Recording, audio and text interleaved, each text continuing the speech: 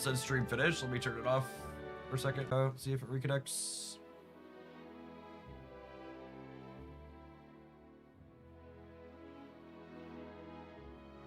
All right, it's alive again. Thanks for the heads up. Appreciate it. Did it turn auto ads back on me? Of course it turned auto ads back on. God, what a platform YouTube is. And fix that. Fix that. Yeah, maybe they just I don't know. Something like semi-regional must have died. Cause like I said, I wasn't able to ping when someone said it first night. I wasn't able to ping any YouTube channels. Jester, thank you for the 27 months. I appreciate that. Welcome back. Appreciate you shipping the primer this way again. More friends. They're nothing.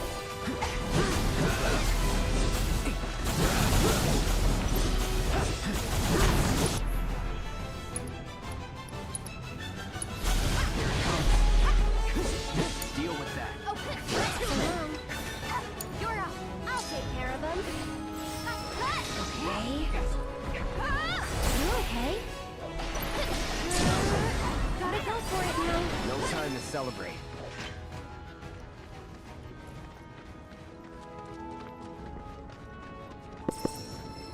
Our friends leveled up again, but it doesn't look like we, doesn't look like the type of game where we heal or get our MP back when we level up.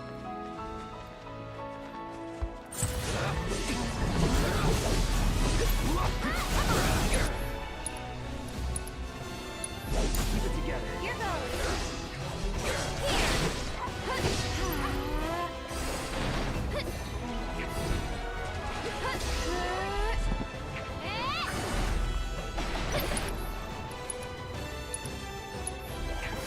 Enjoy the ride. That wasn't so bad.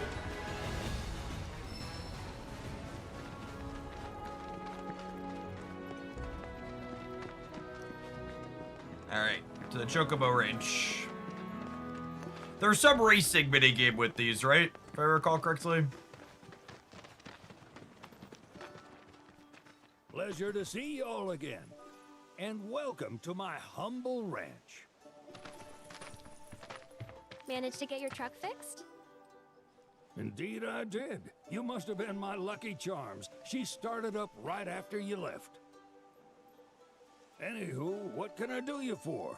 You in the market for some fine-feathered friends by any chance? Absolutely. Are we ever? Need them to get through the swamplands. Then you have come to the right place. Back in the day, we had Republic ferries to get us from A to B, but now they're nothing but driftwood, sadly. We got the next best thing, though, Chocobos. To them, a bottomless bog's no worse than a kiddie pool. Now, ladies, you're probably wondering, what gives these birds the power to glide across swamps with ease?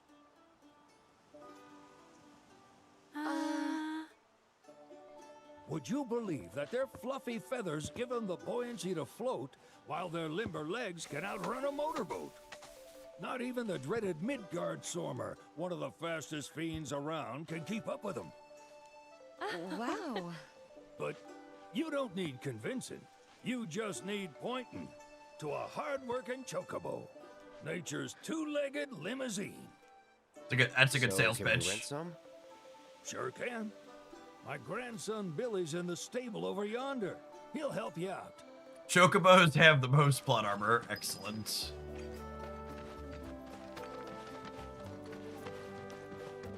Where is Sephiroth at? He's AWOL. He got very mad and burned the town down after finding out his mommy was part of Mother Nature. Howdy. Saw the sign. Need some chocobos to cross the swamp.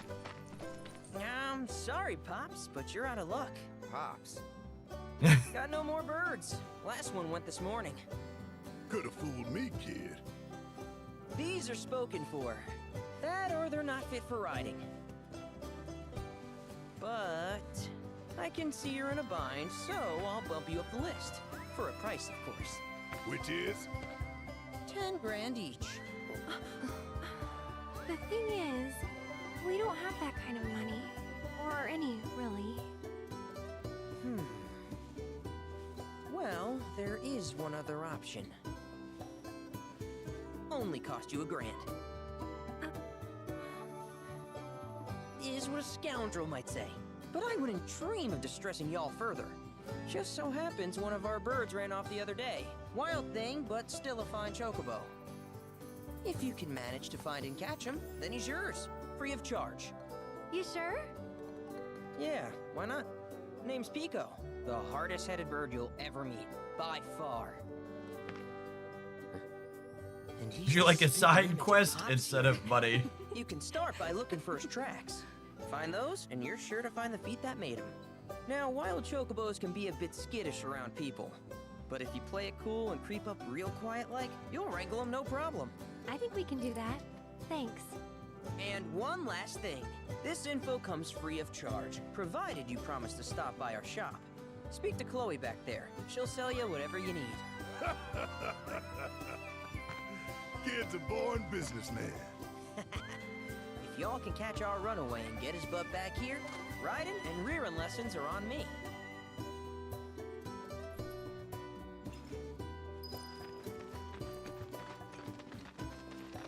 Sorry about my brother. All he thinks about is money. He's just doing his job. We understand. I suppose, but he's been a real pain about it ever since our parents left. Say, are you guys from Midgar? Yeah, the Undercity. Then do you happen to know Chocobo Sam? Not very well, but yeah, I guess we do. Where is he? Probably the Sector 6 slums. He's a big deal in Walt. Why do you ask? I was thinking about reaching out. It's his fault Mom and Dad are gone, so... Chloe, that's none of these good folks' business. But they get help! Don't tell anyone what she told you. Sam's one of the biggest names in the business. If he gets wind of that story, our ranch is done for. Don't worry, your secret's safe with us. I promise. Oh!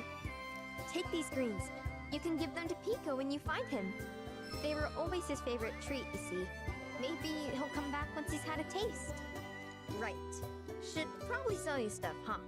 Billy will throw a fit if I don't at least try to get you to spend a few gil. No pressure, but if anything catches your eye. Also, if you have any golden plumes on you, I can exchange them for Chocobo gear. So be sure to hand them over if you do. Ranch's tech shop will have Chocobo gear for sale, which can be traded for golden plumes. These rare feathers can be obtained by wrangling new Chocobos or repairing Chocobo stops. Oh, they're cosmetics for the bird.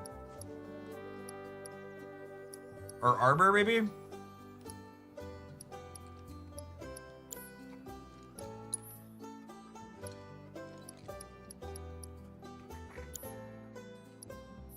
I hope Piko doesn't give you all too much trouble.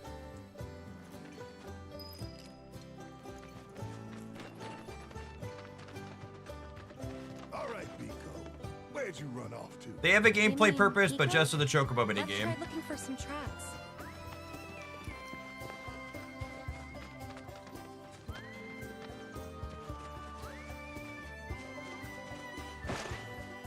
Can we jump up over? No.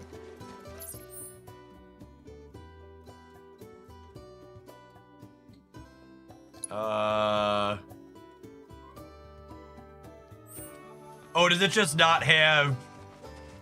Do we need to look for tracks so that it'll tell us? It looks like it's unmarked at the moment, yeah?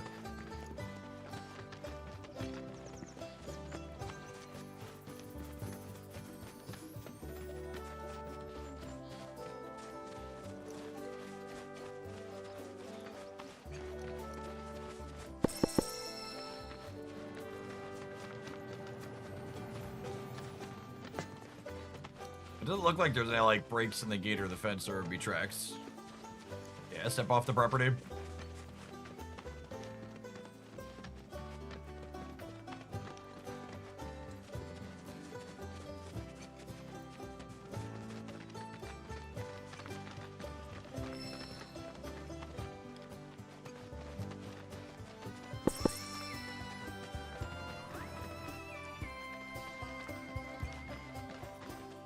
Looks like we've got, I assume these are the tracks.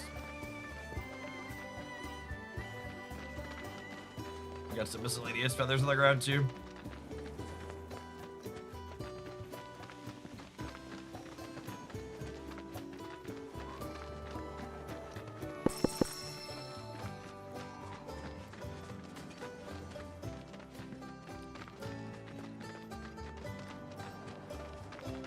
They look like big chicken prints. Bingo. Yeah! Come on, y'all. Let's go bag us a Chocobo. Keep it down. When you're on the hunt, you don't want to startle your prey. Prey? You know we're not here to kill him, right? Yeah. Do we though? Approach Piko without being noticed. If you are in danger of being spotted by him or one of his pack dates, quickly press circle to roll out of sight. You can distract Chocobos by throwing stones you pick up. Use L1 to aim and then this to throw it. Oh god.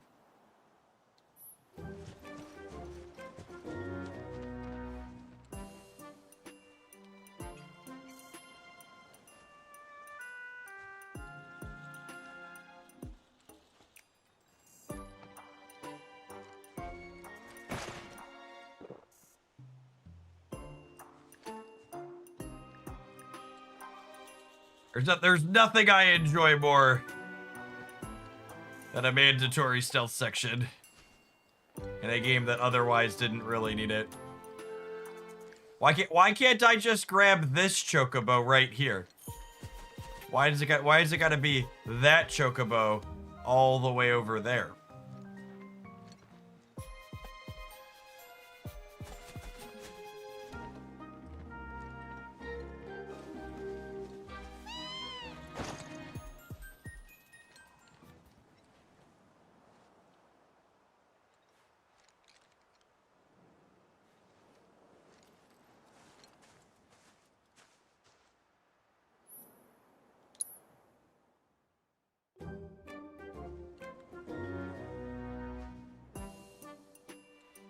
I believe the answer is fuck you, sir. That's why. Yep, food.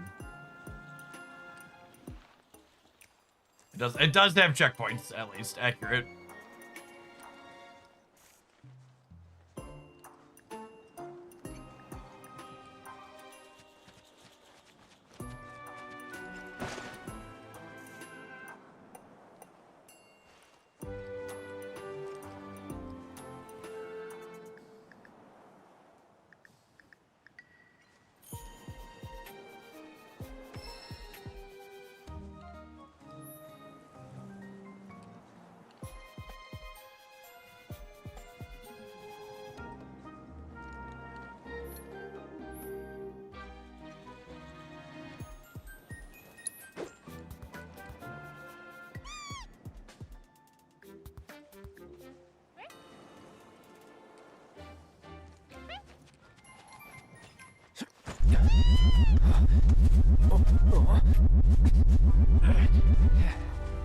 Good bird. This one does have a saddle on it, that's fair.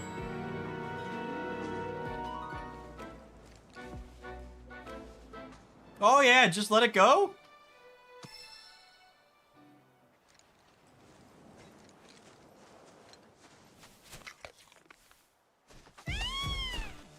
Aw, isn't he just the cutest?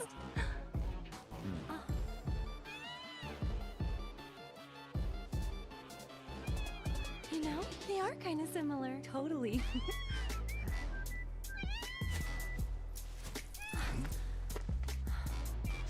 What does he want now? Do you think maybe he's still hungry? Sorry, that's all the food we had. But you know where there's more? Bill's place. Oh, Back to the ranch it is then. Come on. Is it going where it's supposed to go? That's good. I was briefly concerned. I was briefly concerned we were about to have to stealth and do it again.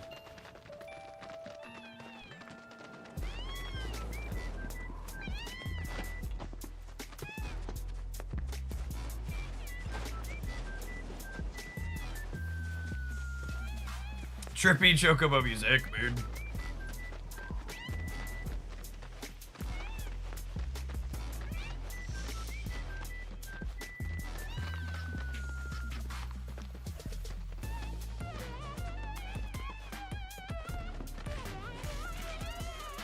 Ah, there's our guy.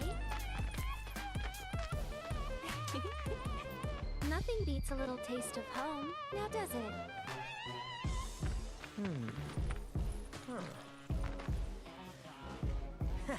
Not so much as a feather out of place. Got one healthy bird here. Enough to ride? Sure, though I wouldn't try till he's done eating. Once he's had his fill, though, I'm sure he'll come around to the idea, if we ask him nice. Ain't that right? I'll need to prep his gear and all that, so why don't you wait outside?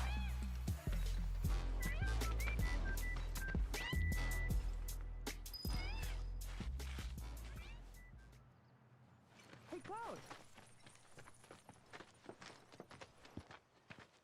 Hey there. What a pleasant surprise! You do remember me, don't you?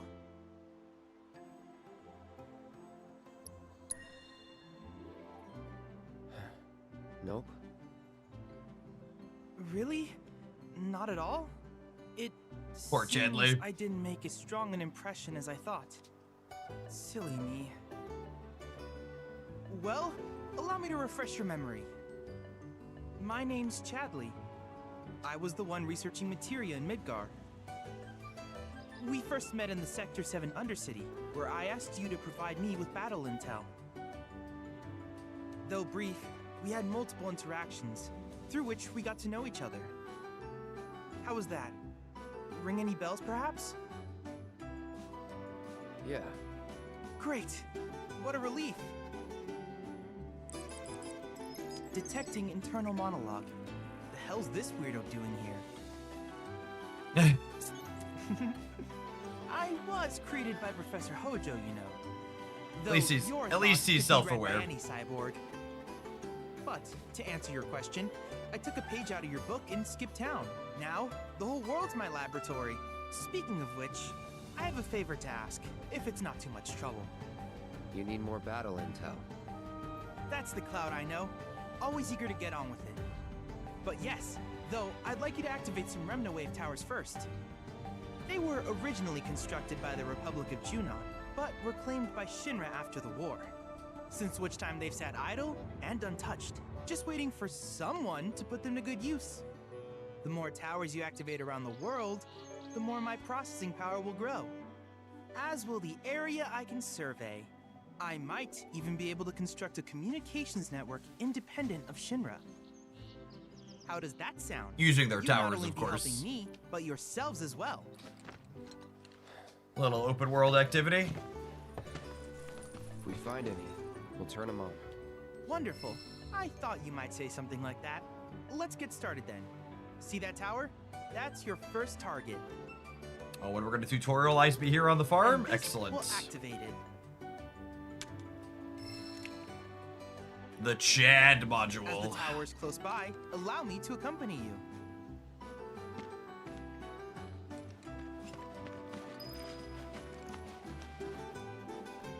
Bringing the world to life. Yep.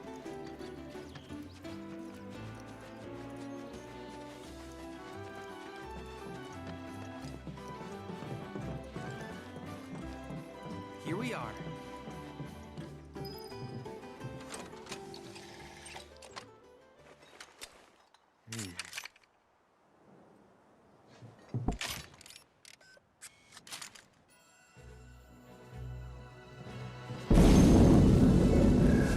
Let there be power.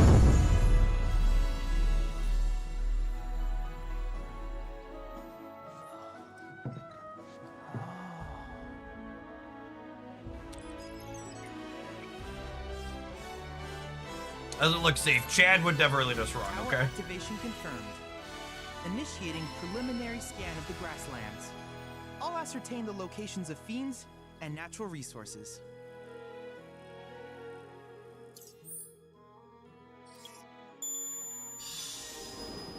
Will it open up the fog on the map? Oh, that only happens when we... After careful consideration, I have devised a new name for this type of research. I call it World Intel. Chadley will employ the data you collect to develop new materia, create new combat simulations, and embark on endeavors, activate the remaining towers. Sure thing, boss. I hope you'll assist me in gathering relevant data by completing various tasks on your travels.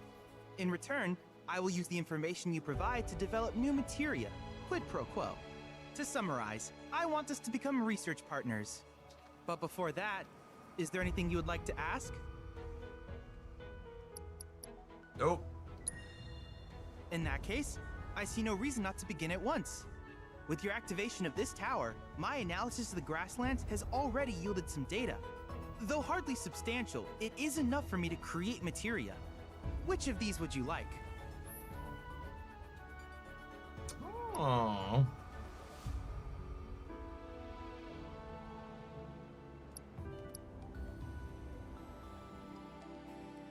I feel like having an autocast to put on someone has a lot of value. Well, this gives fire and ice. That seems good.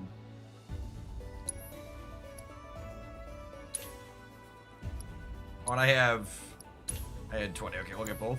I wish you all the best in the long journey that lies ahead of you. And remember, you're not in this alone. Should you require assistance, just ask. Oh, look, he has a Roomba. Assessing and defeating new fiends will provide Chadley with data he needs to update the simulator combat challenges. Complete these challenges to earn a variety of rewards, such as powerful summoning materia. Okay. A new summon entity is available in the combat simulator. The combat simulator has been updated. Excellent. Is that one of those Domino pizza delivery robots? Is that a thing? Alright, it seems like it's probably... Oh, can I not jump off? I'm so used to being able to just like jump off and spread my wings. Probably a decent break point for the day before we head out more. I've been doing this for about 2 hours. Oh, you can jump off if you're sprinting. Okay, that's good to know. Or circle. Circle is the other button. Okay, cool. All right, gamers, I'm going to tap an ad roll on the platforms. I'm going to get things kicked over to some Marvel snapping. We're going to dig into some stats on Maverick and see what he's doing to start the day. If you want to catch up on this whole playthrough, there's going to be a playlist up on the Jeff Oakland YouTube channel. The first part from yesterday is up there now, but I'll put them all in a nice list for people that want to watch start to finish. We're going to be playing it live on stream. I don't know, 2 or 3 days a week when we're live, 5 days a week to start, I think is my plan, depending on what the other schedule is. Tomorrow, for example, I have a different variety game we're going to be checking out that's sponsored, so we won't do this. We'll probably play some more on Friday, I think is my plan. Appreciate the early crew that was here for some Final Fantasy to start. Don't go anywhere. We're going to be snapping for some card games.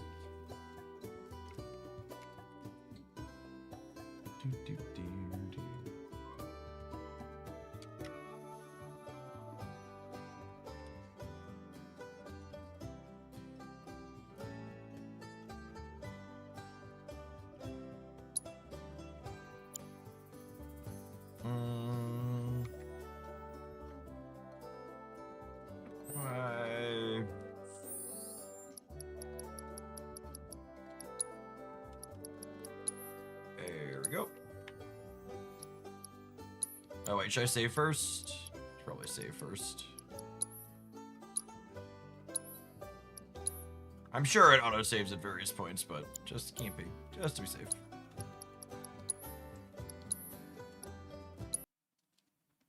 Just to be safe.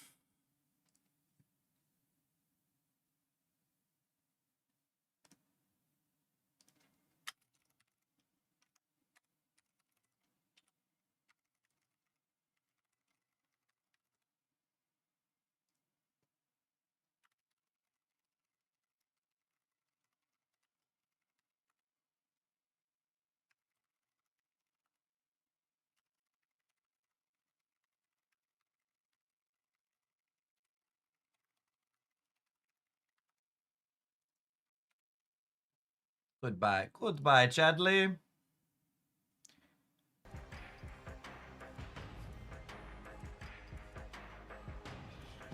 Update the YouTube stream title.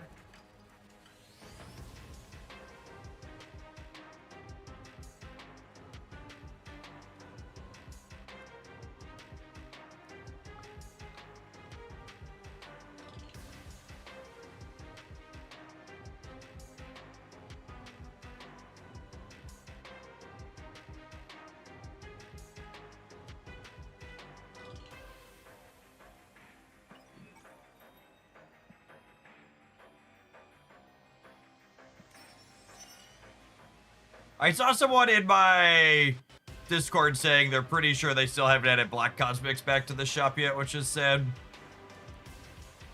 Unfortunate. I think we're splitting Kid Omega and Cosmic Ghost Rider, or Ghost Rider First Steps, looking for ice on them. Yeah, we're gonna dig into some Maverick data here in a second. Is the game plan.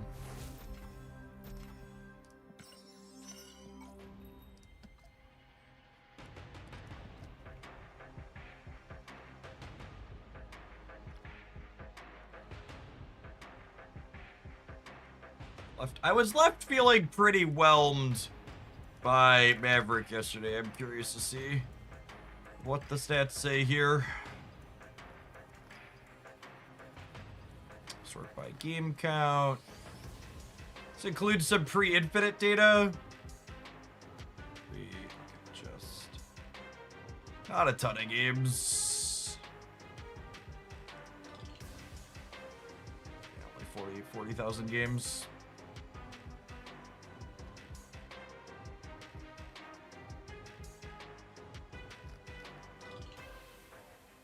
Got like activate combo with Galactus. Zombie Galacti, pretty bad as expected.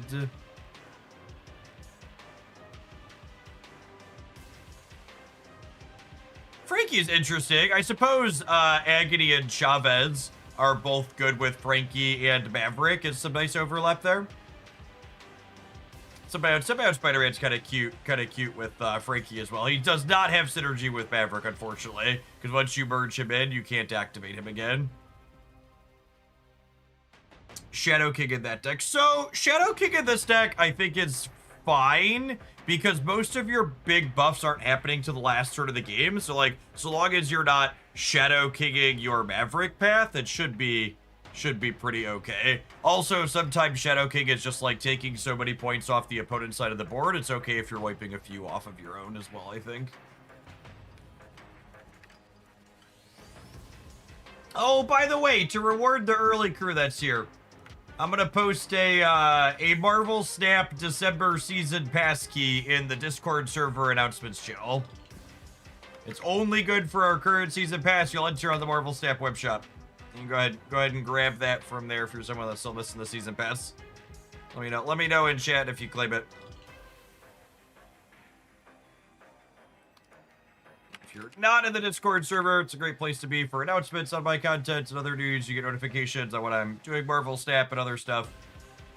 You can check that out. Keys for days. I think I get 10 per season to give away, and I really like to wait until we're like halfway through the season or so to give them out, so that way people who have the means to buy the pass are likely to have bought it by now, so people who are less likely to have the means are the ones that are going to get it.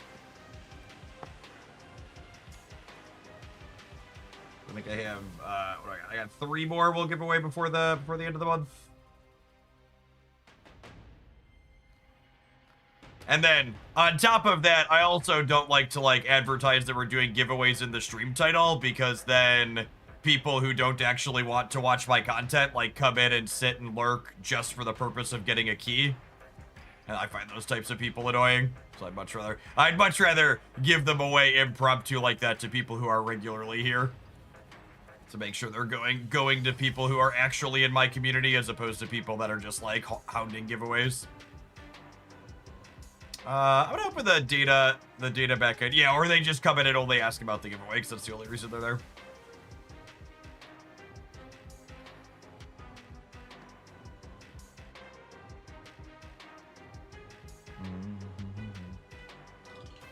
This was either the auto deck or close to it. This might be the exact auto deck, actually. These are pretty solid stats for that. The Galactus build not looking good in a bigger sample does not surprise me.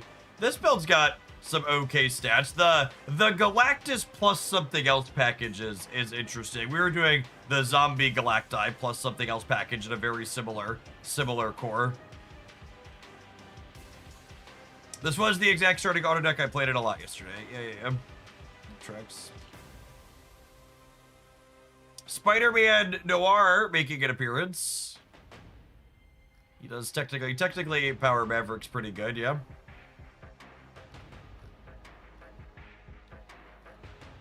What if I look for Maverick that's explicitly not playing Surfer?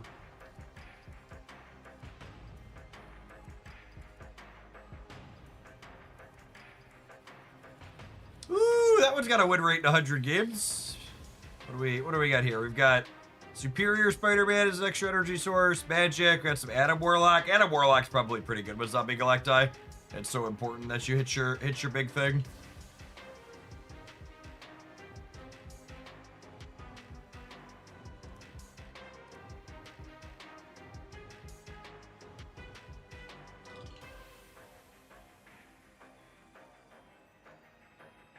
Oops all Galacti. This one is all in on the Galacti plan, yeah.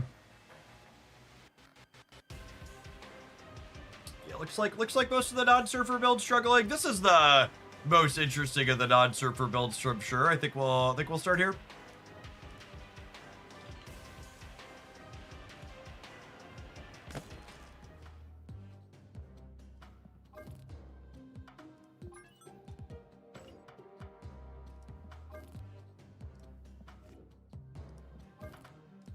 Delete all these weapon H decks.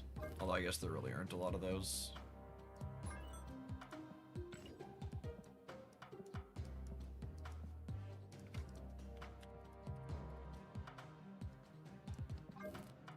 If you're a sub who wants to get full access to the Discord server after joining it, you'll have to link your Twitch account in your Discord settings, and then it'll sync up and give you full access to the server. But you can access the announcements channel like where we just did the season pass key giveaway just by clicking that link. You don't need to be subscribed or anything to do it.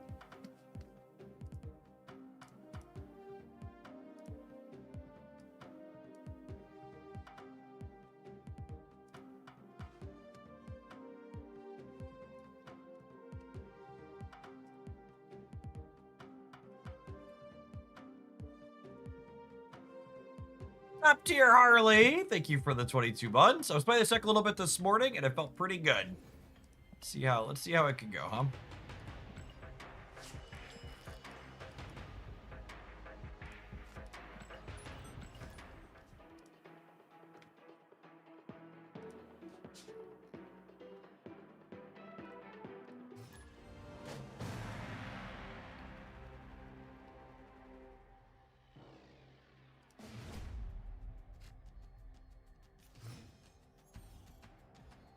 And is my untap still not working? Maybe I need to uninstall.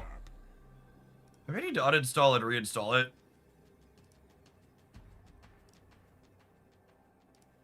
Someone said yesterday theirs was working.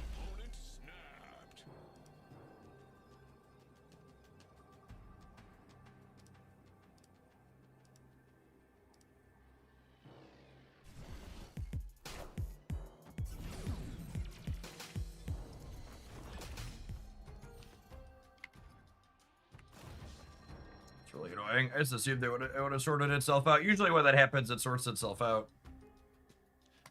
The next day or so.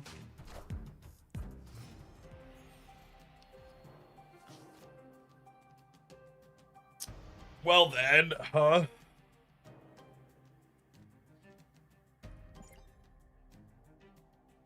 Yeah, I mean, working on the overlay isn't useful though. I need the things on the sides. The screen is very empty and it's not helpful to me if it's just working for you all at home.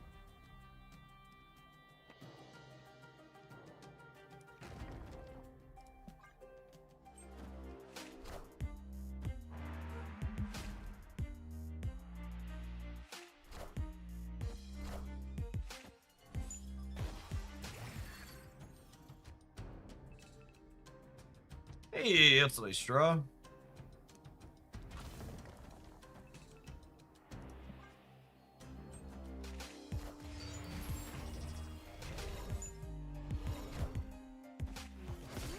Old Arishem collector into Arishem Infinity Ultron.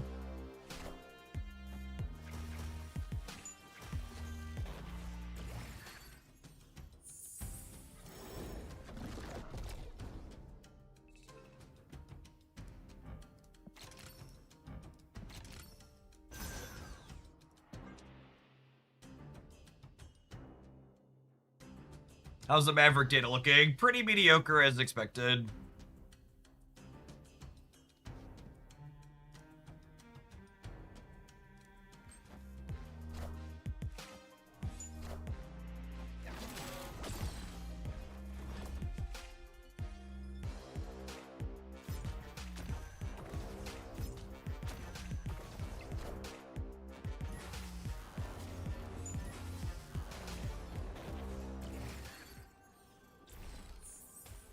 Think we're just super dead.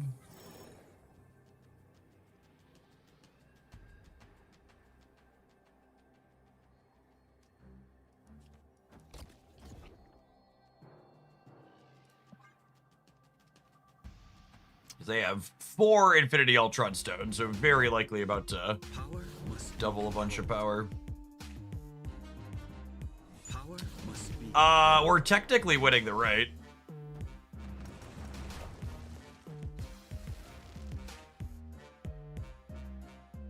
Did we just win this? I think we just won this, yeah?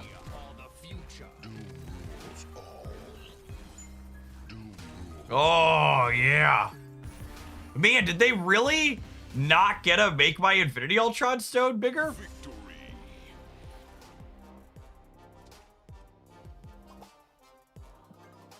We take those. Emperor Hulkling winning the game. Chavez helping his ball here, the extra 3-pointer from her. Yeah, if they'd have gotten decent stones, we wouldn't have been able to bust the Shang. Their stones were not great.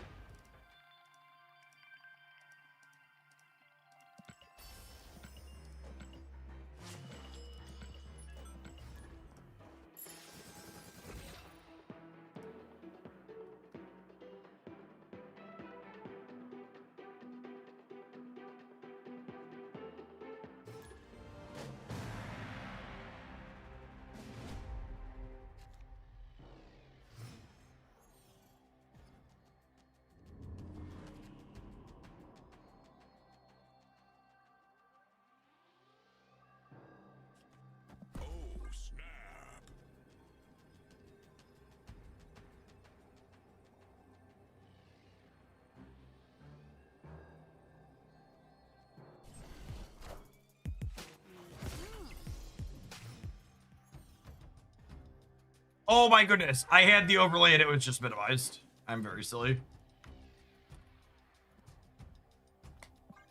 Classic carbon-based issue.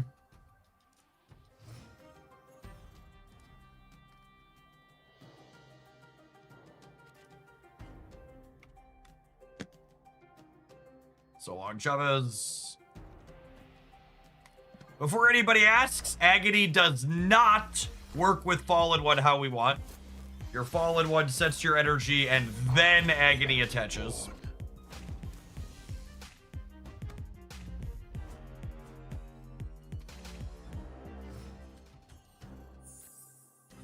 However, we can use Fallen One here to get another additional energy. We'll set our max to 5 on 4, and then we'll have 6 on 5, 7 on 5.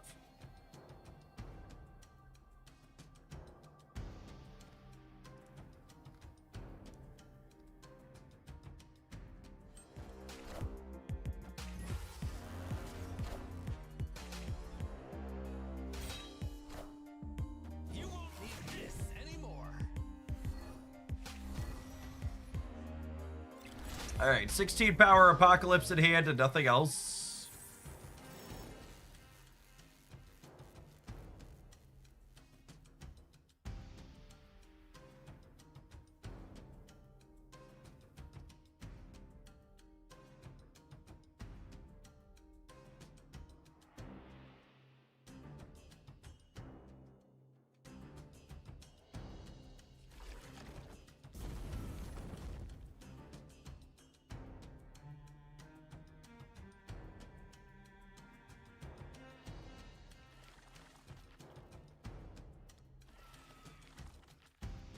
Should we Magneto right to try and lock them out? That's interesting. How do I win another lane, though? It's like hope to top deck Hulkling. So Frankie Ray works.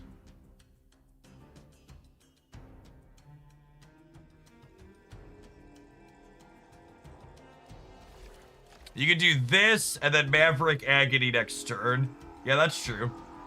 I can play this as well. Like, I think this is the better line. I think if I lock him out right, I just don't have a way to actually win the game. Also, would not have remotely worked out.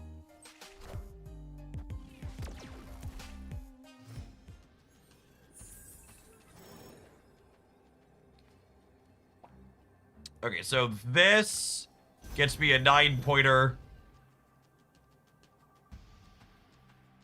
And then this pulls to 18. So actually...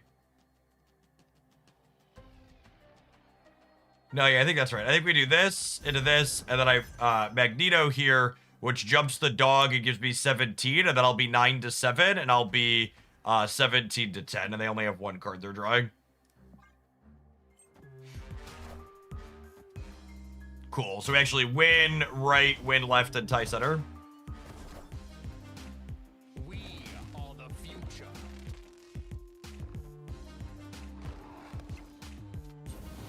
Oh, we're one short in the center.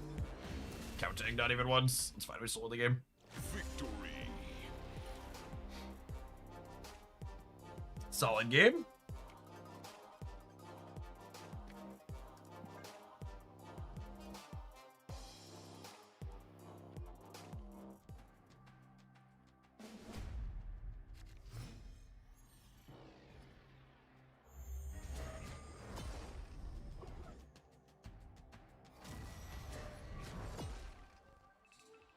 I accept, humbly and graciously. Wait, how'd Proxima come into play? How did Gambit discard Proxima?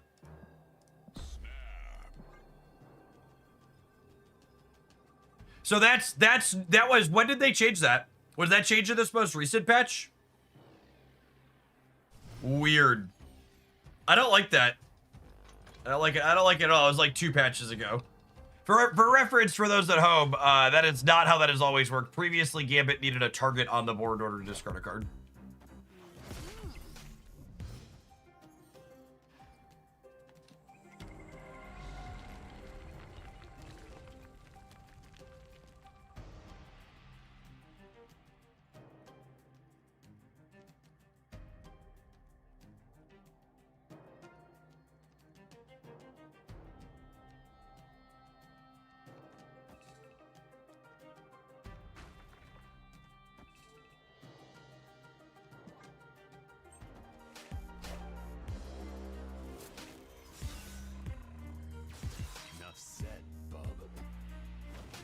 Is there a link to a chart of decks? Yeah, if you're just, God bless America. What an awful 1 in 3 to lose. This video here is a breakdown of approximately 50 different archetypes in Marvel Snap. A lot of good and fun stuff in there. Do I just do this and get up to 8 this turn? I think I just do this and get up to 8 this turn, yeah?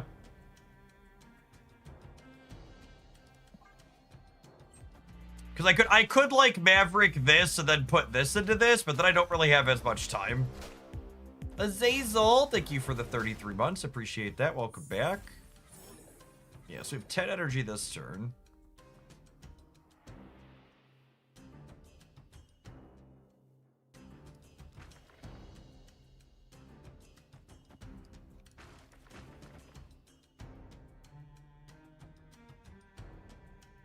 God, Chad is fucking obsessed with trying to get people with Magneto.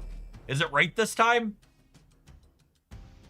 So assuming they play nothing left, it puts it 17 to 17 there, I guess. No, I think it's better to just do this.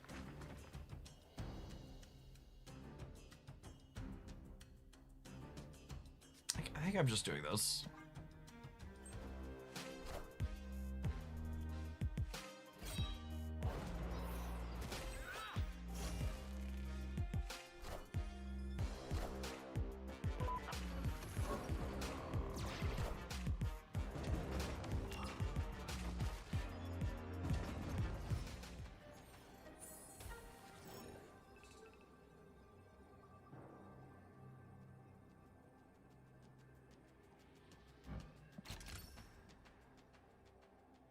So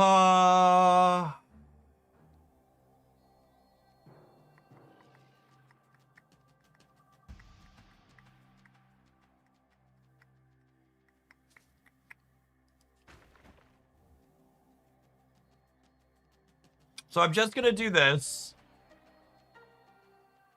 And then I think we do this and call it a day.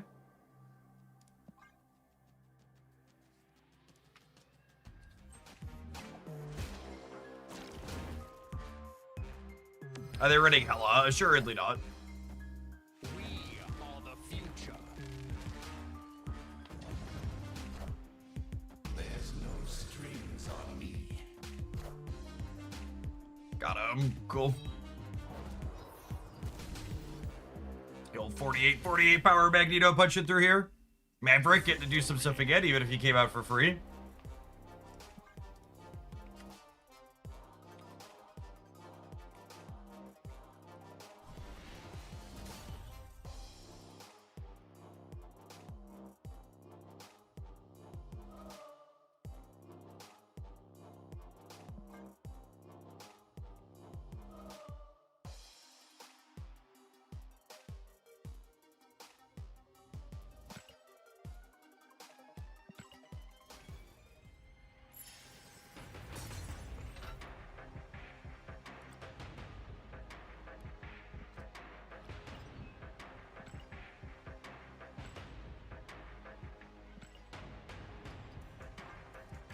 Win matches with the snap. Moving some cards with Magneto. One cost cards. Play 10 cards a match. All these will get done eventually. Fun first set with the deck. Morrow, Wild Child, and Fastball Special all on Thursday, right? Correct. Yeah, two at the event, and then one direct to series 4.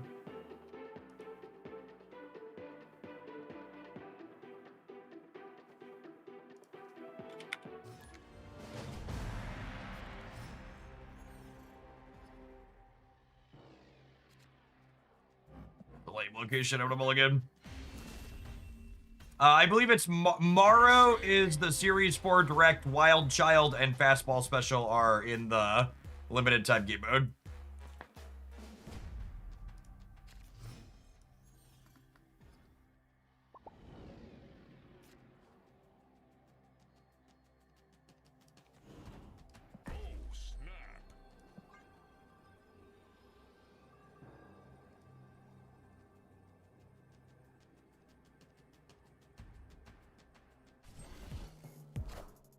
Tradesies.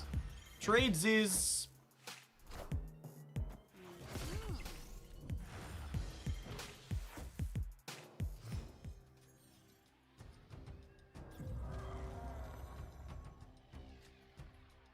Ah, what an excellent American Chavez target. Just like, truly just like we drew it up.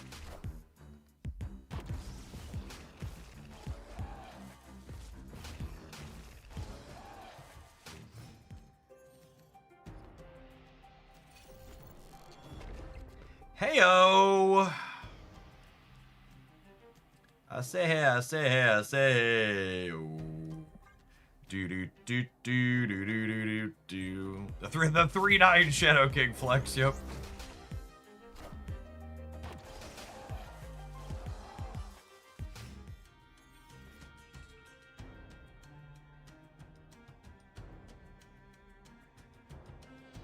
So I'm gonna have 15 energy on the last turn as is.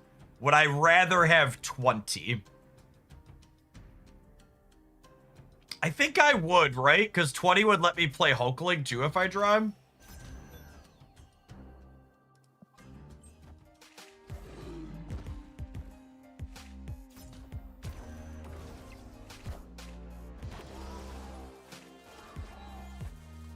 We'd take Maverick for one more turn to decide. No, yeah, I suppose.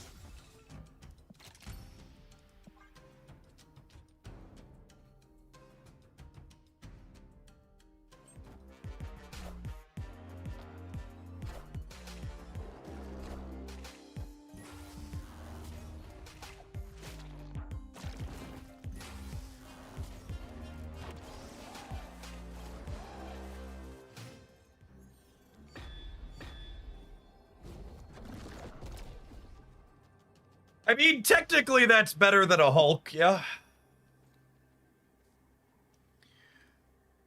Oh. Opponent snapped.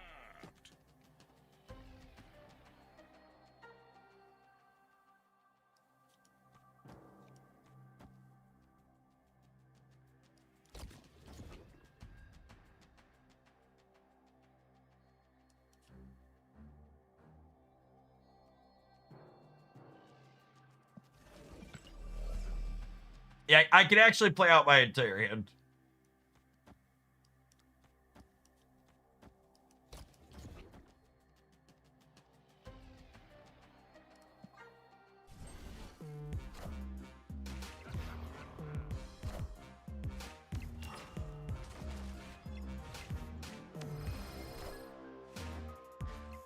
We are the future. Future.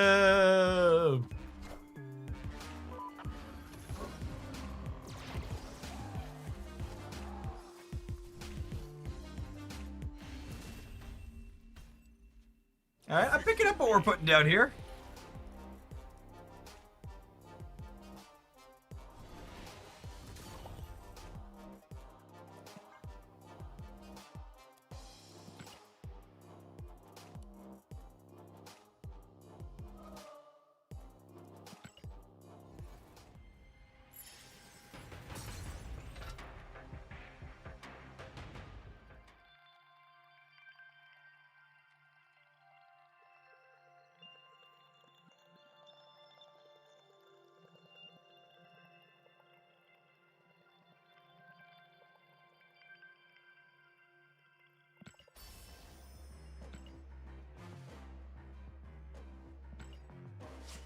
Is 20 energy good? If so, why? Please explain.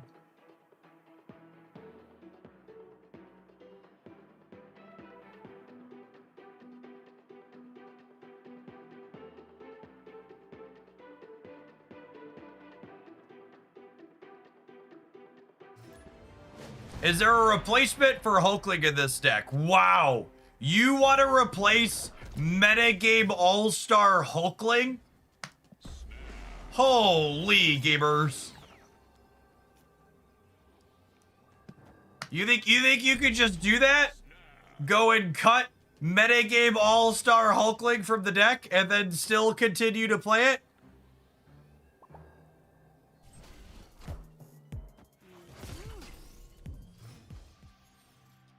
Gained to Magneto, lost to Magneto, yep. Ooh, piece of can, damn.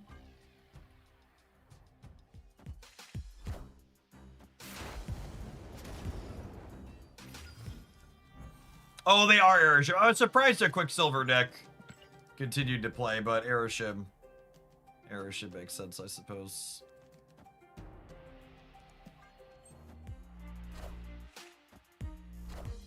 Marvel Snap is really fun, doo-da, doo-da. Marvel Snap is really fun, oh, the doo-da day. Do-do-do-do-do, do-do-do-do-do. Take your ticket and fuck off, Arishem.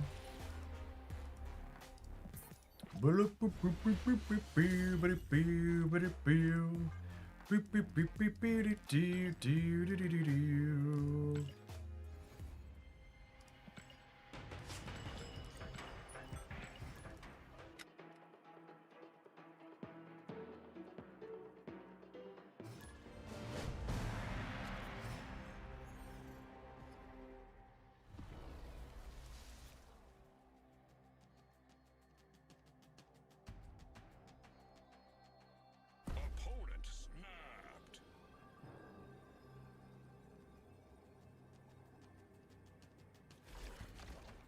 Oh, snap.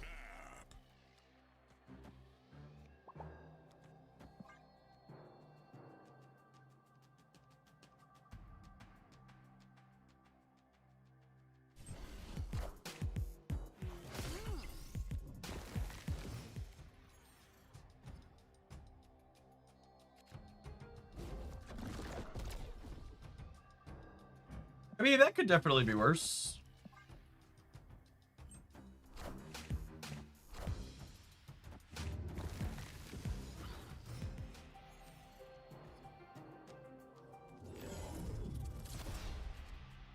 Noise. Chavez here is a little annoying, but the Frankie into agony is lovely.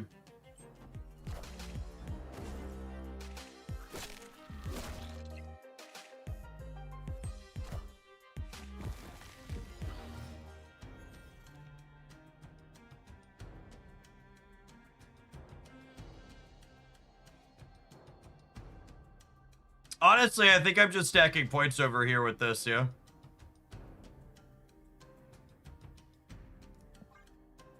It gets me 7 more into the Nexus. Maybe the Chavez is relevant.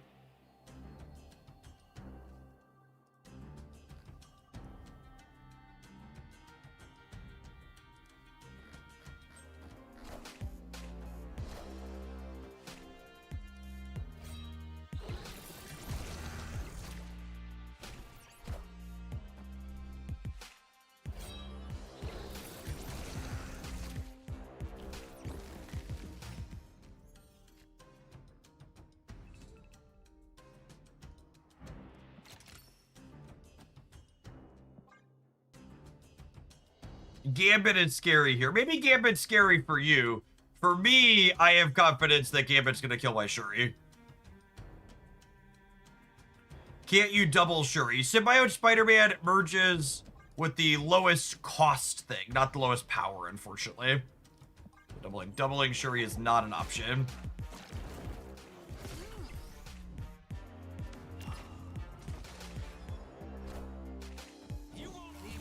Easy to mix up. They're both lowest X.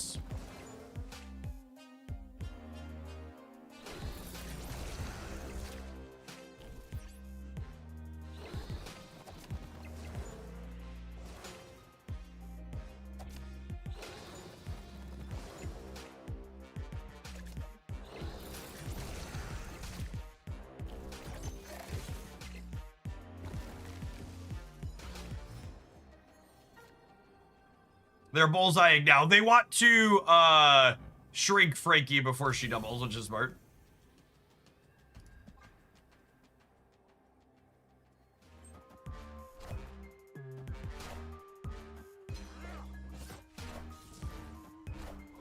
This could be a win the Nexus leaves the game angle here for us, huh? Because they have so many points everywhere else.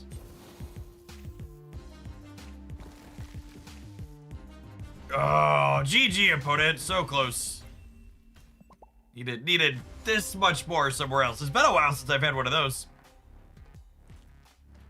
We needed one more point, 'cause if we'd have tied here, we'd have won the breaker here versus here.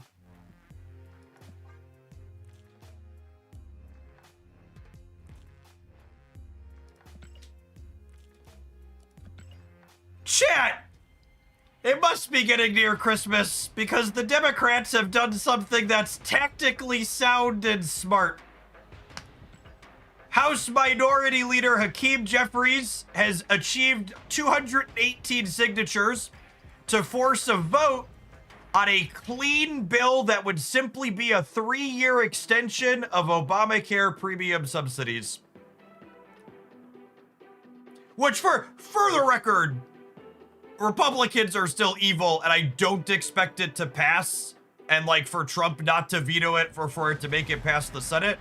But at the very least, this will make it very clear that it is Republicans who are choosing to increase healthcare costs for regular Americans. There's no well, there was this other thing, or I was voting against this other thing. It will literally be, if this doesn't pass, you just wanted people's healthcare to be more expensive. Which, again, for the record, they do. Correct. It does still mean all the premium costs are still going up for people that don't have subsidies, like myself. Like, my costs are still fucked regardless. But people who depend on those subsidies to have healthcare at all still have a chance to have them. And as a human being who is capable of empathy, I think it would be a good thing if we did it to help those other people, even if it won't help me personally. I know, radical position to take in 2025.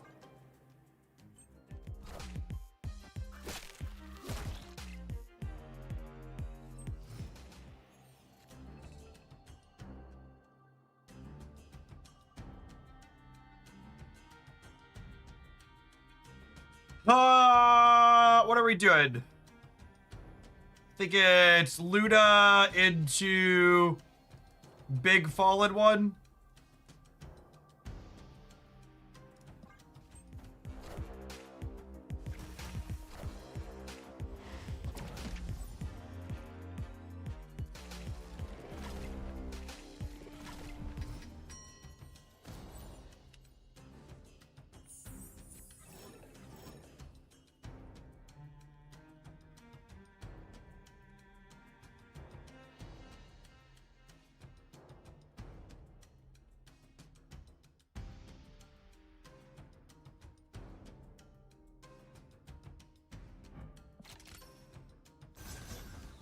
So we'll drop this here. We'll toss this over here. We'll see where the chips fall.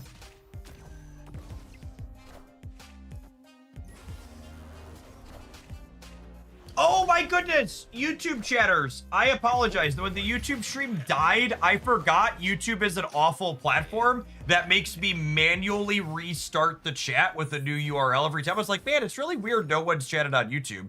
The YouTube chat's really slow. But I forgot I had to manually restart it, cause why wouldn't I?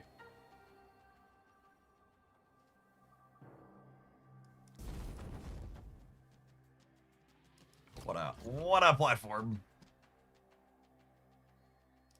I think we're dead. They're also Living Tribunal, and this is Living Tribunal, and their numbers are just bigger than ours, I assume.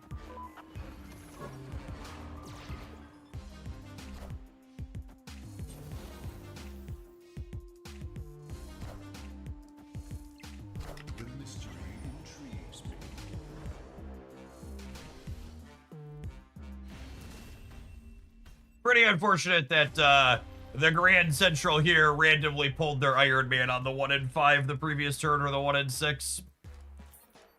Unlucky.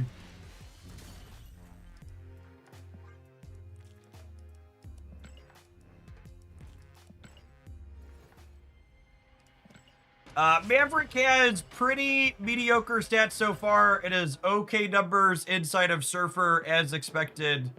This was the least bad non-Surfer Maverick deck on Untapped. And it seems okay. It seems like another like 6.5 or 7 out of 10 release where like you could probably play it and not feel embarrassed about it, but also you could absolutely pretend it doesn't exist and not be any worse off.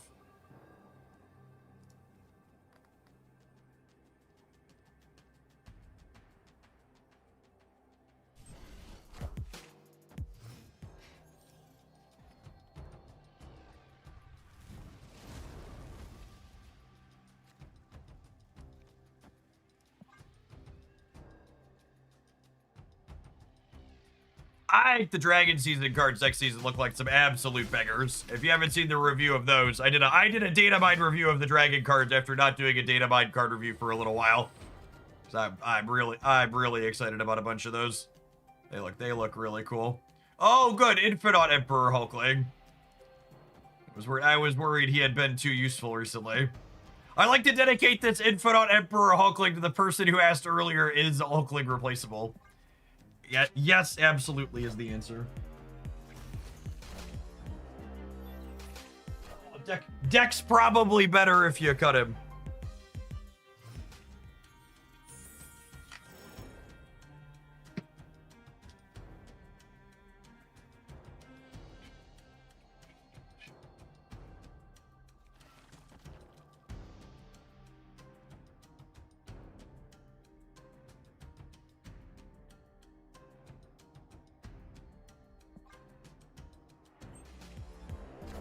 I don't know that we have enough cheap things for Galactus first steps to play in this deck.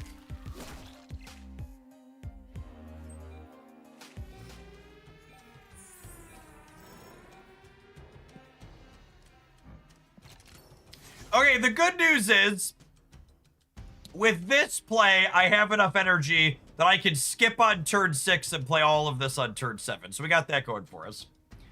I think Maverick made Zombie Galacti better, but Zombie Galacti is still just so bad, it doesn't seem like it's playable. Order? What the fuck did I do? I played one card and I activated. Why are you saying order?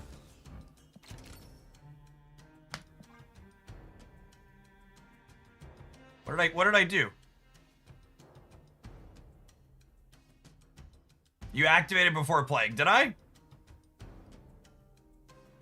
That's a lie. That's a lie. That's slander you'll be hearing from my lawyers. It's 2025. I don't care if you have video proof I did it wrong.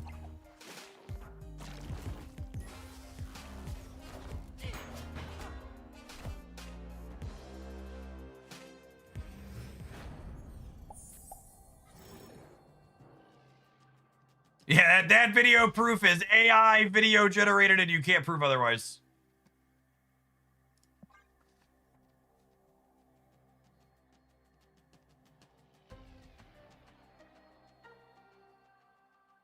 I'm not out of line. You're out of line. Yeah, I can't even play Valentina this turn because the Hulkling is just such a freaking terrible card.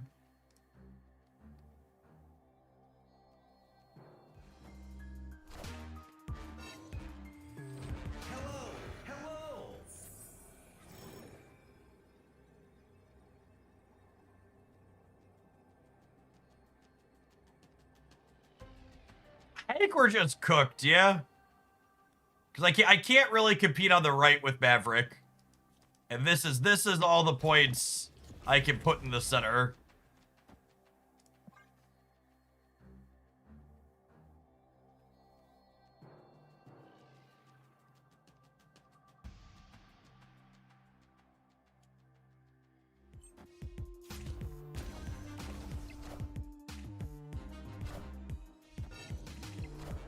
Oh my god, did we do it?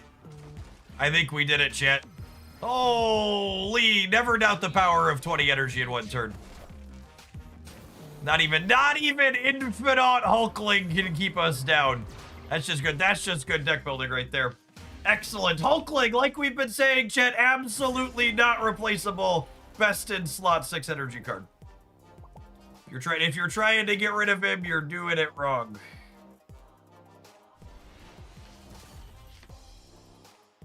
All right, gamers, it's 11:30, which means we have a ton of live stream coming up here today, playing lots of Marvel stuff. We're going to play some more of this Maverick pile of cards when we return, but in the meantime, in between time, we need to take a quick advert break, and I'm going to run upstairs and heat up some lunch while we do it.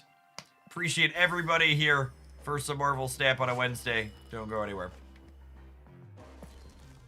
If you're watching on the YouTube side, don't forget to tap the like button when you're here. Appreciate the folks that have done that already today.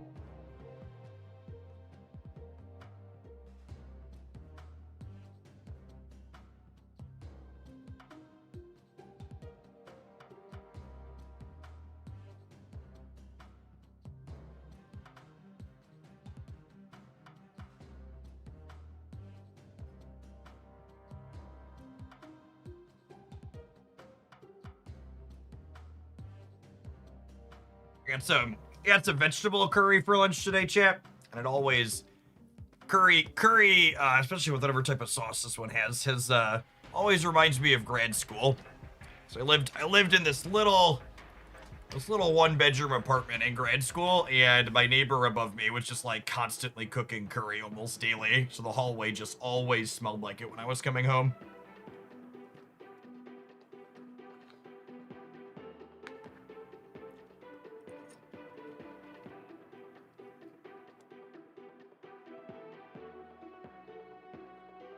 Sauce is so good.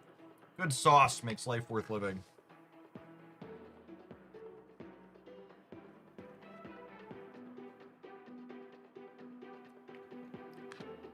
Were your grad and undergrad both in mathematics? They were, but my my undergrad program had a minor in education.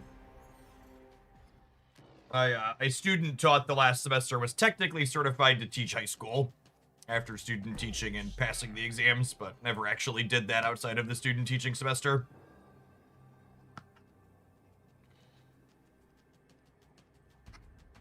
Wingard for the curry and no ads. 621 months of Prime. Welcome back. I am Apocalypse.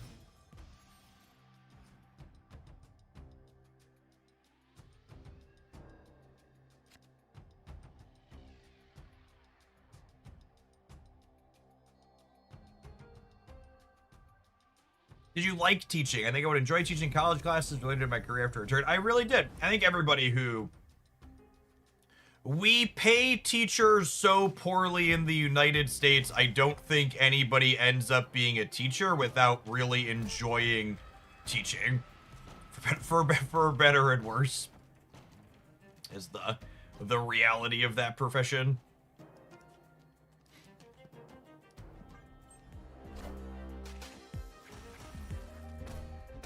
For people who are newer here, after grad school, I spent time teaching at the college level as an adjunct for a while. But adjuncting pays even less than most teaching positions, so.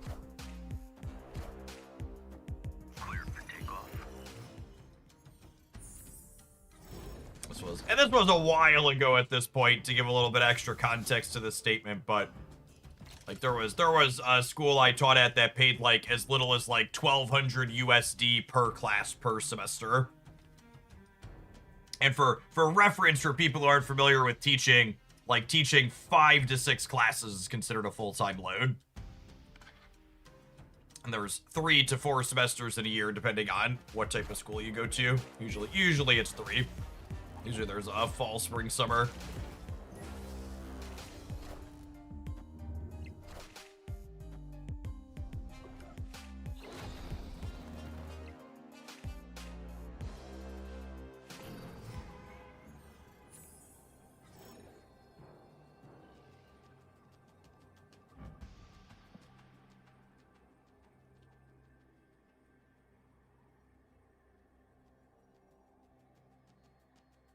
I'm not sure I have a way to actually win the game here is the problem.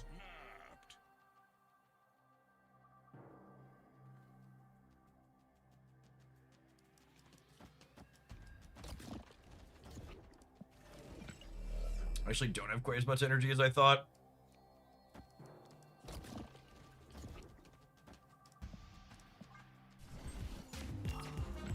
Ooh! They didn't play for the center. New York might let us get him here. It's a very big Hulkling. You won't need this anymore.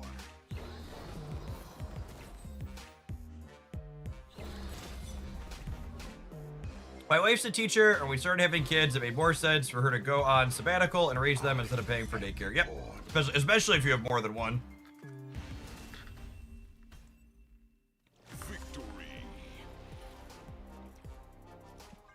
Yeah, my youngest started kindergarten this year, and over the summer, her last daycare cost was the equivalent of like 19,000 USD per year for full-time care for just her.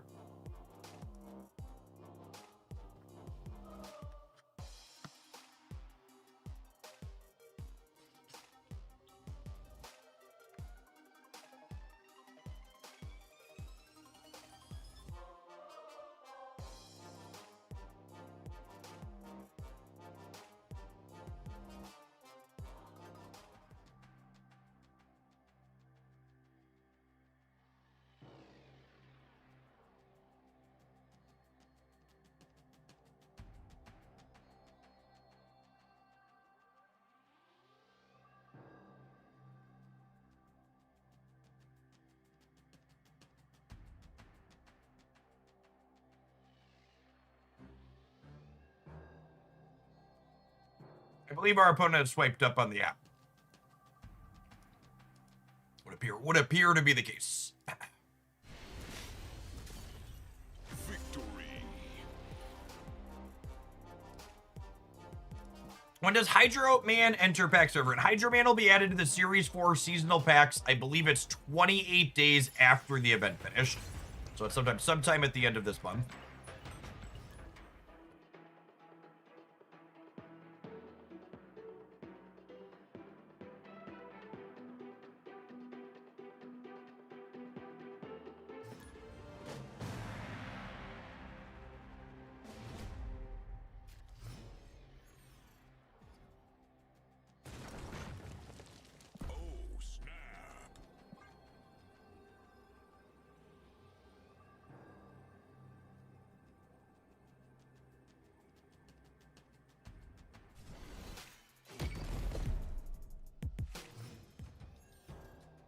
Gold Hulkling in this economy. We golded Hulkling during Joe Biden's economy. Thankfully. It was a different time. Much different era.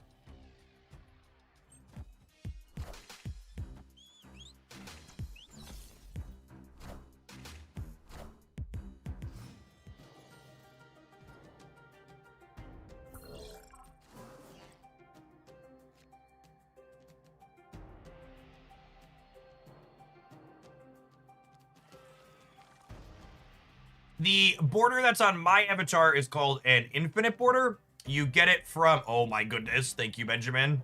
Give me a free Darkhawk against, what's it called here? The infinite border you get from winning an infinite conquest, which is open the last week of the month.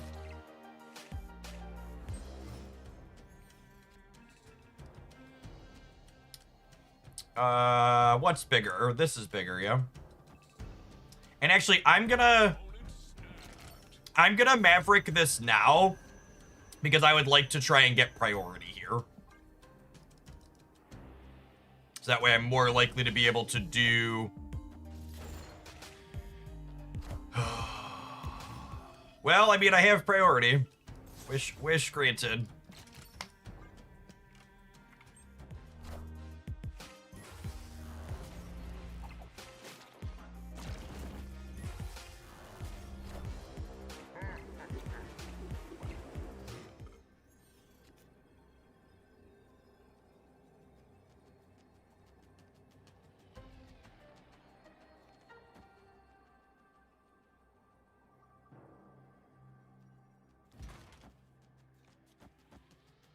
Assuredly, this is enough, yeah.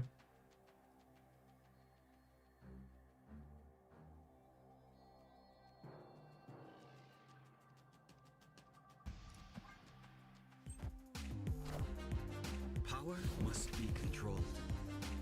We're beating that, yep. It doesn't even matter what happens here. Peak Marvel Snap, though. Opponents playing Arishem and drew their Shang-Chi and their Cosmic Ghost Rider on curve. Out of my house.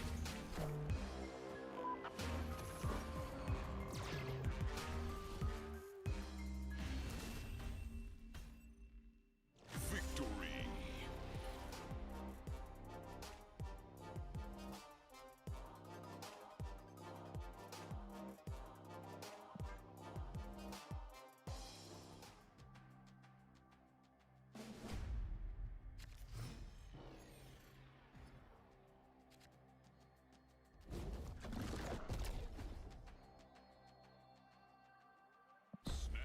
Oh my goodness. Boomer snapped their tech card, lost after they Shang-Chi'd me, and now sweating 10-2. It's funny how predictable these people are.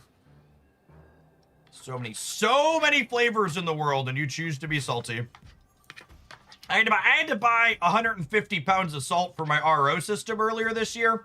If I could figure out how to package and harness the salt from fucking Arishem players, I'd never have to do that again.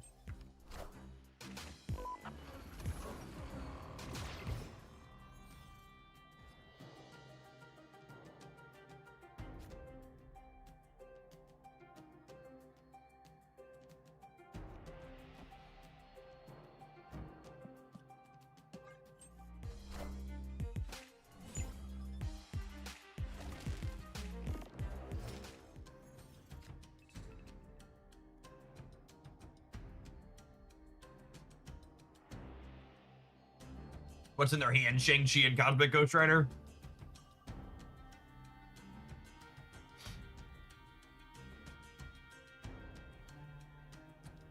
Do I do this now? I think I just do this now.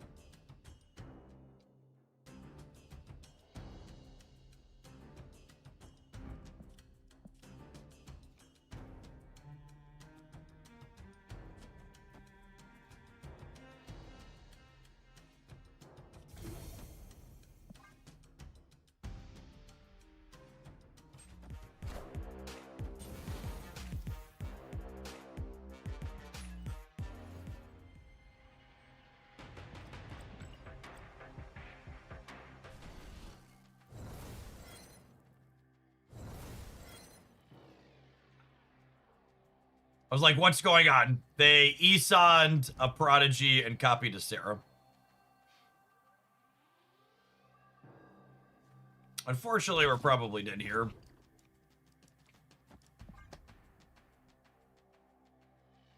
Can't play for the right.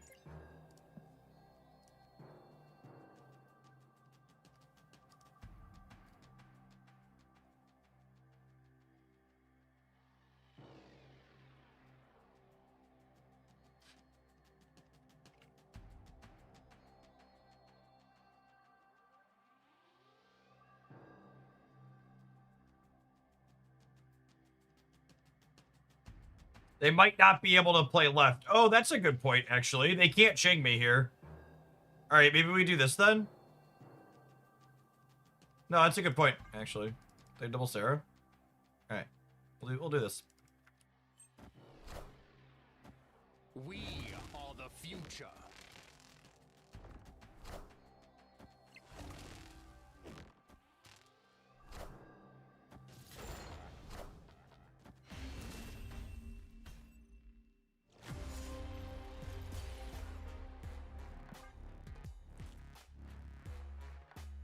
Rufio, thank you for the 20 months. I appreciate that. Welcome back.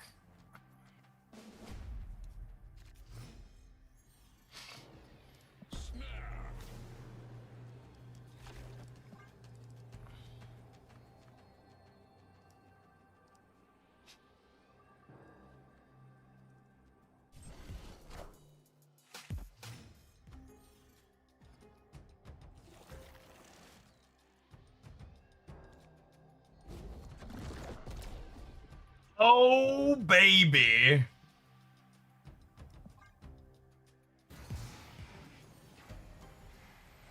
Oh, I'm gonna lose it, though. That's so sad. Nvidia is planning to heavily cut GPU supplies in early 2026. Man, it's gonna be... Chat, if you need a new computer... You need to buy it like 6 months ago. But if you really need it, you should probably get it right now.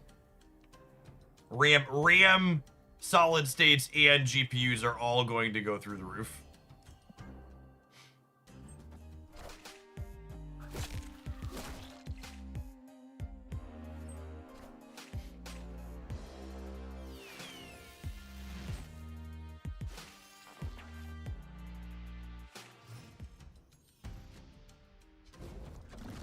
Yeah, my current PC is a little over 6 months old.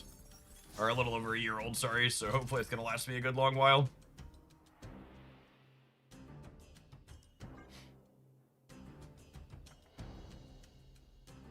And it's funny, my boys started getting into more PC gaming earlier this year. And like one of the old computers Declan used only had 500 gigs in it, so I bought him a 2 terabyte SSD, and I went to look at it the other day, and that 2 terabyte SSD was now twice as much as it was before.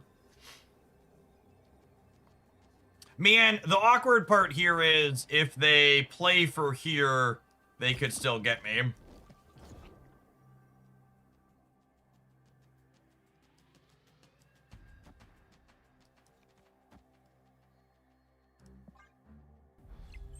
Not being ghosted, sick. Kneel before Poppy! Imagine not playing Emperor Hulkling, chat. Couldn't be me. I will not tolerate the lies and slander against Emperor Hulkling. Man, actually, awesome Andy when you got no other cards on the board. Seems weird. Strange choice from the opponent.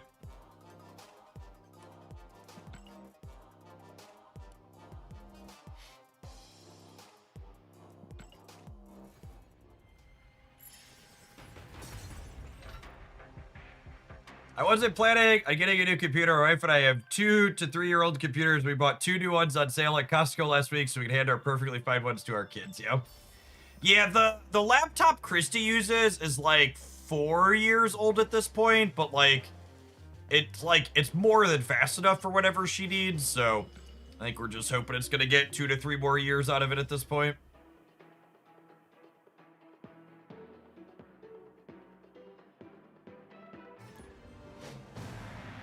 Hopefully prices are back down by then, he says, knowing prices don't go down.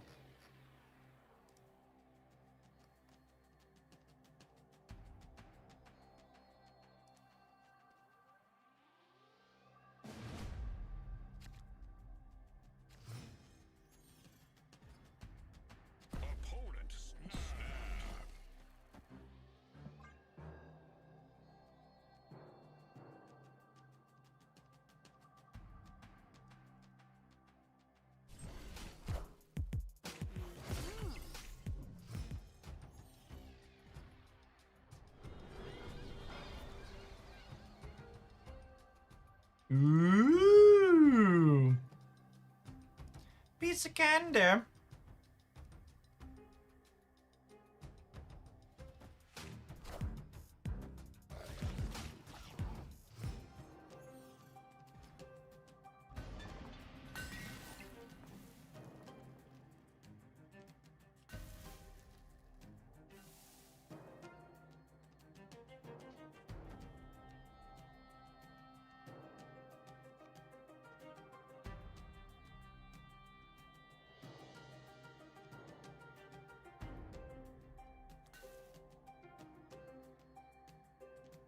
So Maverick's gonna give an extra 5 on Nidavellir, but Nidavellir's gonna be somewhere else, schemers.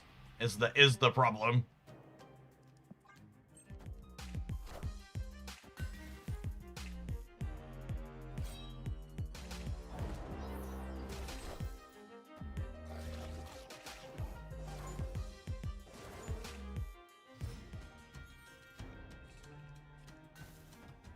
So Shuri will move with Nidavellir. Her bonus is tied to the location.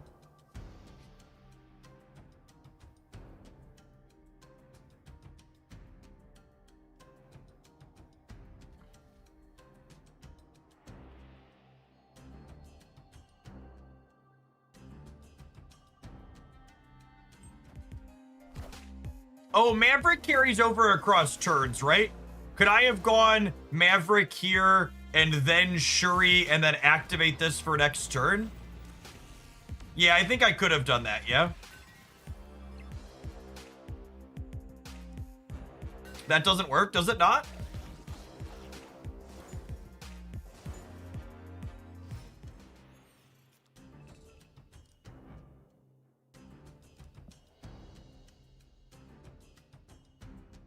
Oh, it uses his current power when it finally triggers. Okay, here's a question. Do I actually hold Maverick now so that way I can use him on Frankie Ray? I think I do, right? Because this is going to be 15 regardless. So I have 16 energy next turn. I think I want the stats for Maverick on Frankie.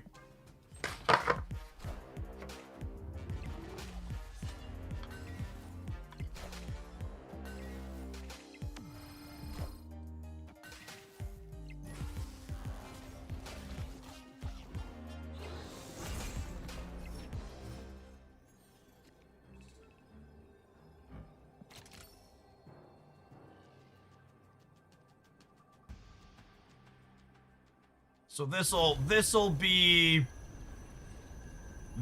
28 on its own.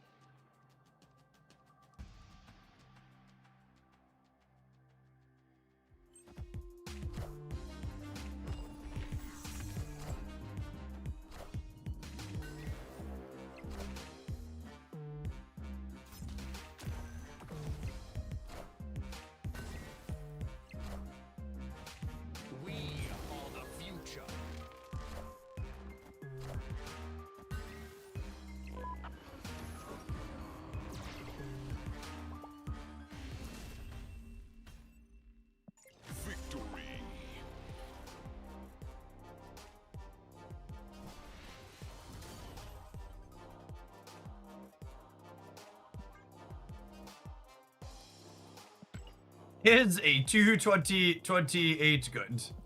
Asking for the people at home.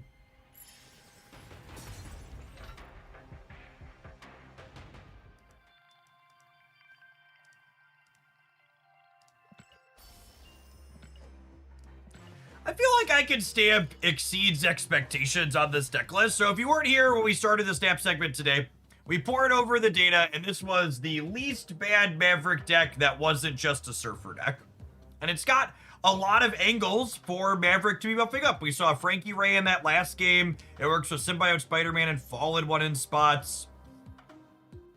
Shadow King, honestly, didn't feel that useful in our games. I almost feel like I would rather this was like another payoff. Like, I definitely found myself like wishing I had Taskmaster in some slots with the Shuri stuff. I think that would be the change I would make. I mean, Chavez also isn't very good with Taskmaster. But I think that's the pivot I'd make. Hulkling is absolutely not necessary. He's just a generic 6 that's sometimes terrible and sometimes really funny and good. Replace it with regular Hulk or Red Hulk. It's probably a little bit better than regular Hulk if you have him. But if you're looking for a deck that felt like we used every bit of the Maverick Buffalo, you know, we've got Agony and Chavez to make him bigger. While these cards also work well with like Frankie Ray and Fallen and Symbiote Spider-Man, that felt like a very serviceable thing to have going on.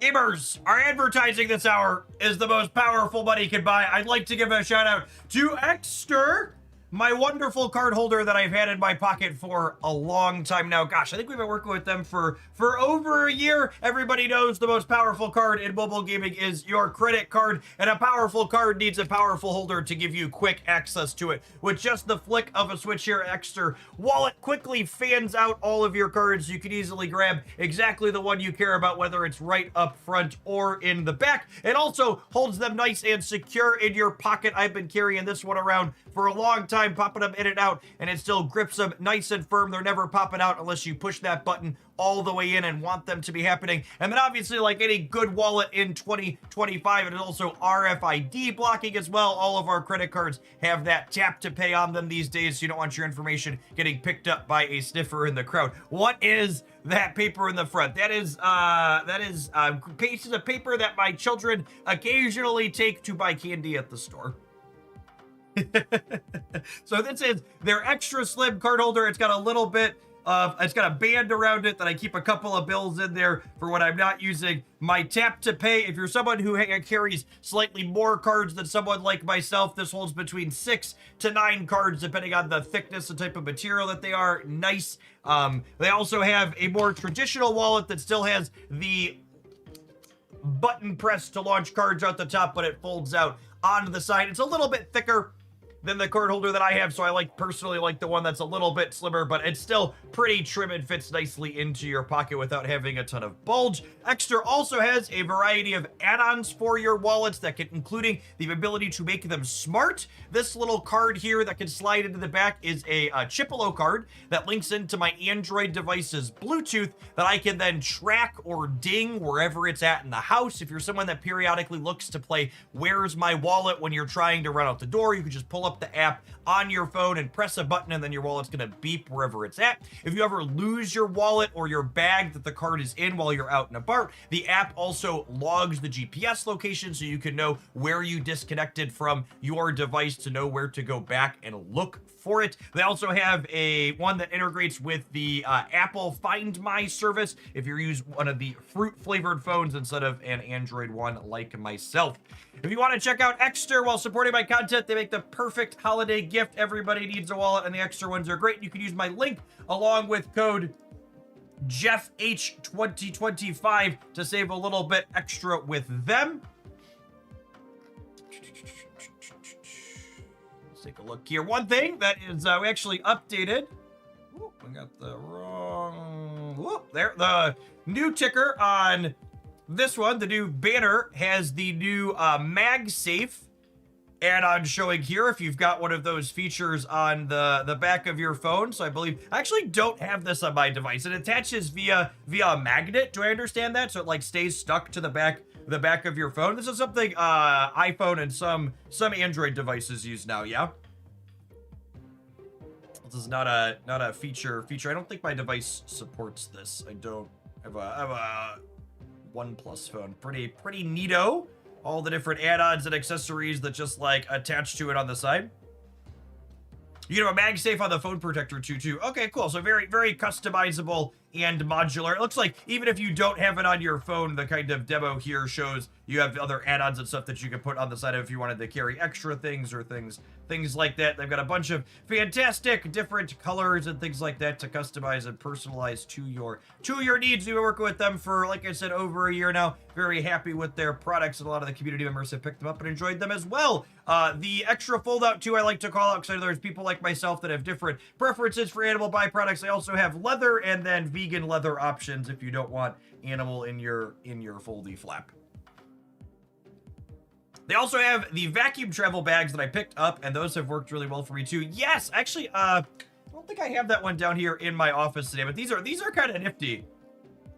The demo here actually is a little bit more clean than what I have. You put all your stuff inside of it, stack it up, put it in, and it's got a little motor power that sucks all the extra air out of it. So bunch of different things up on the Extra website. Shout out to them for sponsoring the stream today and my content in general for the last year or more now. What Marvel Snap deck should we play next, gamers? My Maverick. Anybody have anything sweet with Maverick for me? Before we move on to general stuff. Anybody have off the beaten path Maverick thing we should try before we start playing with other cards?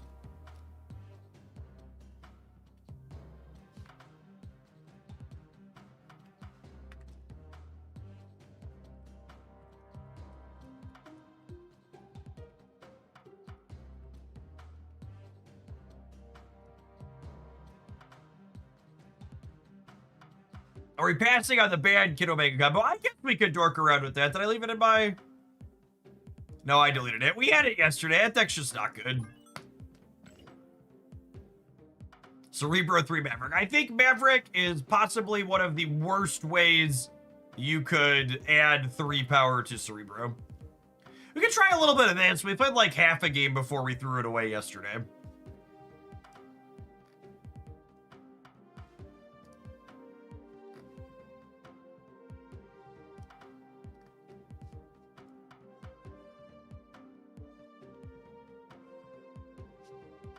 I saw some people playing Cerebro 3 Maverick with Galactus at the top end. You're rude.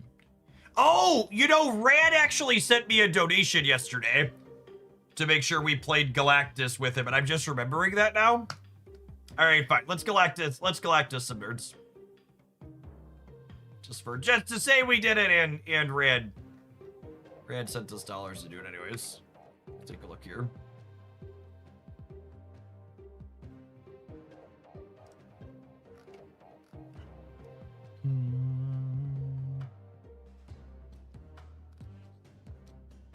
So this is just like spicy Galactus inside of the stock Surfer deck. This has a Fallen One angle on top of it all. I really enjoyed Fallen One in the last deck that we played. Let's do Fallen One stuff.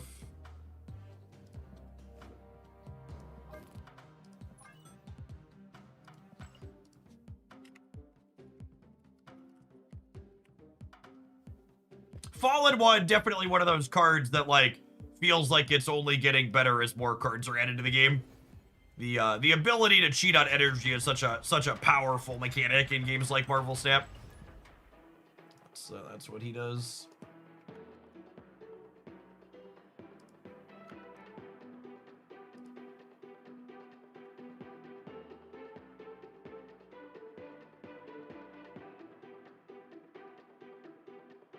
Oh, Vibes Market is big down today, almost a whole %. Do we get a bad vibe on a Wednesday afternoon, chat? Who is harshing my vibe? Bring me names. I will not tolerate it.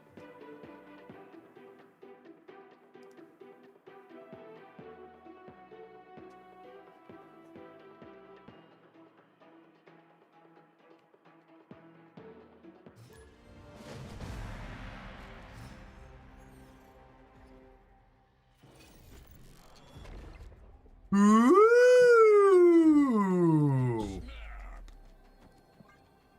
Sweet first location, but cute into Arishem. A finger on the monkey paw curls.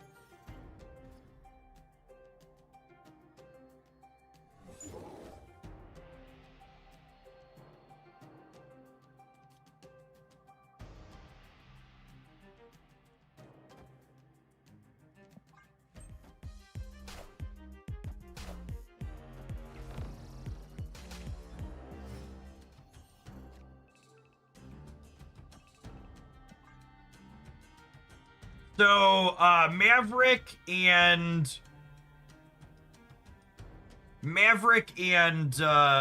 Fallen One and Throne Room worked the way we wanted to here. Naturally, our opponent has exactly what they need in their 34 card deck.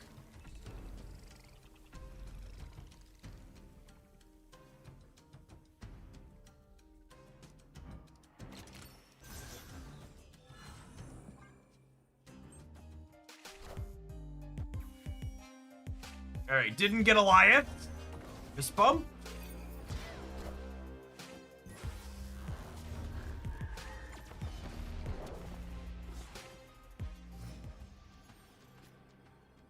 Was that a good draw, chat? Is anyone able to explain why? So this is 12 on its own. And then it's 18, 24.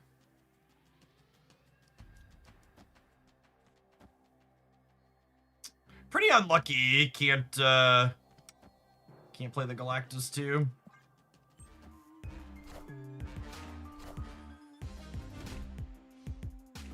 We won all three.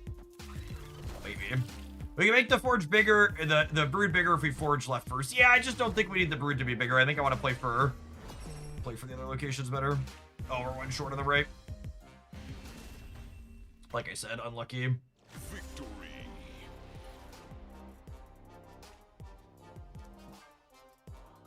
A pretty sweet first game. For a bit of the Buffalo.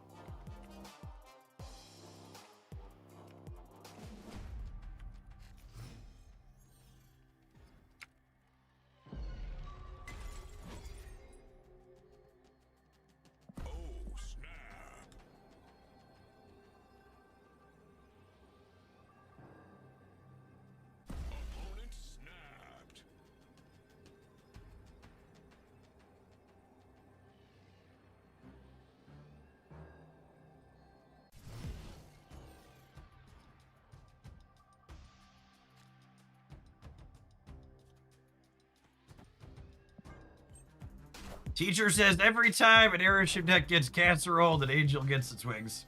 It's just the facts.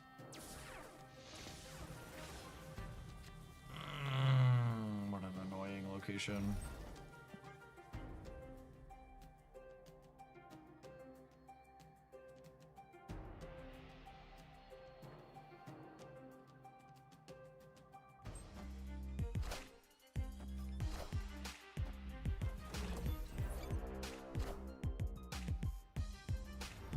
Oh, thank you, Crystal. Such is my judgment. That's probably bad for us, question mark.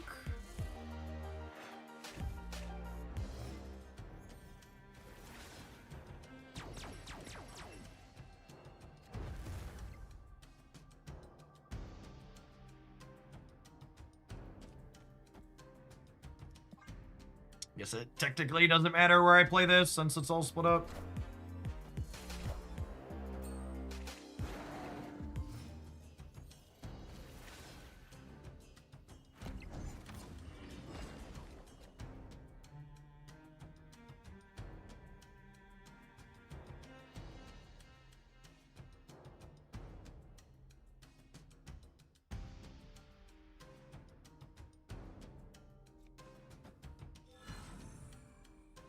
It's this, yeah? And then we Maverick plus Galacta, the Broodlings, on the left next turn.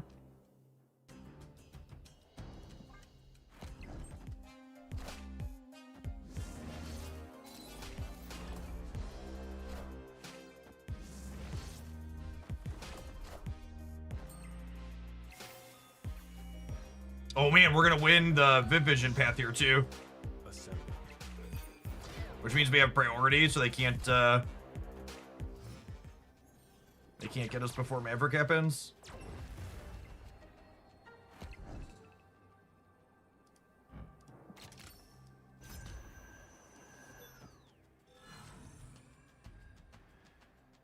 This is 10 points. This is significantly more than 10.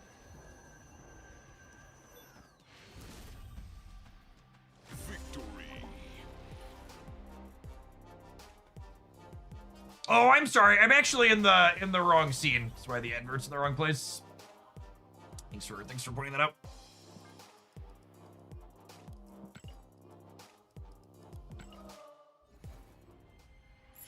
Supposed to be top right.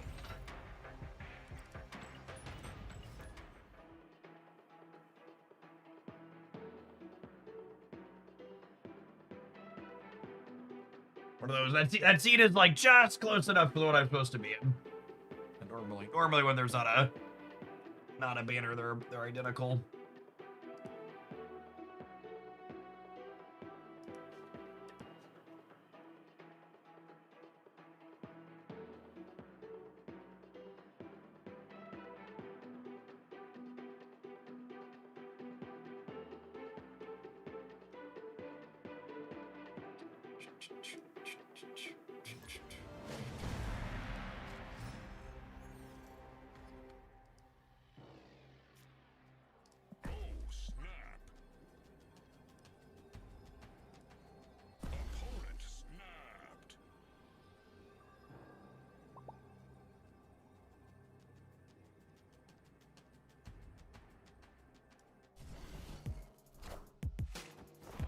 I think Maverick is worth the token. I think unless you absolutely love Silver Surfer, he's probably an easy skip for most people.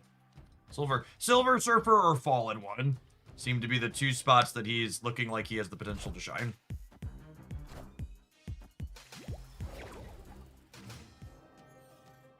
As is often the case with Marvel Snap cards, it's not a this is strictly better or strictly worse type thing. It's what types of decks do you like to play, and does this card support the types of decks you're interested in playing? That's what you typically need to be figuring out.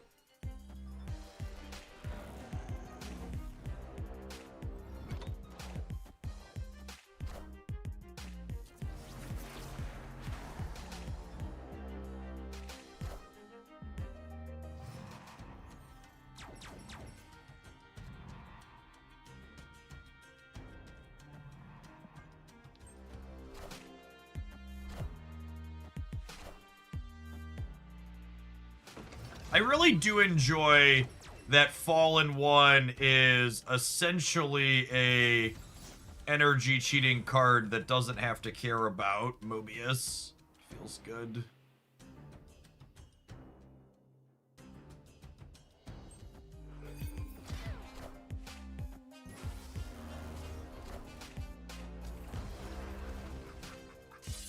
Are they gonna beat 20 points on the right somehow? Okay. Probably not. More than 20 points?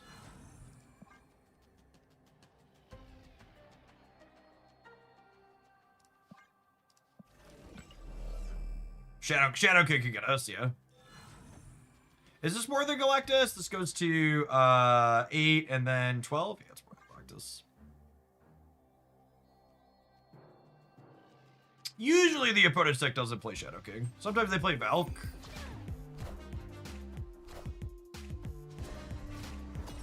But they would need a lot of cards with Valk. Cool. I guess the odds of getting tech carded there are really high because my opponent was an emoting Jagoff, which, by the way, there's a lot of people who I've gotten a lot of comments over the years when I mute someone because they fist bump me at the start of the game. And usually the reason why I mute people when they fist bump me at the start of the game like this person did is because that's them acknowledging they know the emotes are there. And once they acknowledge that they're willing to engage with the emotes, not always, but more often they're going to be a jagoff like this person was at the end there. They're gonna use them in a way to gloat or be a dickhead in some way. And by just muting them once they acknowledge that they're there, it just like preserves my peace proactively.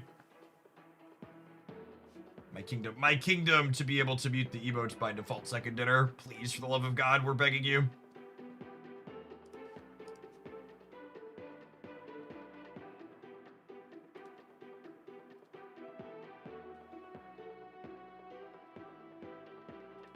I appreciate the starting game fist bumps. It reminds me I forgot to mute them, mood.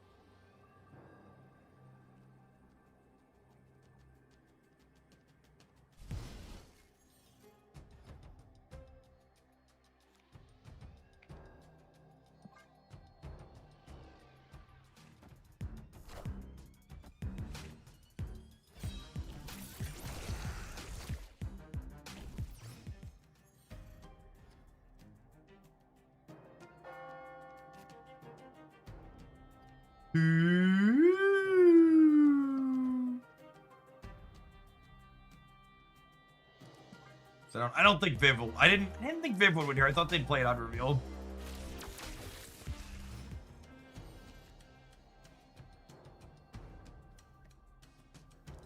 Are there any new games on the horizon? I'm definitely not playing it. Poke back into pocket. You know, it's funny. I had someone comment on one of my Pokemon channel videos for the first time in a couple of weeks, letting me know that Marvel Snap was doing worse than Pokemon Pocket. Which, for an amusing anecdote, Pokemon Pocket released a new card pack last night, and Pokemon Pocket released a new card pack last night, and Mogwai this morning streamed for 7 hours, and he had 200 viewers on Twitch for most of it, and we currently have almost 600 for Snap. And not that there's anything like Mogwai is an excellent creator, I'm just pointing out that the numbers are just not there, even if I wanted to like it, which I'm not even sure I want to like it. I think the numbers aren't there for Pokemon Pocket because the gameplay is just not that good.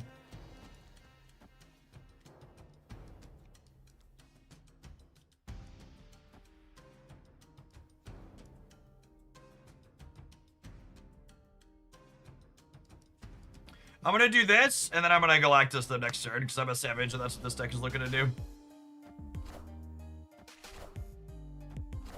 Yeah. I'm aiming to criticize Pokemon, not Mogwai. That's my intention. But in the realm of new things, it was announced that there's going to be a Star Wars card game, digital card game, coming out sometime soon. It's announced on their official channels.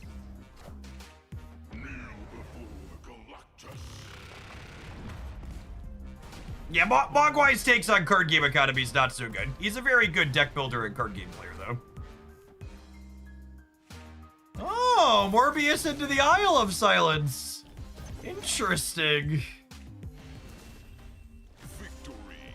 Who's making the Star Wars digital card game?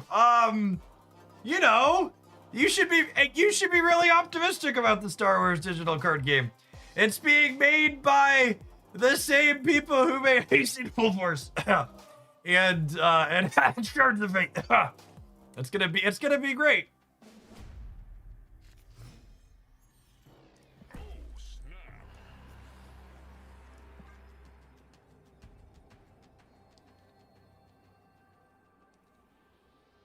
Do you need a cough drop? Sorry, it's a little tickle in my throat.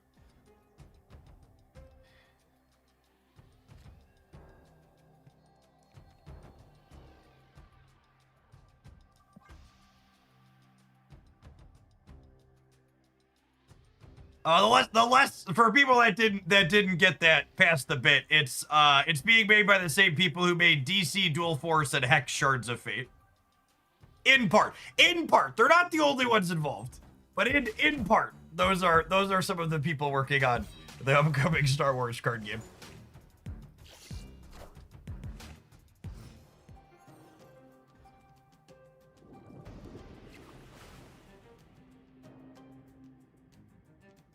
Hex was a good time. I enjoyed most of my time playing Hex Shards of Fate, yes.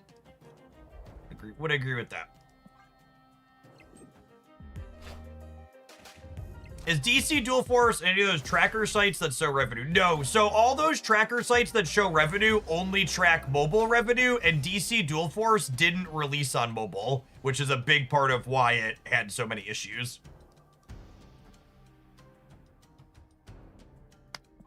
And the Star Wars card game is announced to be Android, iOS, and PC, so they've got that bit right. Neither Hex nor DC Dual Force were on mobile, which was a big miss from those devs.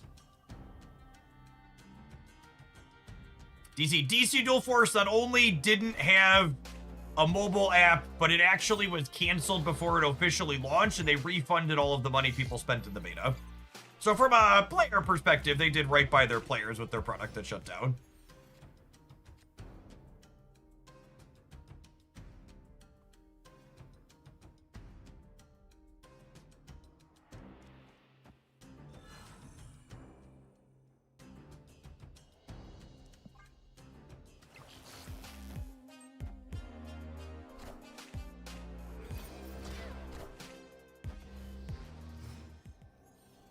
Galactus left next turn. Unfortunately, they have Meek. Otherwise, I would totally draw the game. Because it would be funny. I think it's actually this.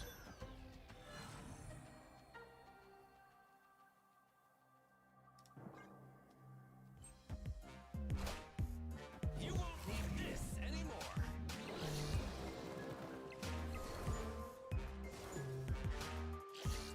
They never get 3 points of power on Meek Cope. Meek is still there, though, meaning my Galactus dies to Death's Domain.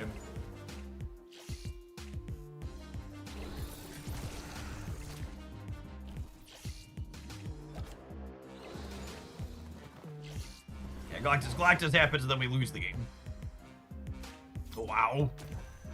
Hooked. They got me. All right, you gotta do that 4 more times.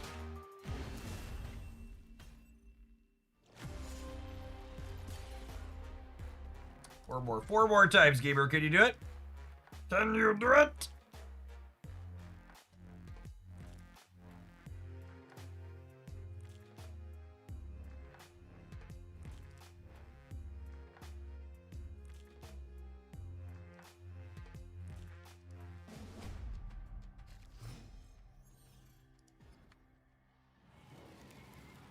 This just in.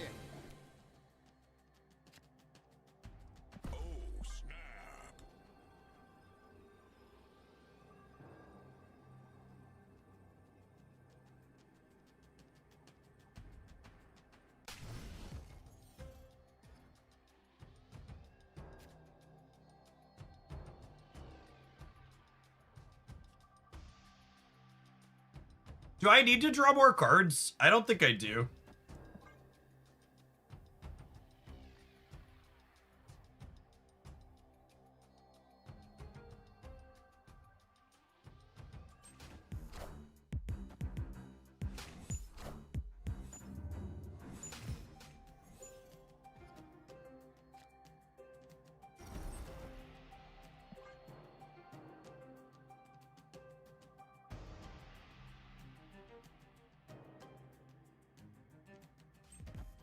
Oh my gosh, and Cudlun is great for us too. With the Vision.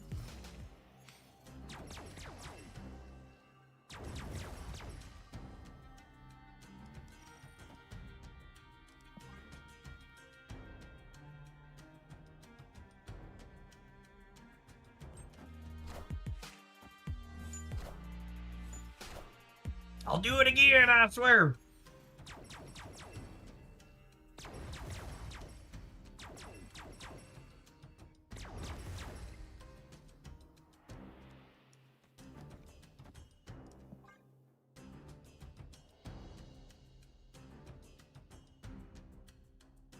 Great.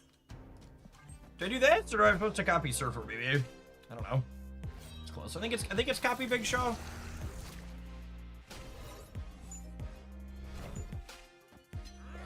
I guess Dakin's real fucking big. Oh, they can't play second Dakin and MODOK, and they don't have Bullseye.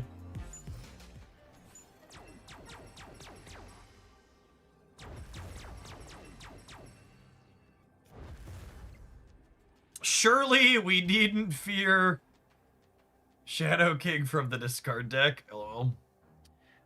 So the Brood is 21. I think it's just this, yeah. It's just this. It's just this. You won't need this anymore. I think we win, yeah. They were like, I don't even think they're winning the center before. They're winning the center by a little bit before we Surfer. Cowabunga! Man, Vision's really good when she goes unchecked. Having two of them go unchecked for the entire game is freaking nuts. Holy. If they scored middle, they would have won this. Oh, they would have, yeah. Because scored middle would have given them +7, and then it would have also given them another discard in hand. Wow. Man, imagine sweating your 2 cubes and then throwing a play that simple. What a gamer. What a capital G gamer. Derogatory.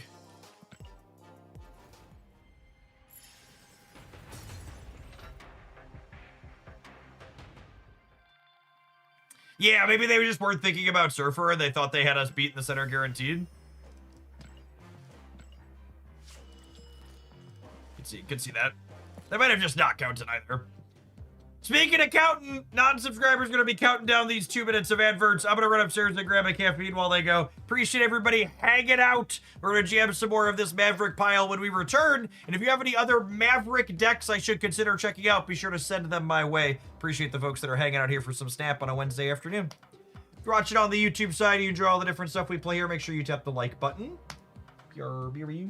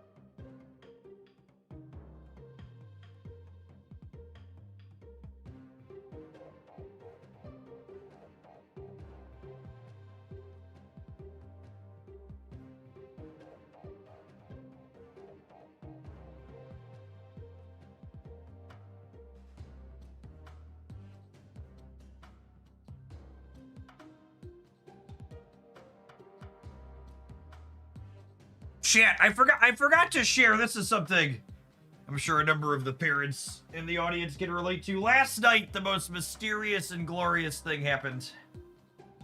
As we near the end of the year, enough of my children's extracurriculars are currently not in session that I spent the entire evening at home. I signed off of work. I ate dinner. I didn't have to leave the house. It was like wizardry.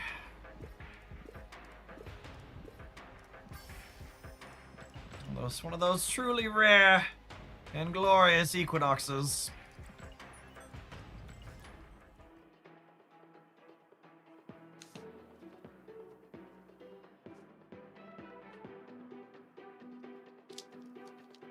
Is that allowed? It is allowed. And I swear, chat, I was gonna be productive. I had plans to accomplish some stuff. And then the 5-year-old wanted to play video games, so I spent like 90 minutes playing video games with her, and then the evening was over. It's like, oh, there's always next time.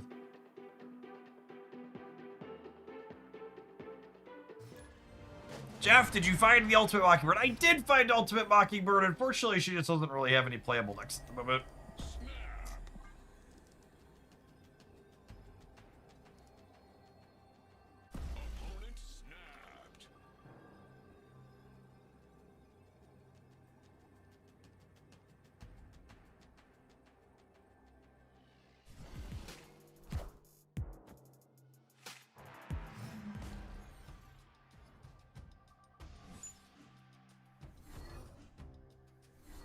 Rude.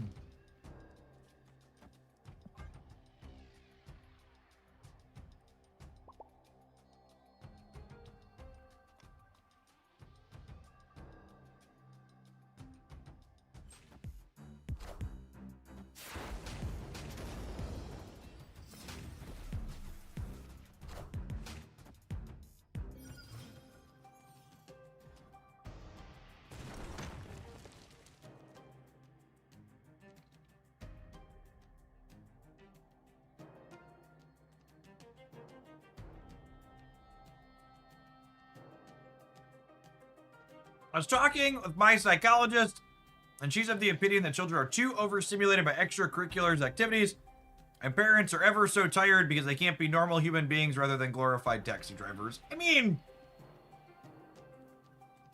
none of my children, what's the best way to put it? I don't make my kids do any extracurricular activities. We encouraged them to try a bunch of stuff when they were between the ages of, like, you know, 3 and 6. And the things they currently do are ones that they've elected to stick with. That's so sad. This Chavez could have been on that Maverick. Who am I kidding? I would have played a 3-drop.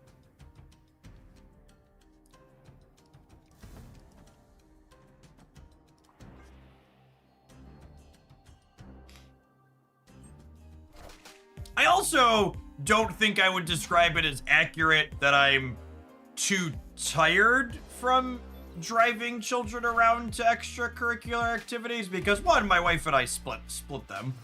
We work together, we're a team. It just means like some other stuff doesn't get done on average. It's not like I'm replacing sleep.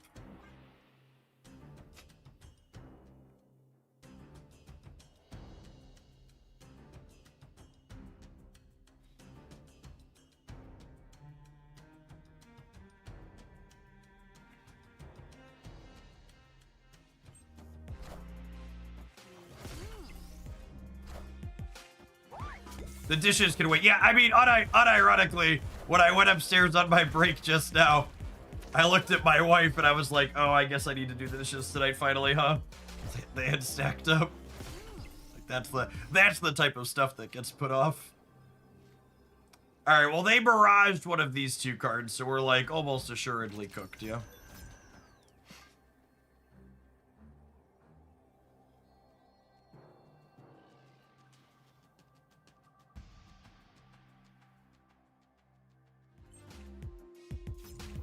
It's mental fatigue as opposed to physical fatigue. I don't know. I guess everybody's different, but I don't really find driving around to things taxing.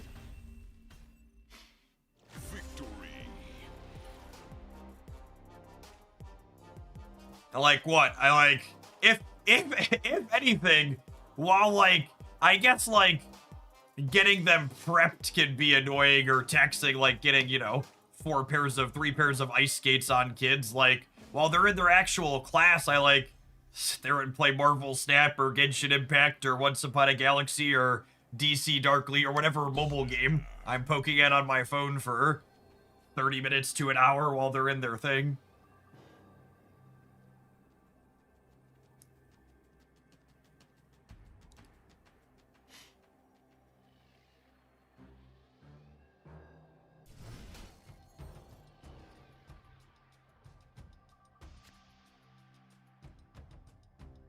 It depends on a lot on where you drive, like DC traffic. Yeah, I mean, I really can't sing the praises enough of living in a mid-sized town in the Midwest. Like, as someone who grew up in the Chicago suburbs, I genuinely would never move back there. I'm gonna take a mulligan here. This person's sweating. Their start's good. Take a do-over.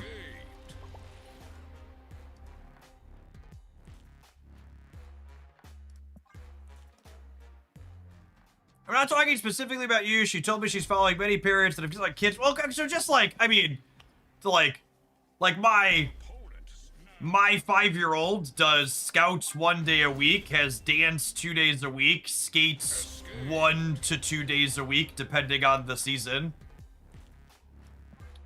We actually tried Taekwondo this last chunk of rounds because one of her friends was doing it and she liked it, but I think that one we're bouncing off of because she wasn't into it as much as some of the others. She has a music class in there somewhere, and there's swimming lessons at the Y as well. So like, I am the parent you're describing. I don't know. Maybe I think the person in chat nailing the what's the stress of driving differential depending on where you are. I think that could almost assuredly be a large factor of it. Because like driving in the town where I live is like really not problematic.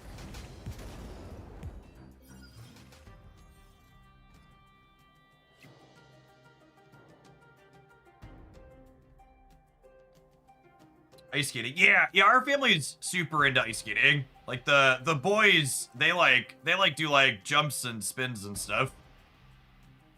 Like proper figure skating things.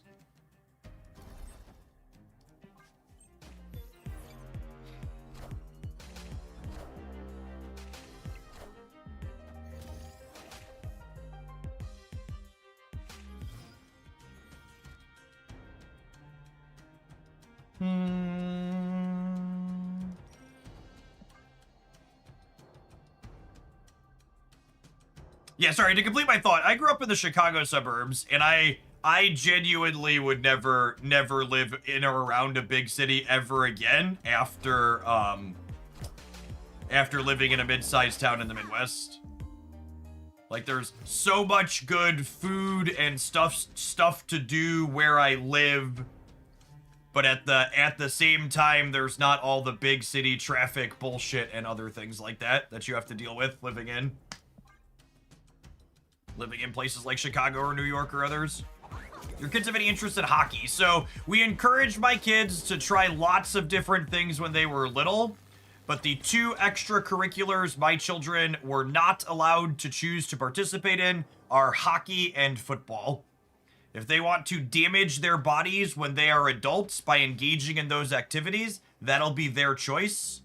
You only get one brain, and choosing to engage in activities where the goal is smashing into each other is not something my children are allowed to do. Sure, any sport has physical risk and you could get injured, but there's a big difference between could get injured when an accident happens and injuring people as part of the goal of the sport. So close on the Galactus cheese here. Needed one more Gwen pull trigger on him.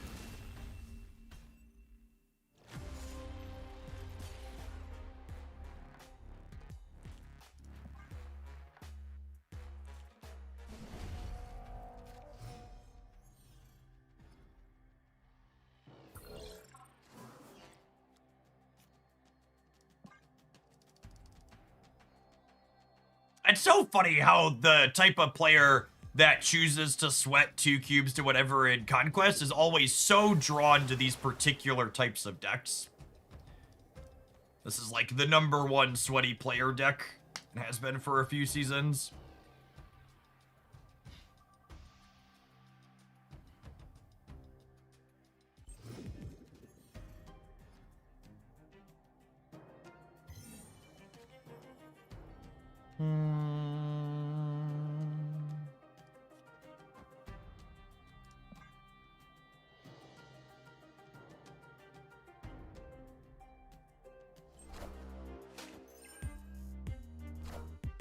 I didn't play any sports growing up. My extracurriculars were scouts and some theater, but the theater stuff didn't last super long because we were pretty broke and couldn't afford to do most extracurriculars.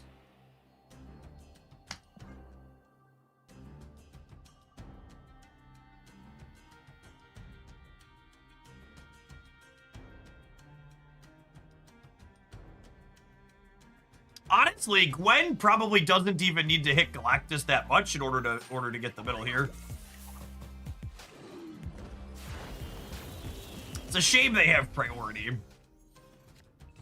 Probably still good. New game mode today. No, new game mode tomorrow, Thursday.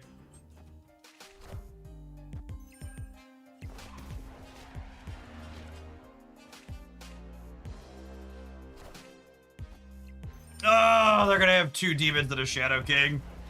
Everything sucks and then you die.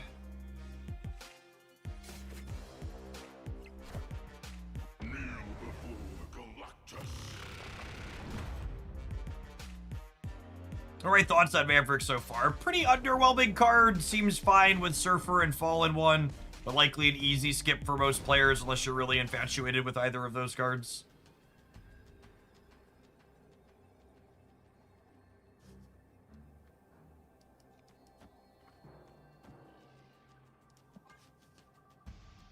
This is the part where they run the timer all the way down and then play Demon, Shadow King.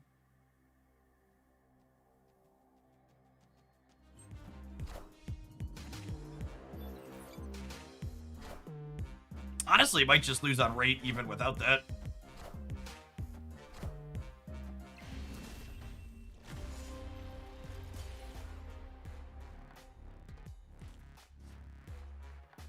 It's so depressing how predictable these people are.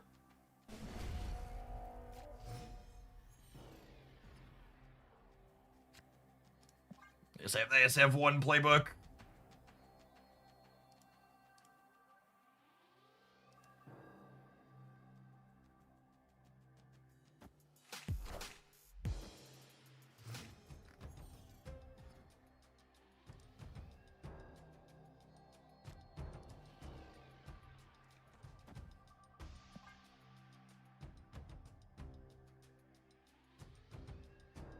Well, there will absolutely be a social media post about someone that ground us into the ground. 1 million %. I think Shadow King deserves to go back to Cerebro 2 at this point. It should just be a 3-2.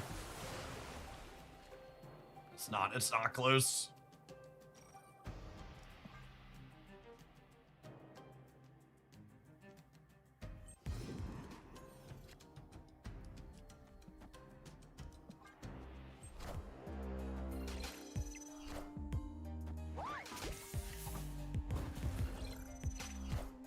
Good job, Maverick. Appreciate you, bud.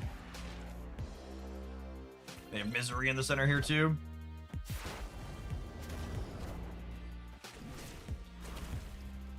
Oh, that's even good enough to move the Viv Vision too. Is this a Proving Grounds? I don't know. It's Proving Grounds or Silver. The gold queues have been too slow for me to play. Go to the right, Viv. Go to the right. Thanks, girl. Appreciate you.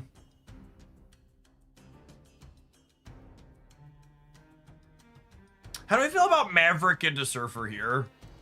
I think I'm into it. I think I'm into it.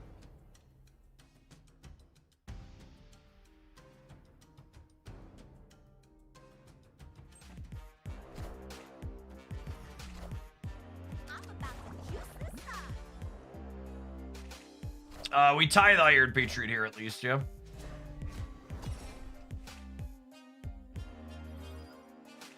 Going for a Brood or a Galacta on top of the deck here.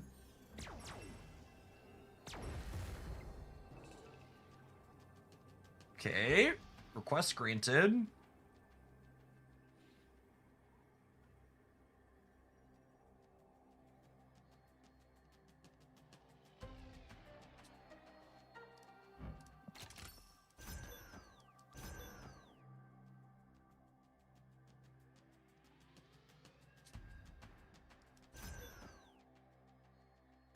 They have like 12 demons.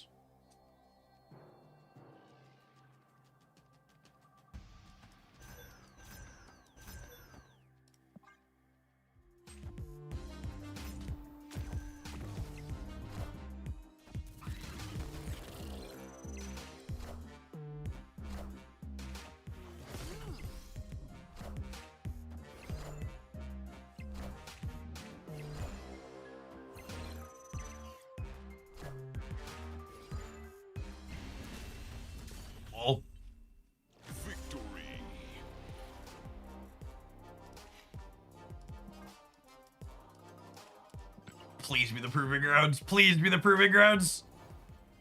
It was Silver, chat. It was Silver.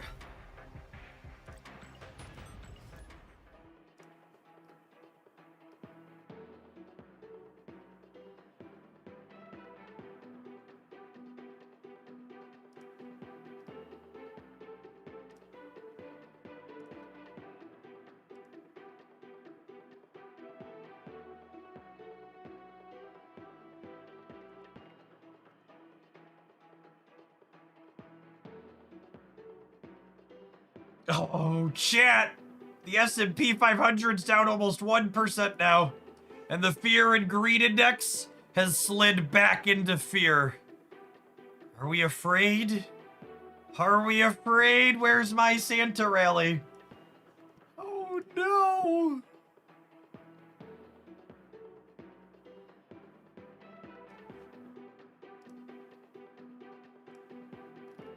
Hey, Jeff, I'm just curious, are you done with Pocket? I mean, I haven't posted a Pocket video in like 2 months. Or played it on streamer that long, so. Seems pretty good. What is the Fear Greed Index? The Fear Greed Index measures sentiment about the stock market. And it ranges from extreme fear to extreme greed. It's a capitalism meter.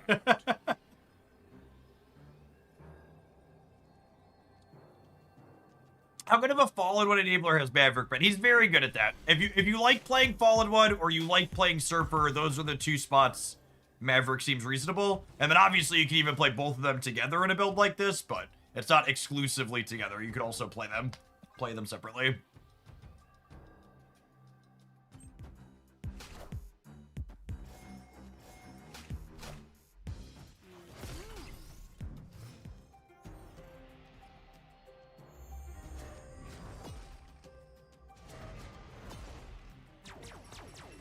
I accept, humbly and graciously.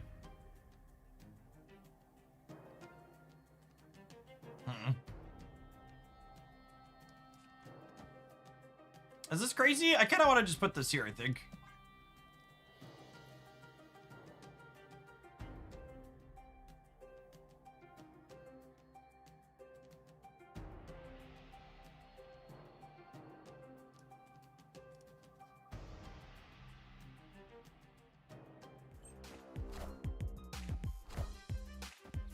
Yes, we were talking about the Jack Smith news in the Discord server a little bit, which for reference, here's a quote. Jack Smith, in his opening statement to the House Judiciary Committee, our investigation developed proof beyond a reasonable doubt that President Trump engaged in a criminal scheme to overturn the results of the 2020 presidential election and prevent the lawful transfer of power. And while obviously, you know, Trump doing crimes, the failure from that statement also firmly rests on the shoulders of both Merrick Garland and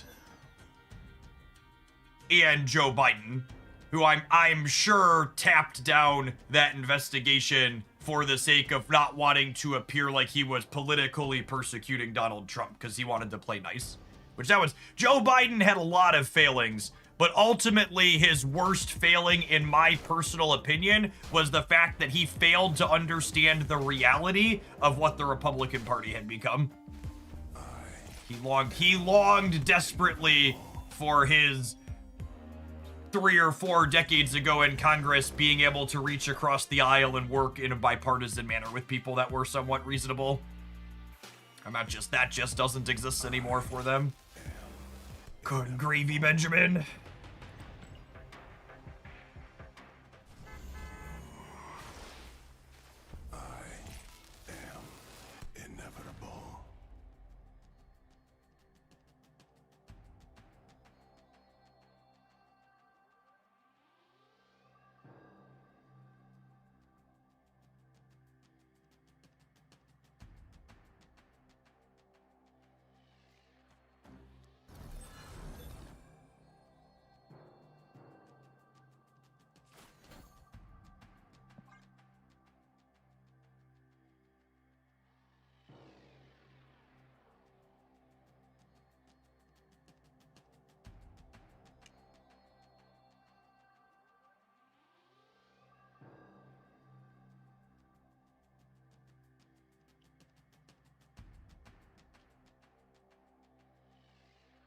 Is Maverick a better pickup than Moira X if I'm a Surfer Enjoyer? I mean, Moira doesn't go in any Surfer decks. She goes in Destroy decks. She's very good in Destroy. I would say Moira is a bigger upgrade for Destroy decks than Maverick is for Surfer decks. I think is a good articulate way to kind of process a comparison between those two cards.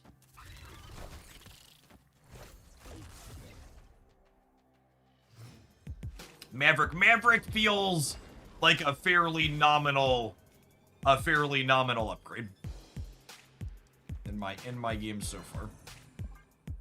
He's definitely not bad, but he's also like, you replace him with a different 3 that existed before him, and it's like, yeah, you still play a deck. Yeah, Shaw is definitely the best Toronto deck. Not close. I think we were likely winning regardless, sans a tech card, but Shaw lets us have resilience to like a Shang-Chi on the left, which is nice.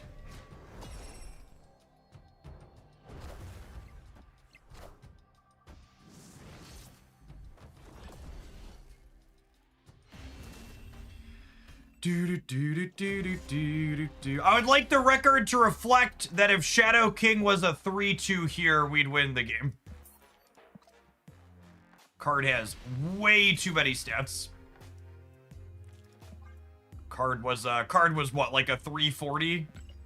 350? Flip the wrong coin. Yeah, if I would have played by Sebastian Shaw in the center, I think we would have been okay there, yeah.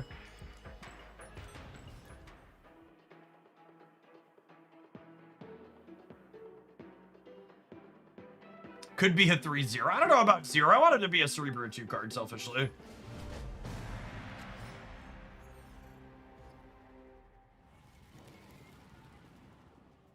Breaking news. Opponent snapped.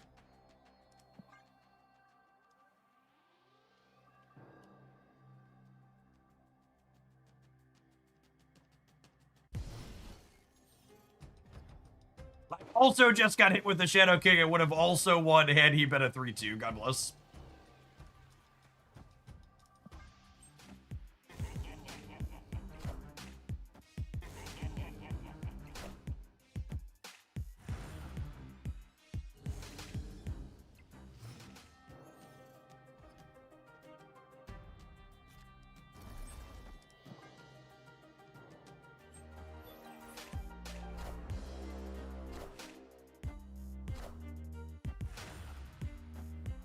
Oh my goodness, losing my Shaw. Oh, that's super sad.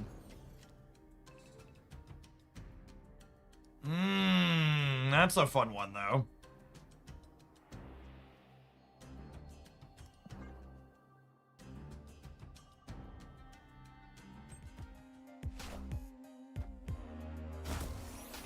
Vision, spicy.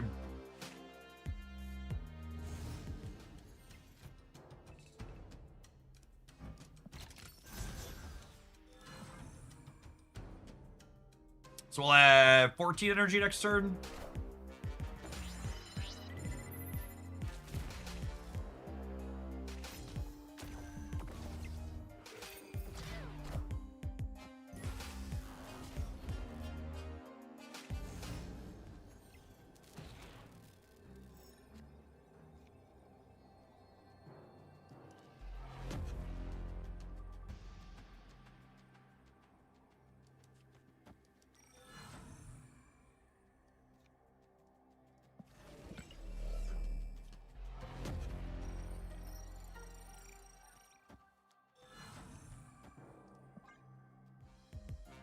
Did they bring back high voltage? LOL. Whoa! They big overcommitted, huh? I accept. Humbly and graciously.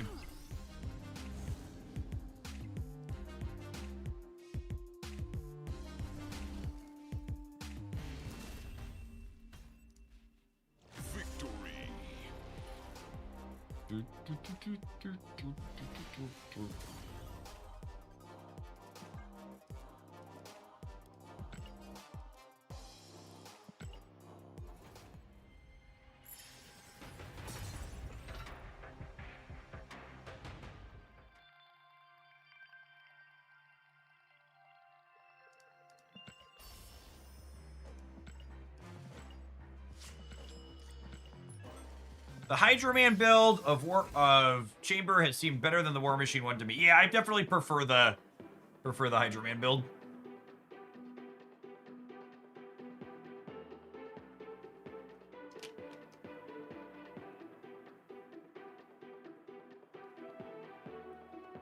I think the most interesting thing Maverick seems like he has done is that he feels like he's a card that allows Surfer to cleanly do more than one thing. We've played a few different Surfer X decks in the last couple of days now since Maverick released, where it's like this one, right? We have Surfer Fallen One stuff. We have Surfer Galactus stuff. We have Surfer Galacti. Like, there's a few different things that, like, Maverick works well with Surfer and it works well with the second thing, and then you kind of marry the two concepts together.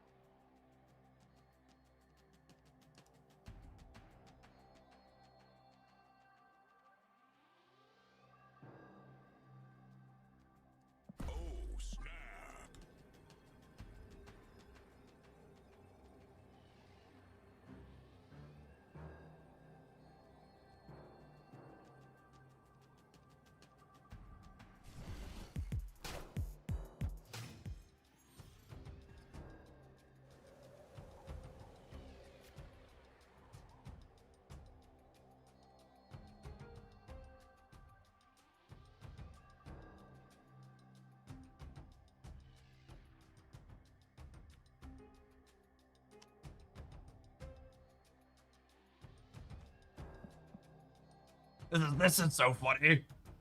Jeff, you'll have to forgive me, but how is playing 10-2 in Conquest sweating? If you've still got a chance to win the silver ticket, why not stick it out and see if you can win? It's happened before. Truly, when I read comments like that, I just want to be like, are we sure strategy games are for you? Like, do I need to, like, it's wild that I need to sit here and break down, like, the very rudimentary, this is the game theory behind this decision and why what you're doing is silly.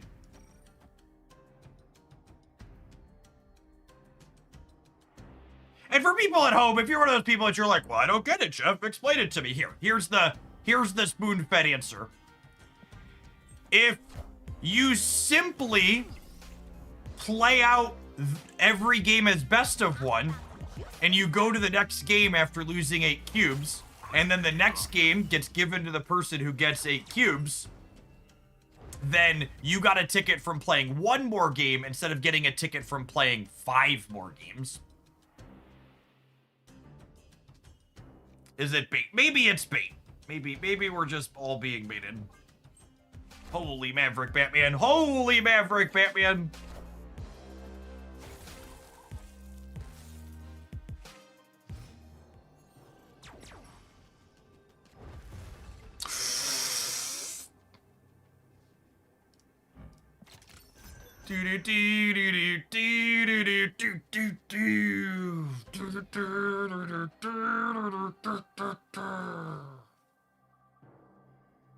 Speaking of sweating, they're about to leave, aren't they? They're about to retreat and sweat profusely. I can feel it. My sweat senses are tingling.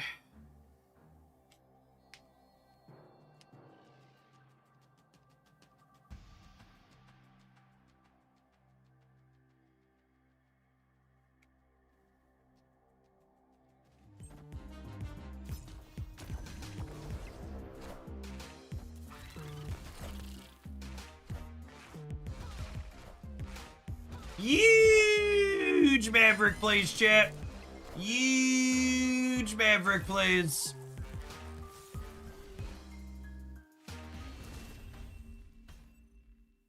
Victory. He's so big. He's so big.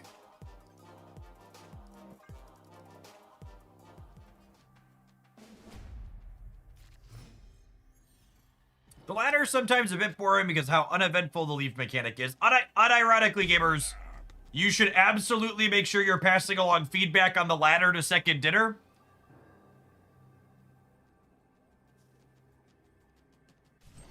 I think they've got the buzz in their ear, and more buzz can't hurt. I think they know they need to consider different avenues for how the ladder's currently structured. The Monster Puss, thank you for the over 2 years of support. Appreciate you dropping that primer off again.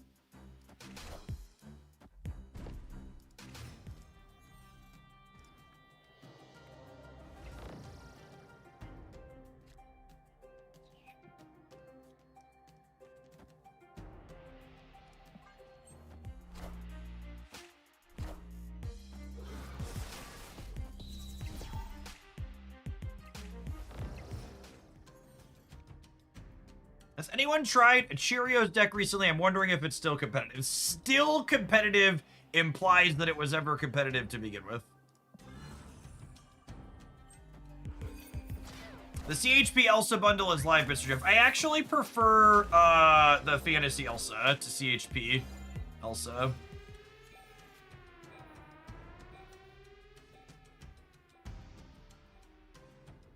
Which honestly feels a bit weird to say, but it's how I feel. It's how I feel, and you can't change it.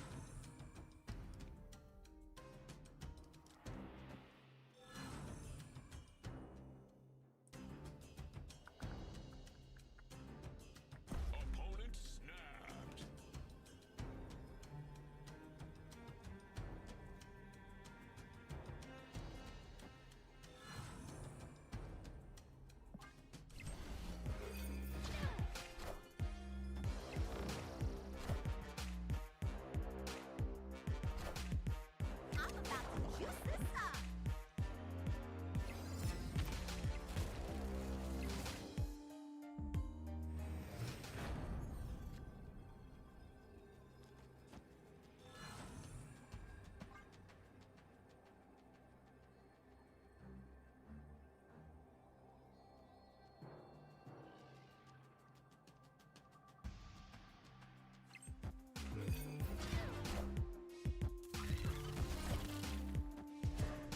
About to get tech guarded into the ground, that's why they snapped.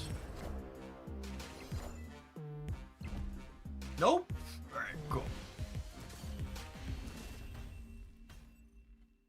Victory.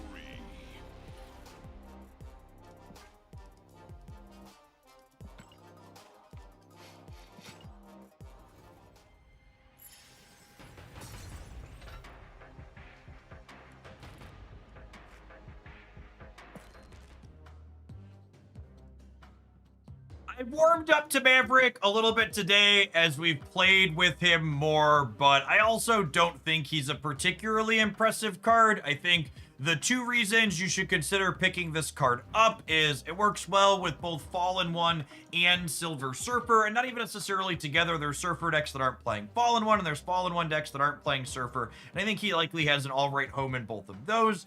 I would say he's probably more important to Fallen One than Surfer. If you're like, Jeff, I play Surfer occasionally, but I'm kind of resource limited. So, like, should I prioritize Maverick? I think I would tell you no. I think you could slot a different card in the Maverick slot in most Surfer decks that are playing him, and it'll still be fine, reasonable deck. This card is a lot better inside of Surfer in particular, thanks to Maverick, because one big thing Maverick does for Fallen One is with Maverick as your only buff, Fallen One sets your energy to 8 on turn 5, which means you have 9 on turn 6, kind of letting him do like a Sarah impersonation that doesn't care about a Mobius, which is really nice. So this deck felt reasonable, and Maverick did reasonable things in it, but I also think it's probably still an easy pass for a lot of people, especially if you're with more limited resources, unless you're really married to and play one of these two cards a whole bunch.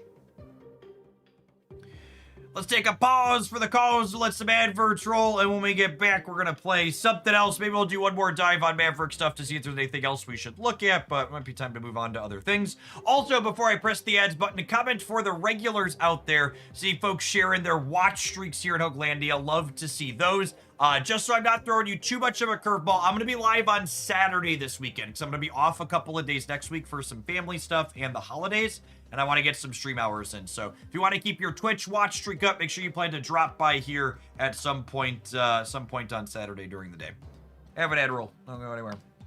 Can you play Maverick with Man Spider? Why would Maverick be good with Man Spider?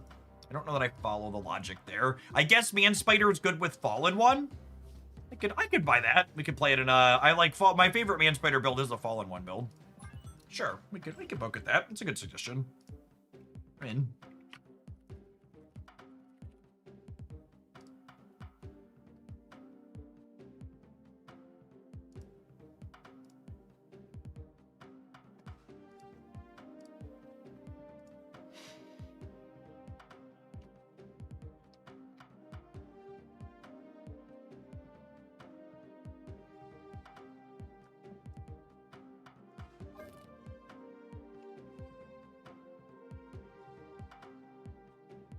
Oh, look, we already shoved him in here. Oh, we did, didn't we? We only played this briefly, though, the other day. Let me give it another try.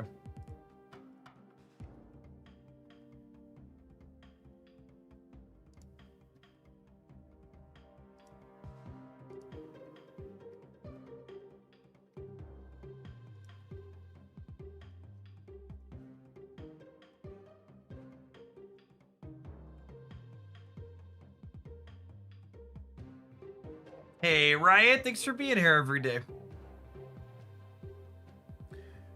Oh, I should look at the bundles and stuff while we're clicking around, huh? What the hell is that? Mystery border. What a terrible prize. Is there a better one in here? Nope. Alliance booby prizes on Christmas? It's like coal in my stocking.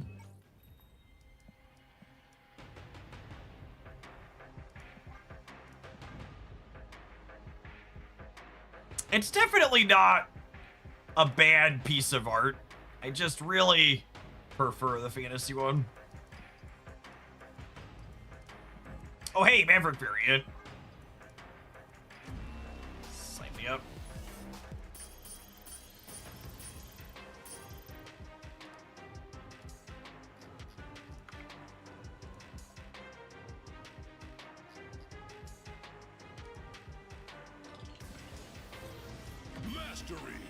Was there a reason you haven't upgraded Maverick yet at all? Yeah, because when you buy a variant, you often get the frosted glass background that I want anyways, then I just don't need to split the card.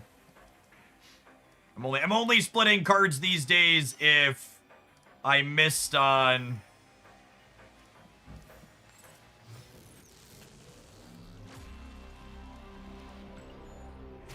If I missed on getting the background I'm looking for. It's like these ones I don't have ice on yet.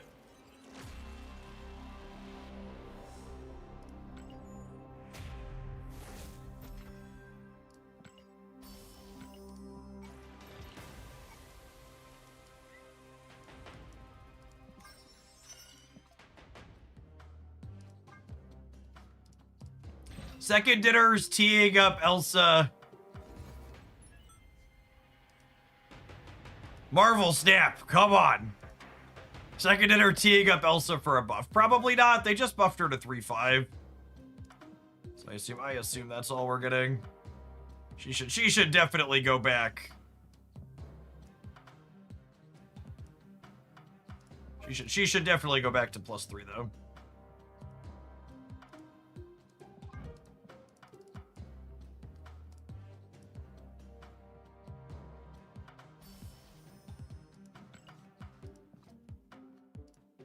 Or 2-2, yes. She should either be 2-2 +2 or 3-3 +3.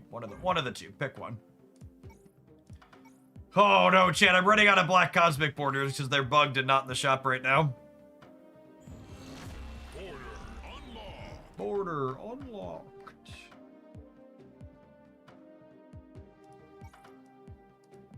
Not splitting cards, so you're not playing the real Marvel Snap anymore. Yeah, don't tell bro, but I'm probably gonna spend less than $100 on Snap this month. They moved the variant to the $300 mark on the track, and I'm just not spending that much, so instead of 200, they'll get less than 100.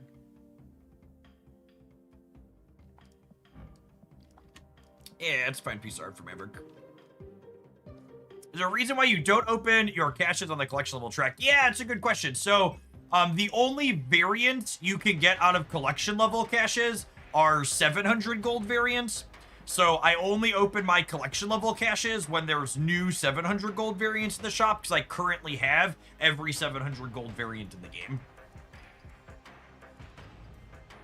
So I save them. I save them until they add more so I can open them right away.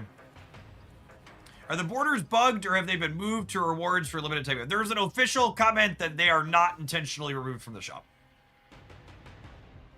It is a bug. There was actually a comment that they thought they fixed it, but they did not.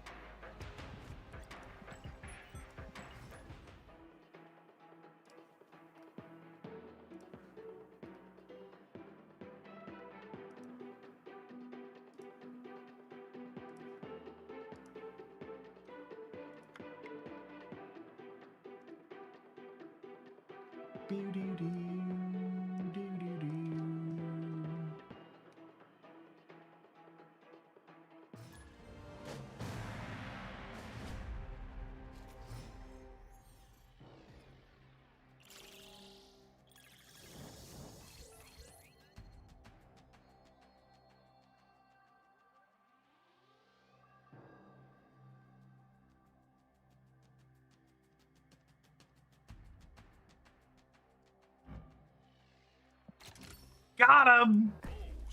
Look at this. Look at this free three-pointer for me, Chip. Rigged, I tell you. Rigged. It's good to have Big Brood in your pocket.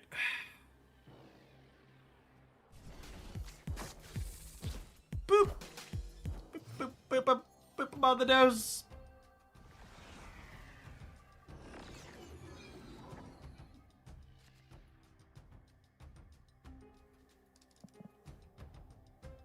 Is the Fire and Ice pack worth it? The only time those special packs are worth it is if there's a high enough density of higher series cards that you're missing from them. And it makes sense proportionally to try and go for them because of that. But really depends on the contents and texture of your collection.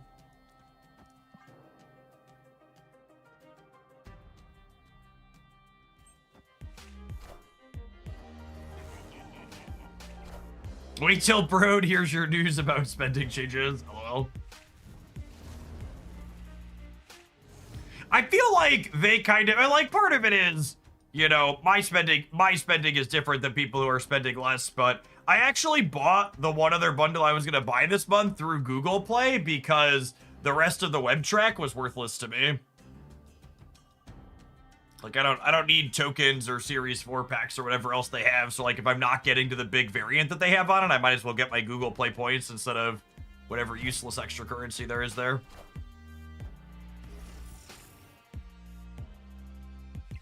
C2, we might have helped them with Cobra. I mean, there was a 1-2 that I killed, so it's the same.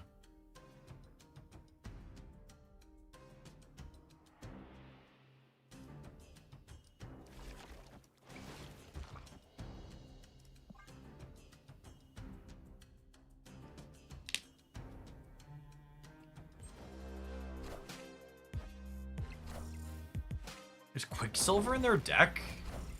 That's gotta be wrong.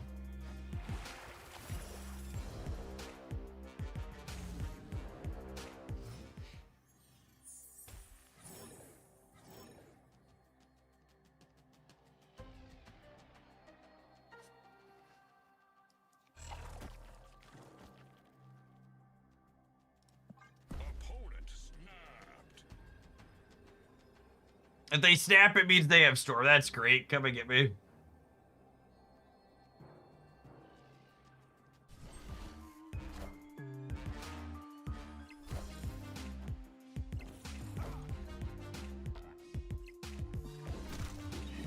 Oh my goodness! Holy mercy, Benjamin! Mercy, Ben! Ben heard me say I'm gonna spend less than $100 this month, and look what happens! Look what happens!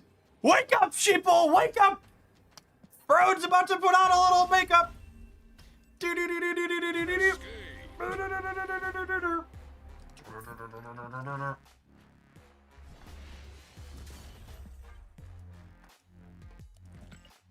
Cooked. Cooked! Absolutely and mercilessly deep fried.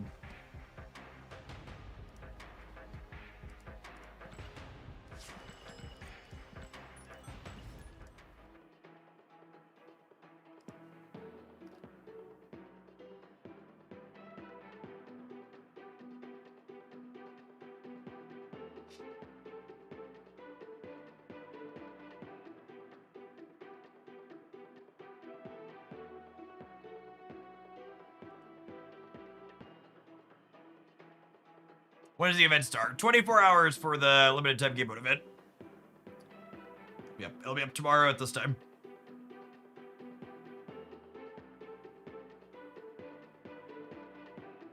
Dark J, thank you for the over 3 years. I appreciate that. Welcome back. What even is the new limited time game mode? So the TLDR is that there's 6 different teams, and each of those teams have 6 new custom cards, and you have to play those 6 cards in your team's deck, and then you customize the other 6. And they tend to have synergies when played with each other.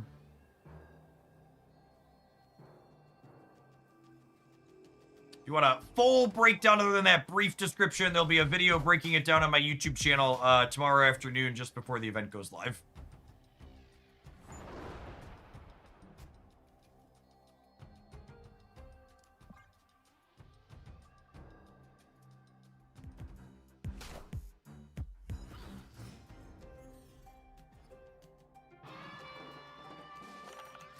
You will have the option to play an X-Men deck, yes.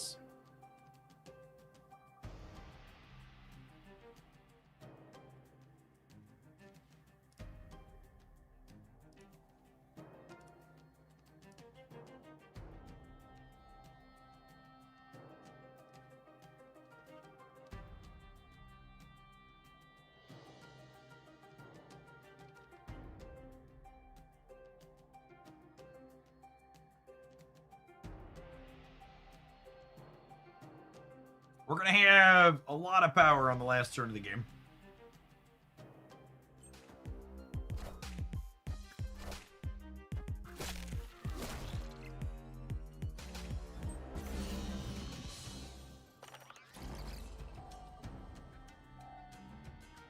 All right, with the Galactus draw, I was going to wait and Maverick the Fallen one, but with the Galactus draw, I want to just have this be as big as possible, so this is more likely to tick up.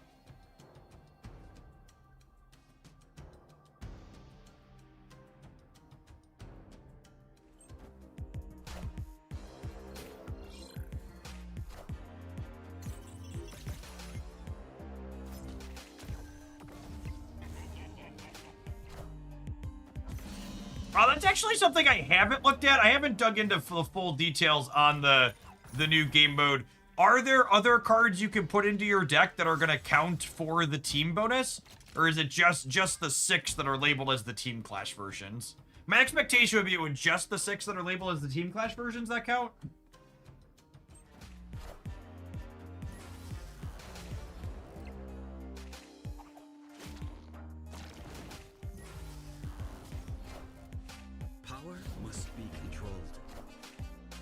All right, I mean, they shanked me, but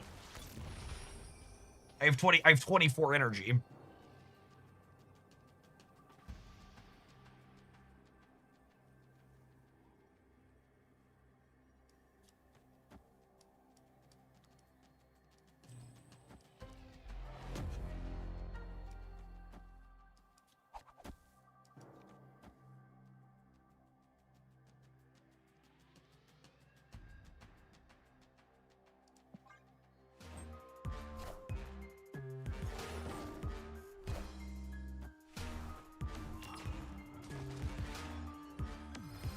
Not only do we have 24 energy here, but we spent all 24 of it. Just good clean limit. It's a damn shame the Tiger didn't go center. If the Tiger went center, we'd have won all three.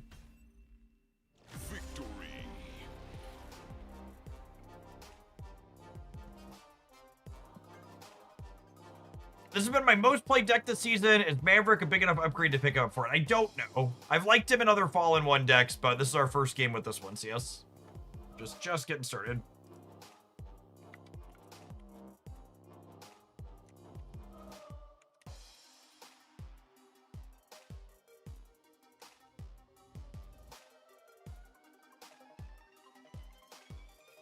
Hello? Ghost, can I get a wellness check on Ghost phone chip? Need a cell phone wellness check.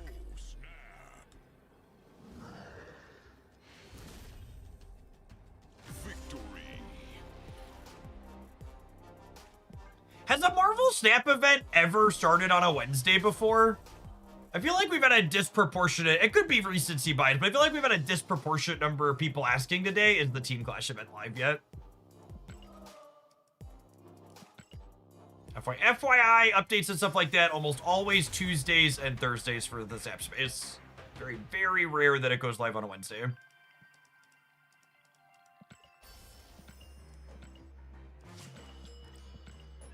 Does it end on Christmas Eve? I believe it runs for 10 days. I think it's the 28th or the 29th.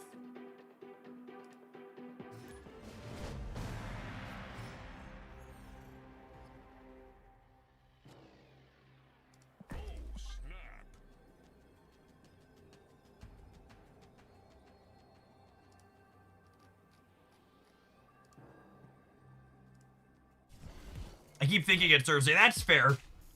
I was talking earlier about how a lot of my kids' extracurriculars have ended, and usually that's how I tell the days of the week apart. It's where am I driving on which days?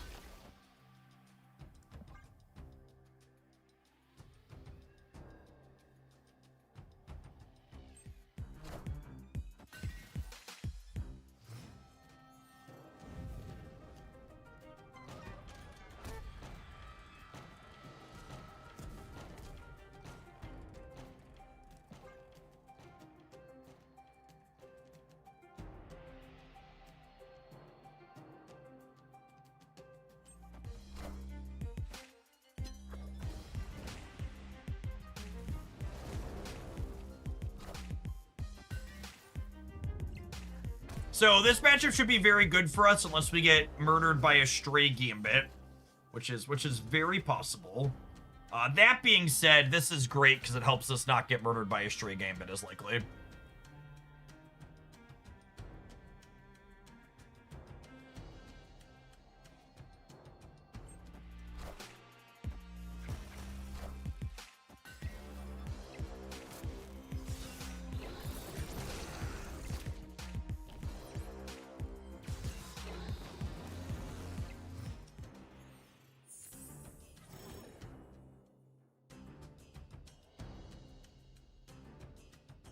Luna left for a free Symbiote Spider-Man path. Derek, I'm going Man Spider Center into Symbiote Spider-Man merge into Man Spider Center.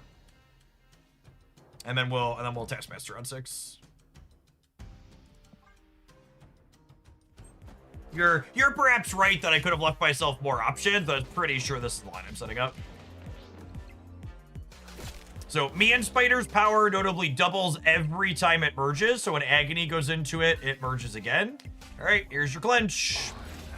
Apocalypse Oh, I said that was how we lose, and that's how we lose. Escaped.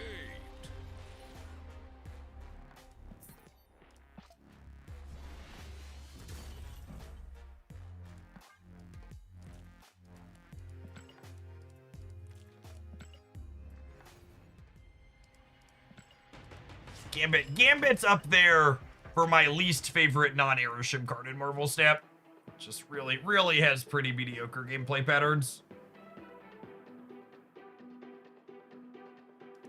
A lot of games like that where it's literally the only thing that decides it.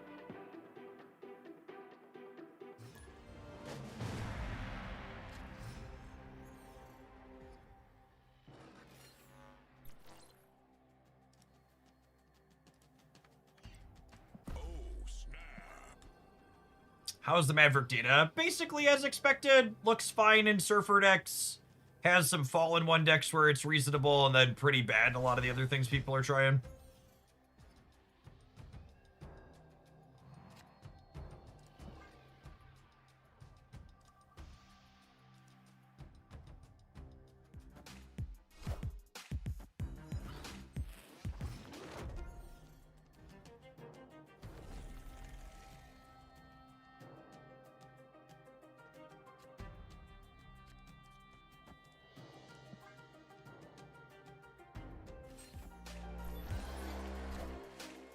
I don't even get mad at Gambit anymore. When I lose to him, I just leave and close the game. The hate has washed over me and left me barren of all sensation. So unironically, I'm gonna tell you something that's a metric that Second Dinner absolutely 100% tracks. They track what cards you lose to when you close the app. That is an objective, data-driven way to measure player sentiment. So if you hate a particular card and it sucks shit to lose to like Gambit, you should absolutely close the app and go do something else every time you lose to it.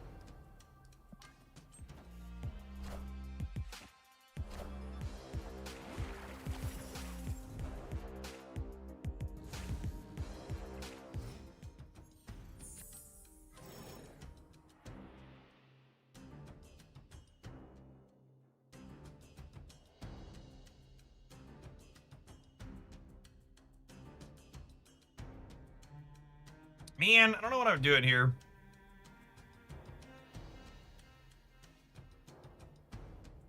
No, wait, I figured it out.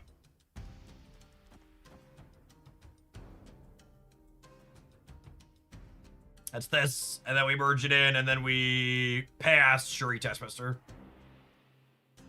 Or, actually, I could just Galactus, and then Taskmaster the Galactus. Yeah.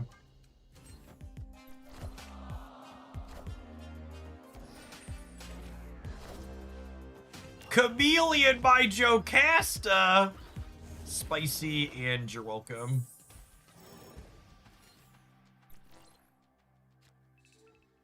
Okay, wait. Man, I took priority. I don't think it's possible for me to throw a priority. I think we're cooked. I'm excited to watch the fireworks.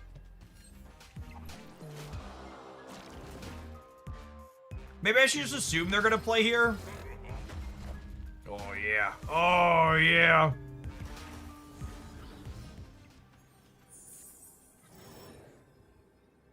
Oh my gosh, this Taskmaster isn't even good because he's gonna get like shot in the face 600 times before.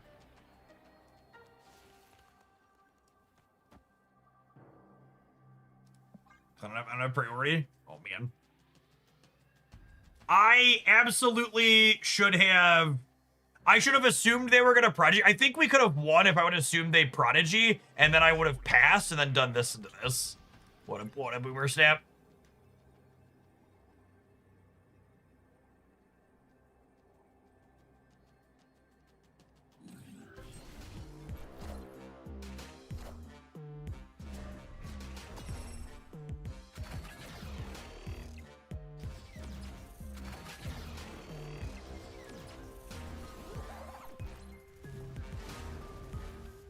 Oh my god, how little does the Galactus get? I'm pretty sure my whole board is negative.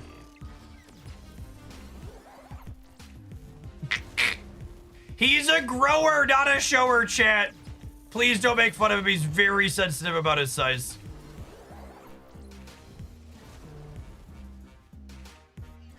Taskmaster the shit out of this guy. Oh, yeah. That's the good stuff right there.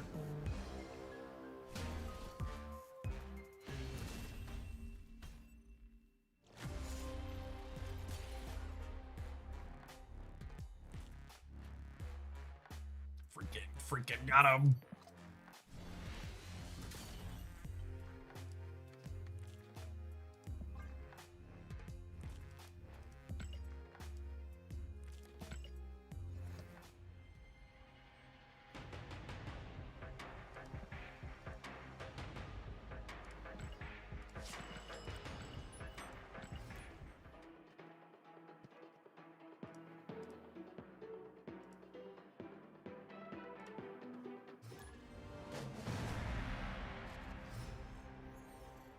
Hazmat could never. Could you imagine being a hazmat enjoyer and watching that game? You're just like, my entire world is lies.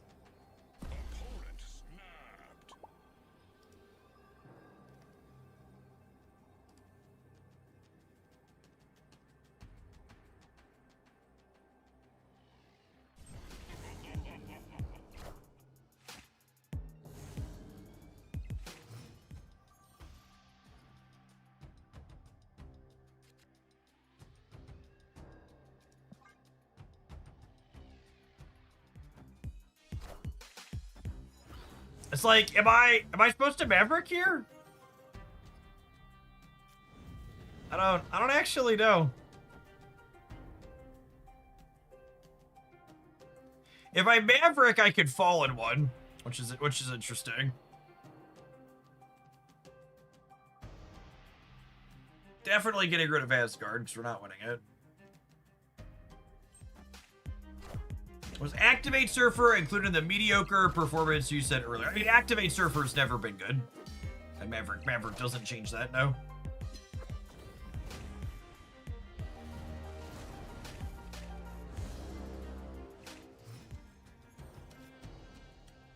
I'm having a proper Marvel Snap player response and putting Luke Cage in my deck after watching that game. Absolutely, gamer.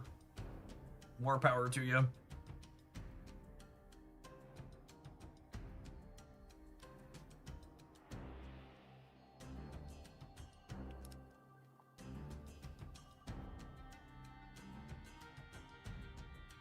I thought Man Spider was the biggest all-in combo you could play in this game, and then I just witnessed Jocasta, Chameleon, Prodigy. Man Spider's the most playable all-in combo.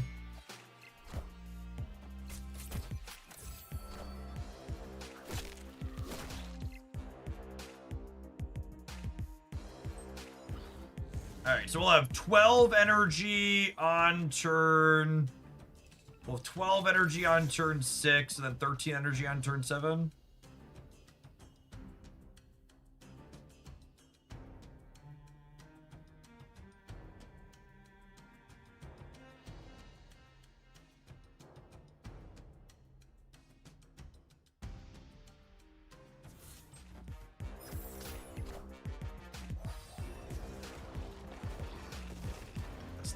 Hungry gamer.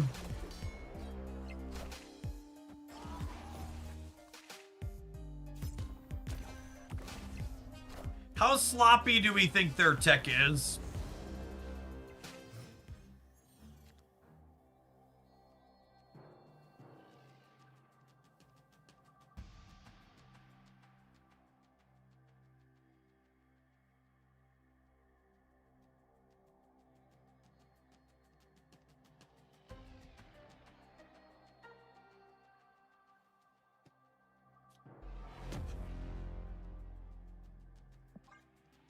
Sloppy enough.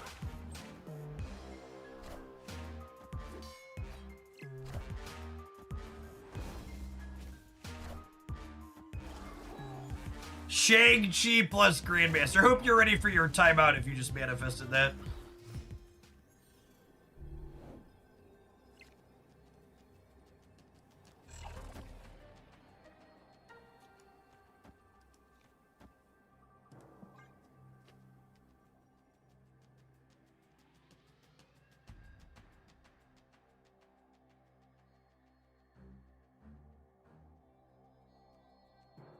So me and Spider will be 50 in the center, and Taskmaster will be 50 on the right, and then She-Hulk means we're at 27 on the left. What is Shag 50-50? We can dodge a ball? Exactly.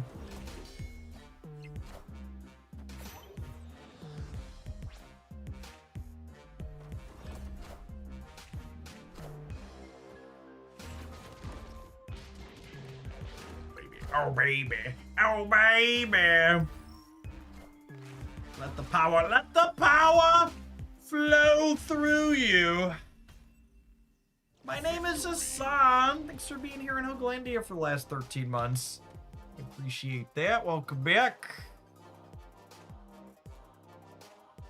Our opponent, unfortunately, getting a lesson in why Kitty Angela stuff needs tech cards and can't keep up in a linear manner. As much as I love their archetype, it really struggles.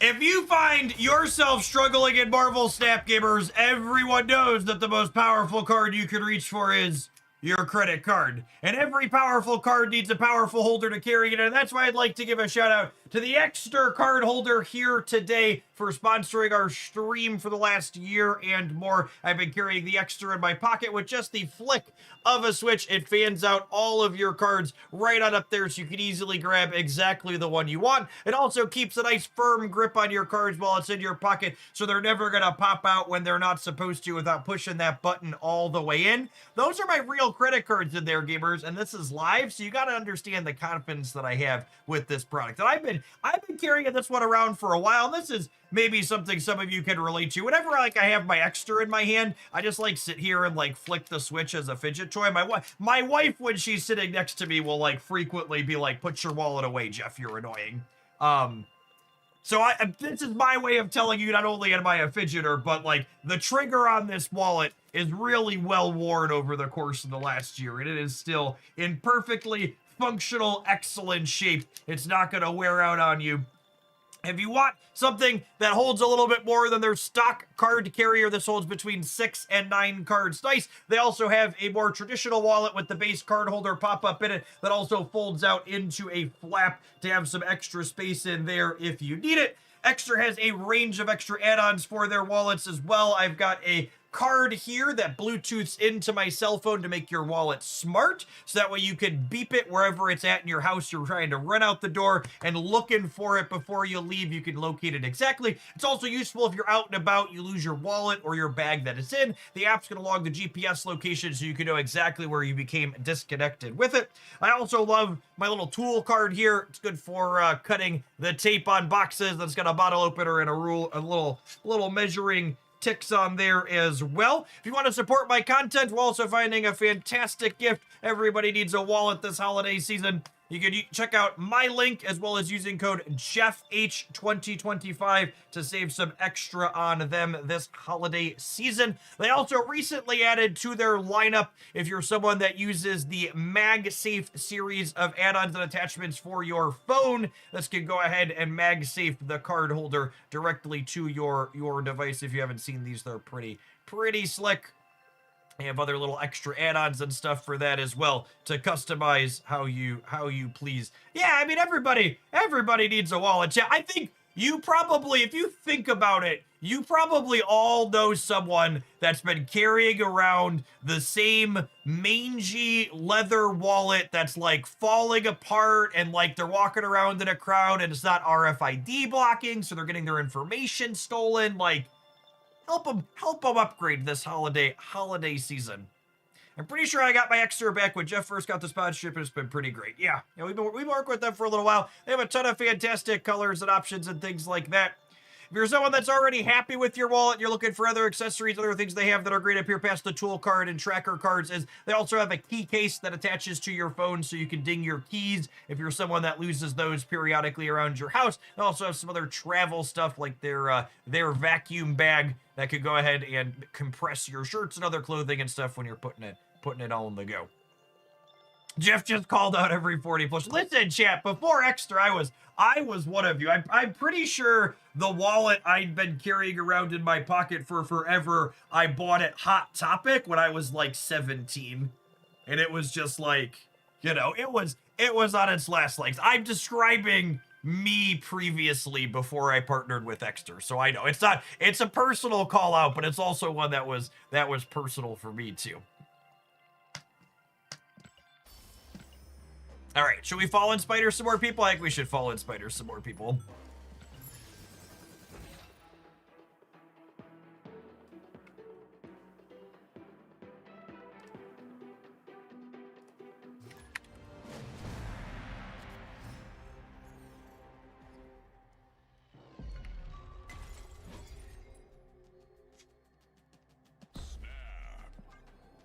Yeah, so I was asking about She-Hulk in this deck. One of the really nice things She-Hulk as well as Hydro Man do in this deck is they allow you to kind of leverage Shuri's effect without committing the points to the board early, which gives you more flexibility to play around interactive cards like Shang-Chi and Shadow King.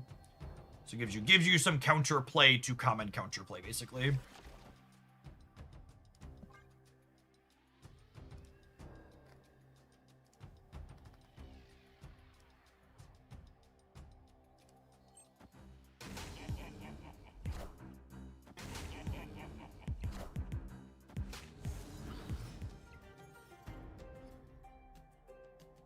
If you want the MagSafe feature, they have specific MagSafe options on the Extra website, Skizzle.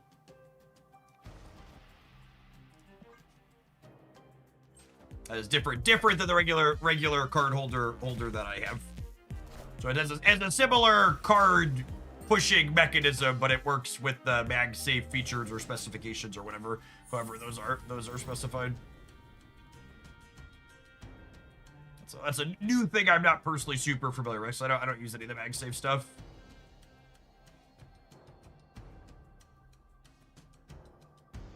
Am I fallen wanting for +1 here, or am I magicking? I think I'm fallen wanting for +1.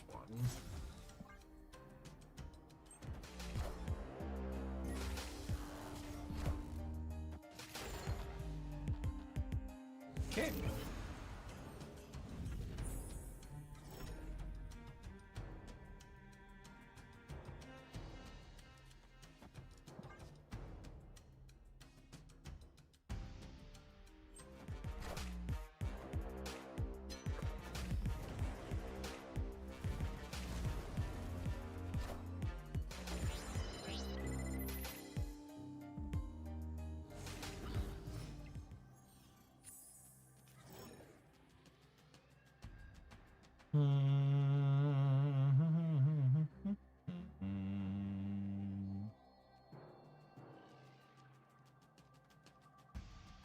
So I'm going to have 8 energy next turn.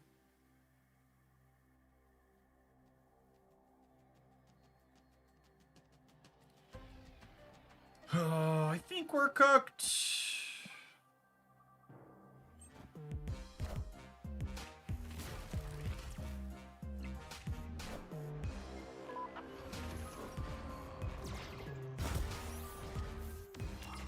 Oh my gosh, wait, we got him, right? Call the ambulance, but not for me? Holy shit, nice Legion, nerd.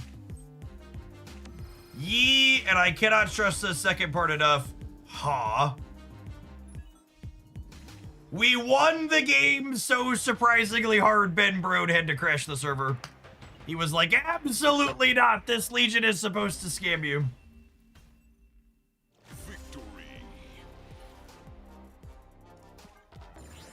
Second dinner disliked that.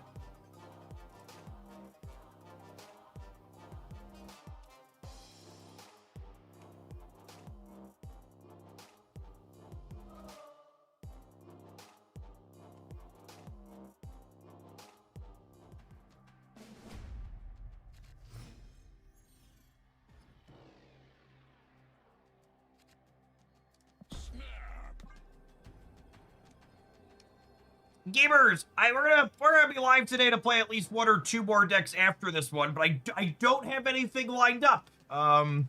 As always, I will take a nominal bribe to guarantee I play your deck, but I'd also like to entertain some other deck ideas. So if you have something sweet that you think I should consider playing, send me a deck link.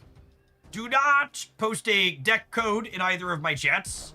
Upload it to snap.fan or Untapped and post a URL. Links are definitely enabled on Twitch. I don't know if they're enabled on YouTube. YouTube's not a great platform.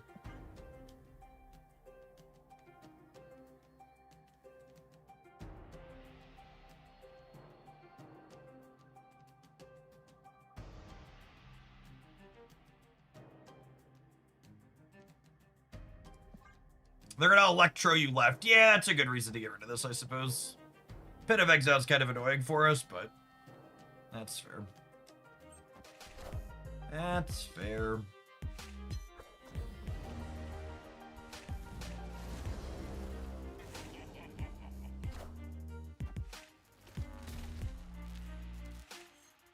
Cerebro 3 with Maverick and Iron Man. I really don't enjoy Cerebro 3. It's not an archetype that's fun for me. I also think Maverick seems like one of the worst possible ways to give Cerebro 3 power out of all the ways you can do it.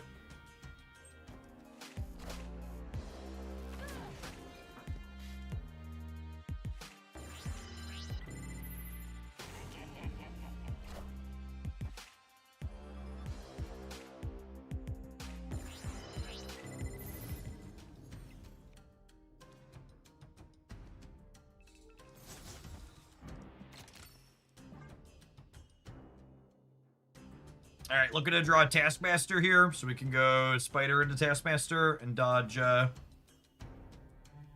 Legion. Cosmic Ghost Rider could get us here. If they have it, they have it. I don't have any lines to let me play around that card.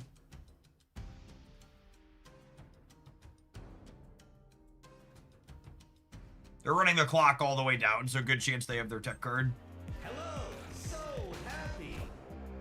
Are there any bounce decks that viable lately? I have a showcase of Prowler Bounce that I had a ton of fun with over on the Jeff Oakland channel.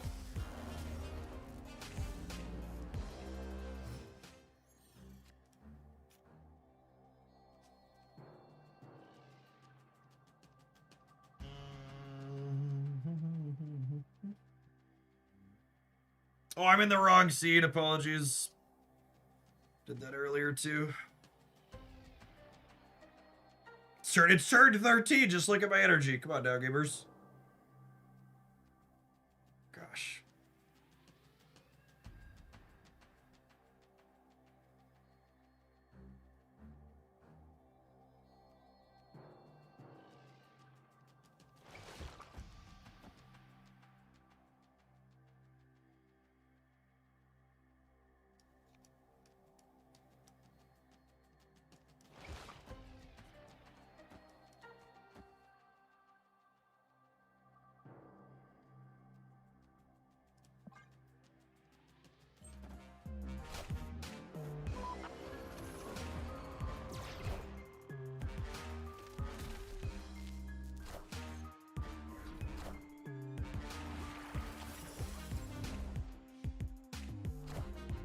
Ross, man, thanks for the 20 months. Glad you're having fun with the Final Fantasy stuff. I have been too.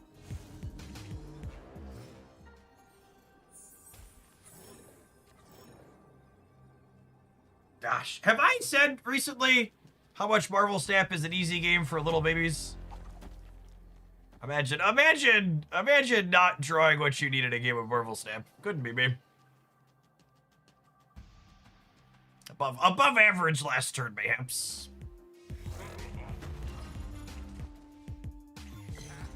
Alright, that's fine. You can win the center, I guess. I'll allow it. I'll allow it. It's gonna be close. I genuinely think this archetype has taken the crown from Mr. Negative for the best linear deck in Marvel Snap. And that was the case before Maverick. I think Maverick's probably okay here. Like he doesn't seem bad, but he's not. This deck was a deck before it. I think this deck is the best linear make a big number deck in Marvel Snap right now. And that's not to say that Mr. Negative is unplayable. Mr. Negative still has fine stats. I just, as far as like consistently making big numbers that have good cube equity, I think this deck might actually have better cube equity than Mr. Negative, just because like your opponent often doesn't know exactly how big your man is.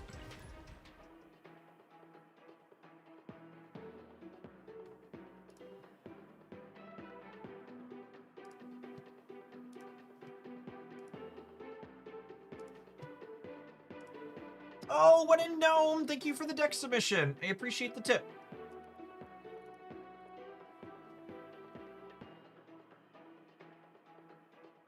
Ooh, and it's a Maverick deck? This has some fun stuff going on. All right, want to get one or two more with this. We'll take an ad roll, and then we'll dig into yours. Thanks, Gnome.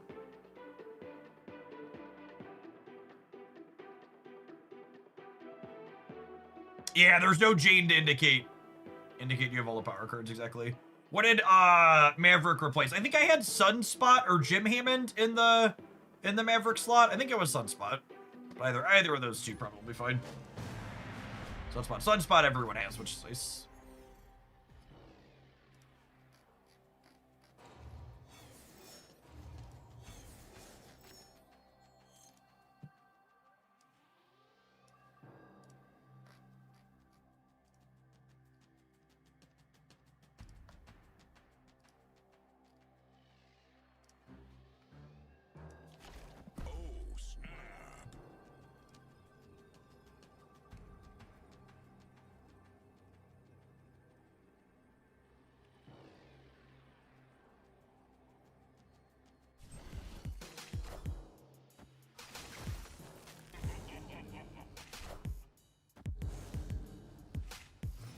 Argon, thank you for the 2.5 years of support. Appreciate that. Welcome back.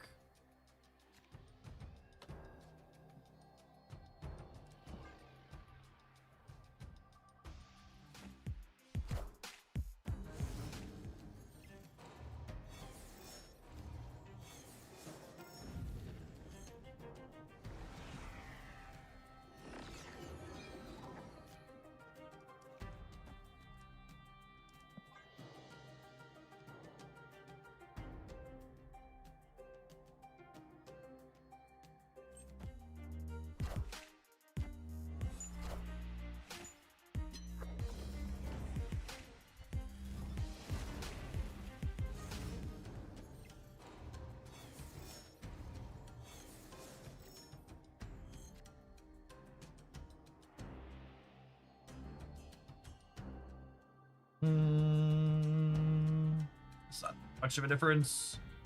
I think we're just Shuri and a Fallen One here.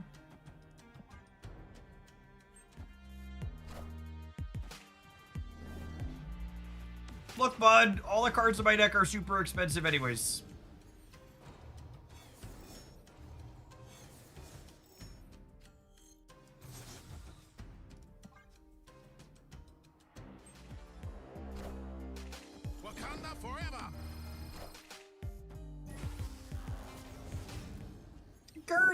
Thank you for the submission as well. Absolutely. And yeah, you could definitely just send in a couple of cards. Cool. That'll lock up our 2 submissions for the day. If there's anybody else that wanted to send something in, I'd be happy to rock a submission tomorrow morning, but no men, Gertie got our slots for today.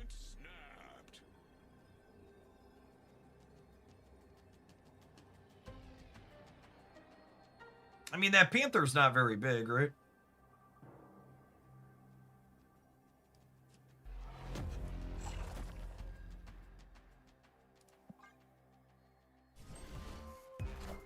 Mashu, thank you for the 22 months. Welcome back.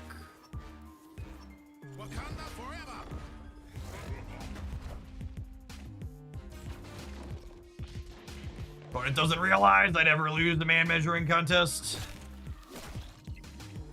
I'm very gifted in that respect.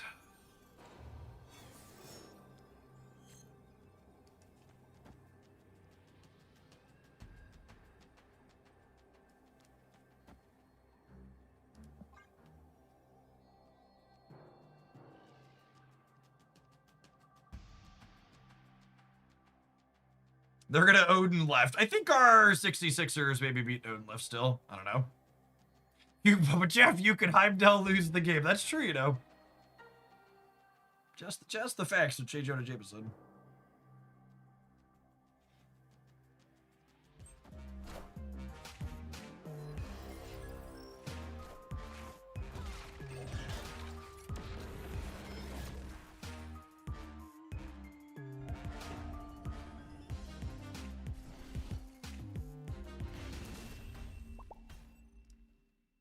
Victory.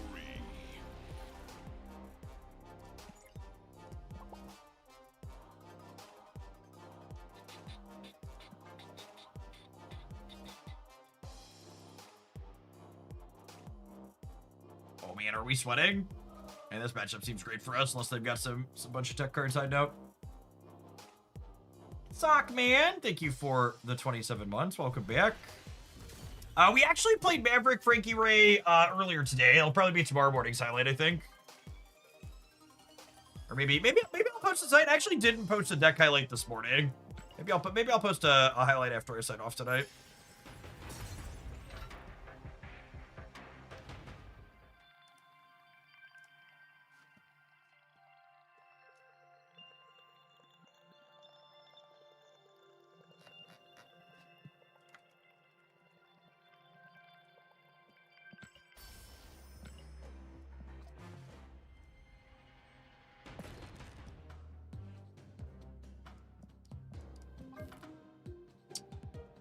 Maverick had some moments in those games, but I feel like he was less important in here than some of the other builds that I played. I do really like this deck in general. Honestly, this might be one of the decks I've played the most of in the last few months. It just like feels pretty genuinely consistently powerful at what it's doing. I like the core mechanics of it a lot. So really, this is my favorite no tech cards deck in Marvel Snap right now. You just like go so much bigger than a lot of the other things in the game. And between Hydro Man and She-Hulk, you have a lot of counterplay into opposing tech cards when you sniff out that they're there. All right. Our first viewer submission of the afternoon is a pretty neat take on Maverick. We've got a small move things around sub-theme. And we've got what? We've got Agony, Hulkbuster, Anya as ways to copy Maverick, and then you can Frigga copy him as well. And I guess if you Frigga your Maverick, you could Maverick your Maverick on 5, yo dog? And then like kind of pay his stats forward a bunch. The previous deck had been playing Sunspot or Jim Hammond in the other previously. Why is Symbiote Spider-Man in this deck? When in no, what's the goal with Symbiote Spider-Man? I don't know that I understand him.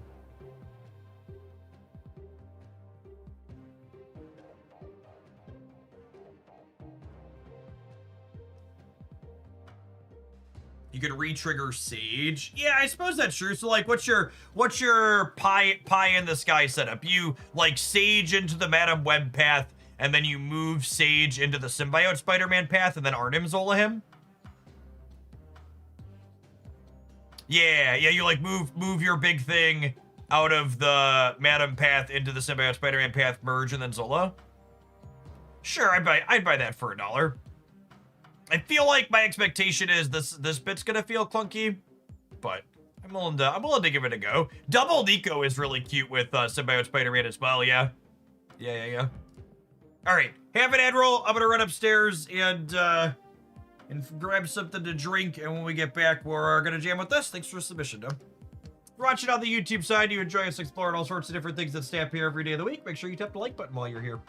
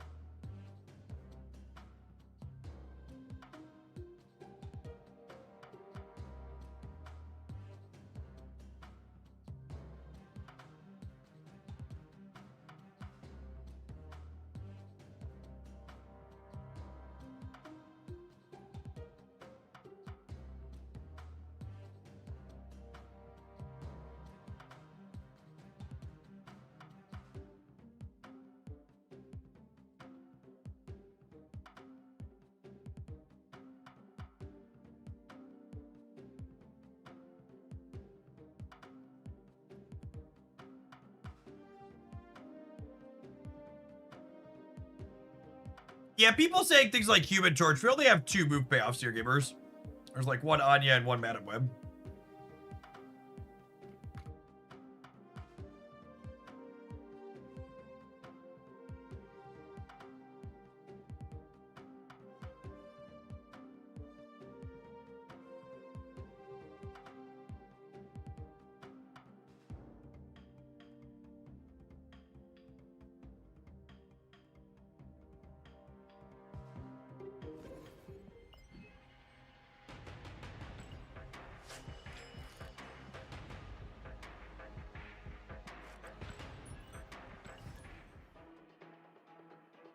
What is this deck trying to do? We're trying to make the biggest number in 2 out of 3 locations by the end of the game.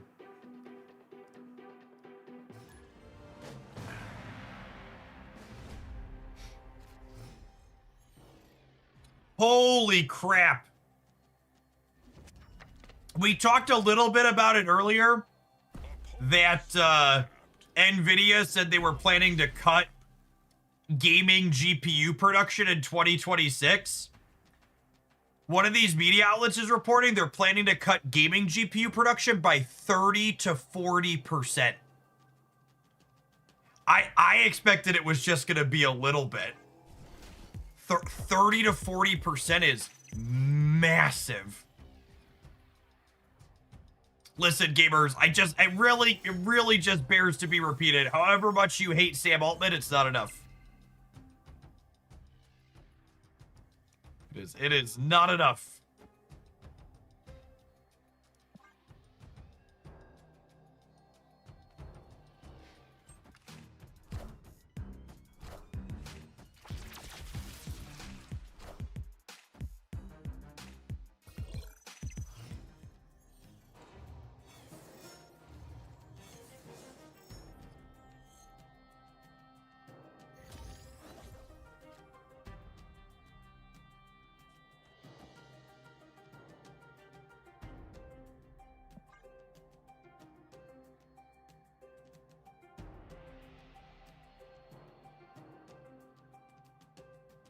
Do you think it's because of the AI boom, or they aren't actually selling GPUs anymore? I think it's because of the AI stuff. There was reporting before this that RAM is so difficult to get and expensive that Nvidia wasn't even going to be putting VRAM on the graphics parts that they sell to other companies that actually manufacture them anymore. They were going to be expected to provide their own RAM. So I would assume there's just not enough resources to go around. Speaking of Nico 2X games, by the way, holy. So this Nico's going to 8, and then this is 14, and then this merges in, and 2X's, and then we free get.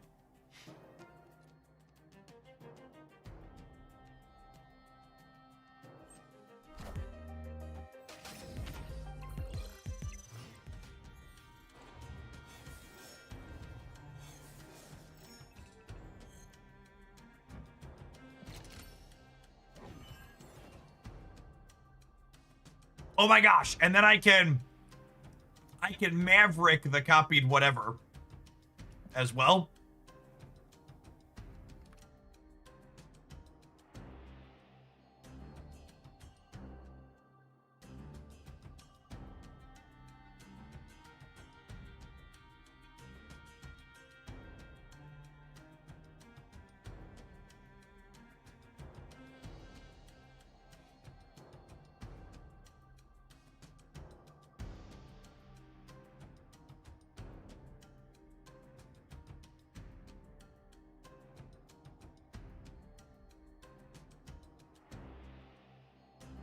If they have Wolf, they might also have Shang. Chat, when has fear of my opponent breaking my cards ever stopped me from doing the sweet thing in Marvel Snap? Come on now.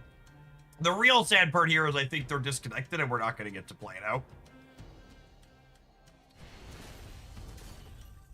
That's the actual problem.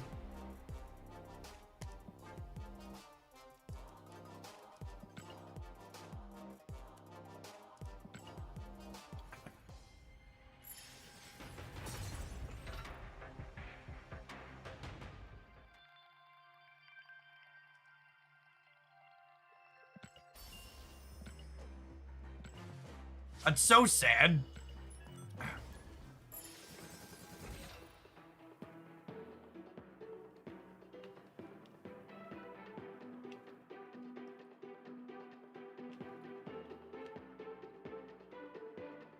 What websites do you use to get your news headlines from? I just rely on people in the supporter Discord server posting relevant links to the politics channel.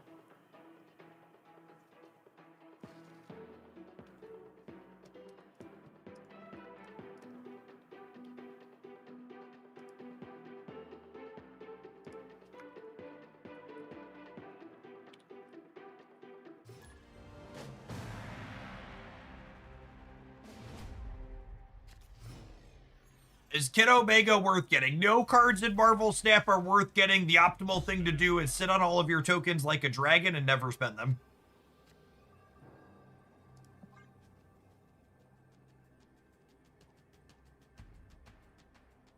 Horde, horde, horde!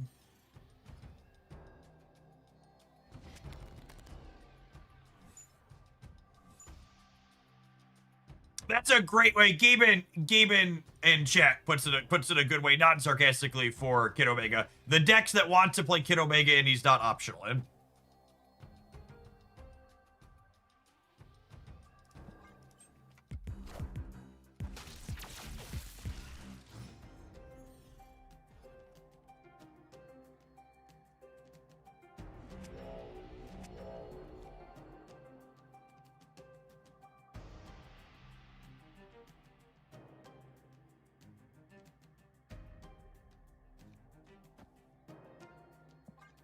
Mana Web's not a bad card to have for the Great Web.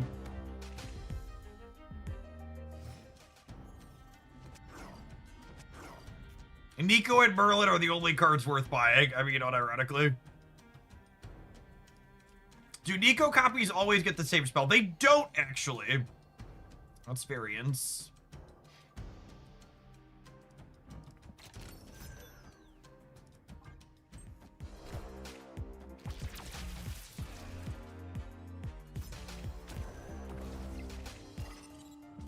This might have been a little early on this.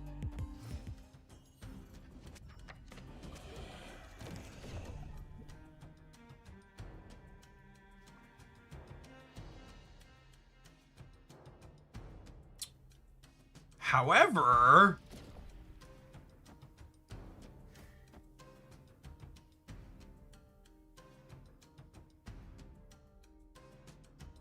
is it this? I think it's this.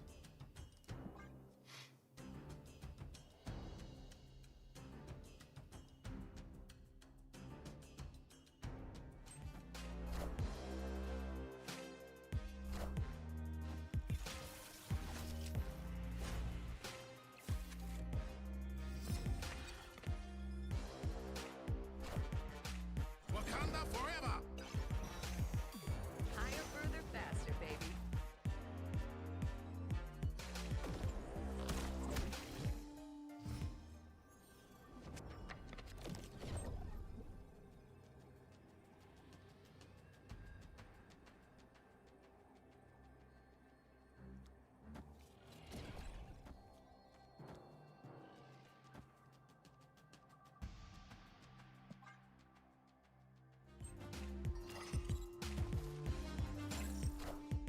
Adamantine infusion or elixir or some combination of the two about to happen here. Wakanda forever! Yeah, that's not how that works, bud. Only reviving one thing, but must be new to their deck. Probably assumed they could get back the cat twice. Was the Holzkern partner still active? Yeah, the Holzkern partnership will be active through the 21st, so this Sunday. Will be the last day that would work.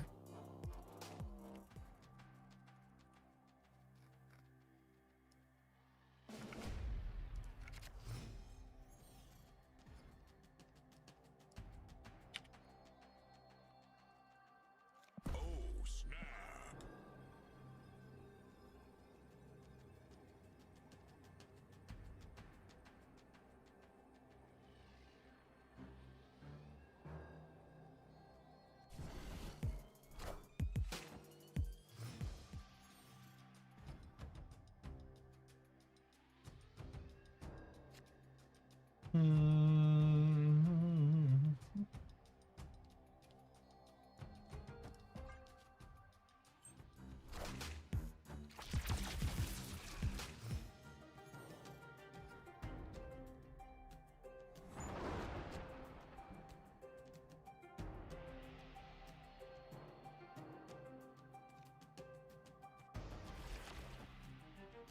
I'm gonna do this and then Maverick Hulkbuster, I think.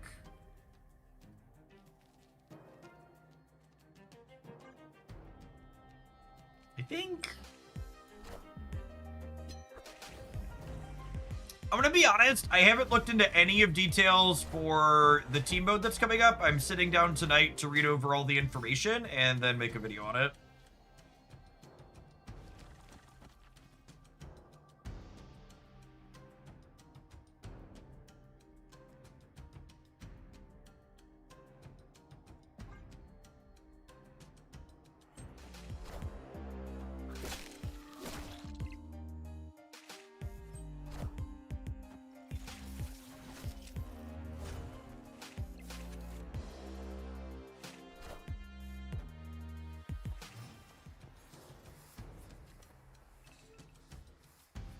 Ooh.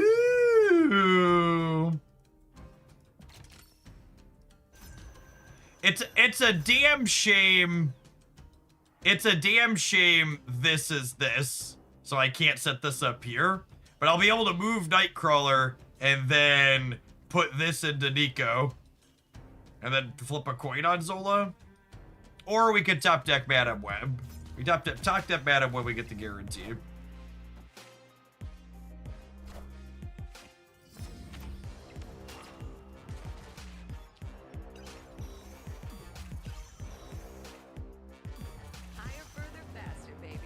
Lower, closer, slower. Grandma, sit down.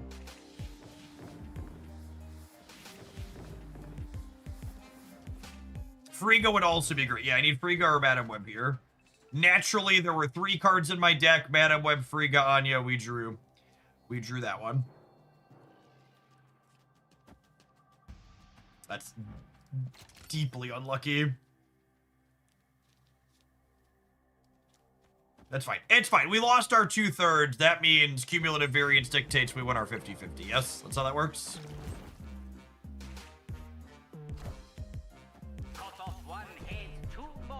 Cool. Fun low variance game, Marvel Snap.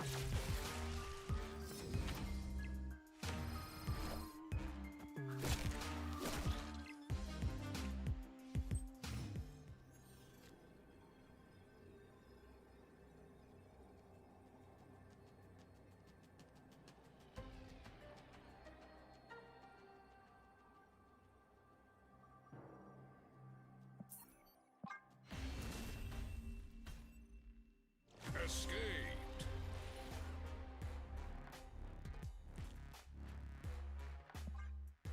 Unlucky.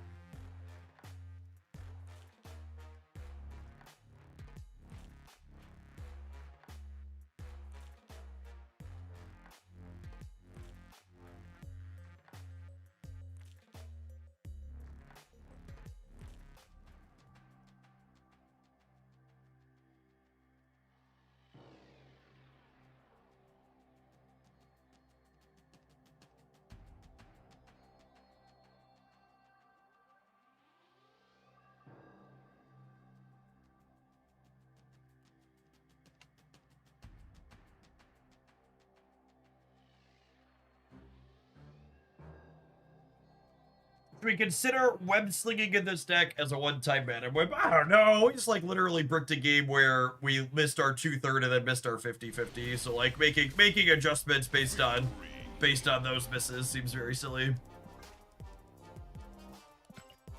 The correct answer there is probably just like hit your 80%er.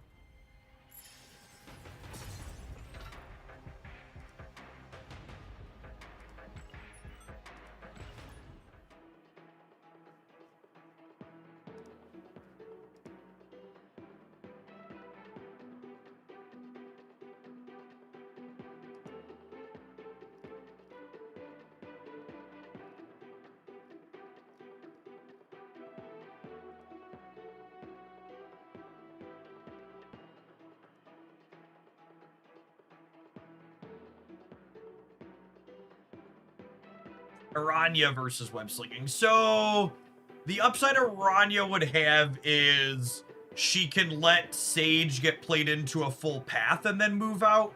Whereas, like, web slinging, you would need to web sling the same turn you're saging, meaning you can't put Sage into a full group of 4, so she gets cut off of a 2-pointer on your side. In a lot of situations.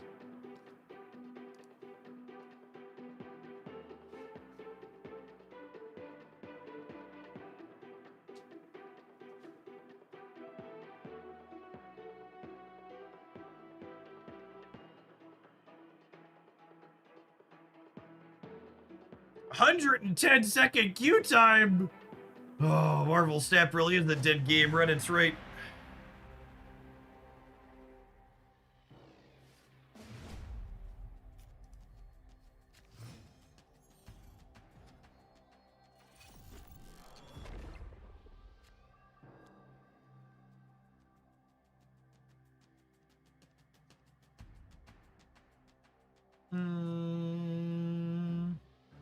No, I'm gonna save her for 2x mode. She's very valuable in this deck. Opponent snapped.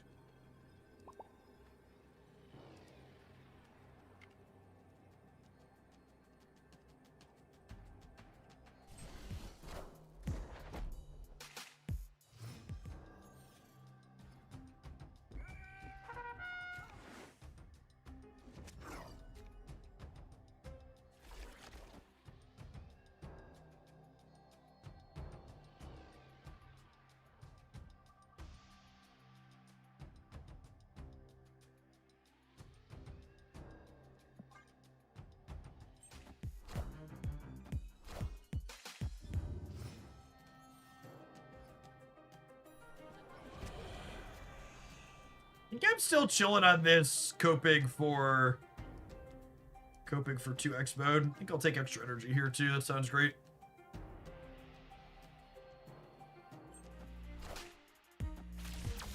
The snap queue has shifted to extreme fear.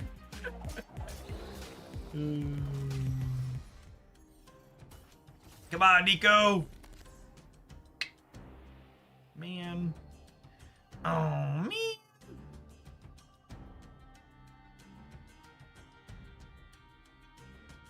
Okay, so now I totally just do this, yeah?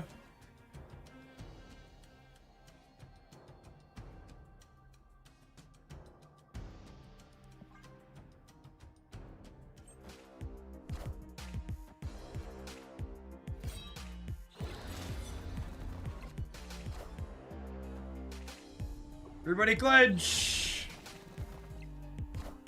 Oh, it's really hard to overstate how unfun he is as a design.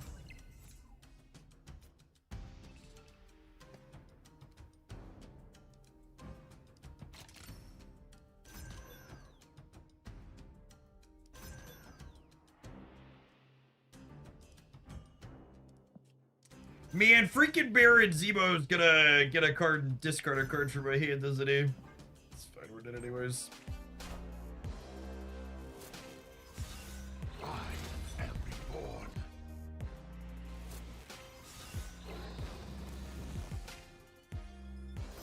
Blade's already in play. Colleen Wing could come out of their deck here.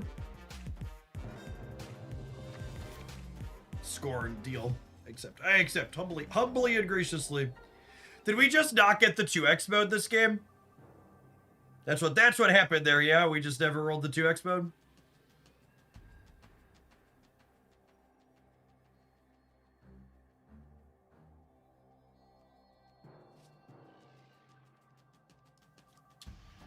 Two, 4, 6, 8, 10.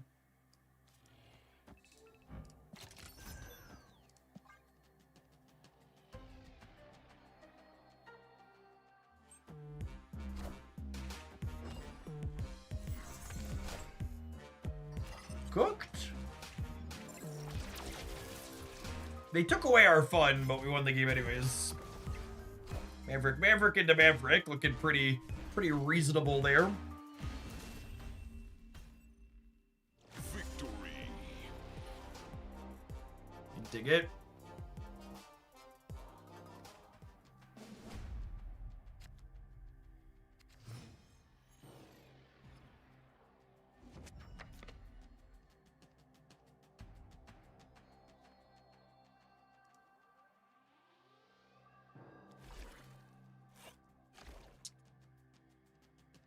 That's interesting. I think I'm saving for the 2x, but again. Oh, and we're sweating too. Got it.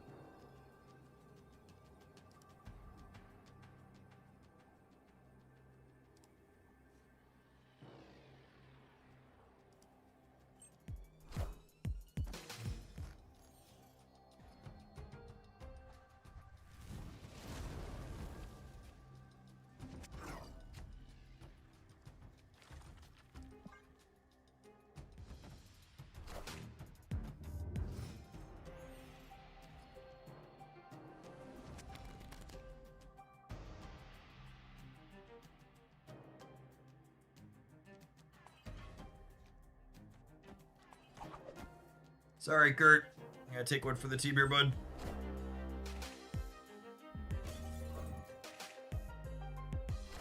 I think they took out Nico's 2x this last match. Certainly feels like it.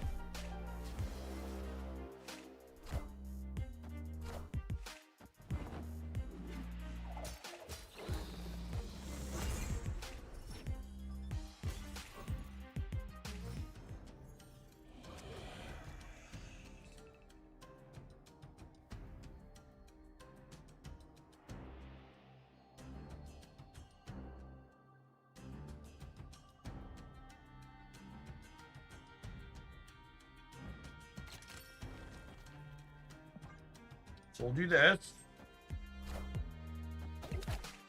We're gonna get Moon Knighted again, probably.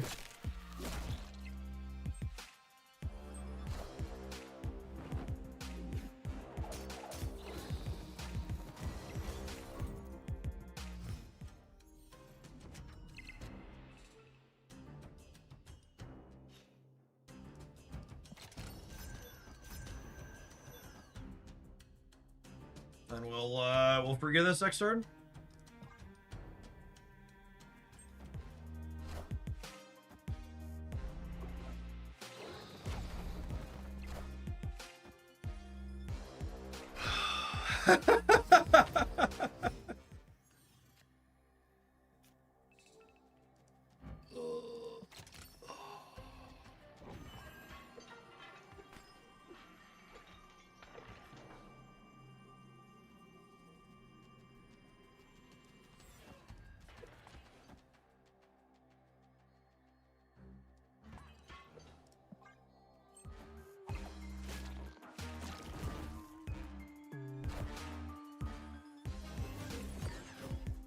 I'm ready to lose the 50-50 on the Moon Knight here too. Oh wait, it costs 5, so I can't. Cool. Oh, the sages. That's awkward.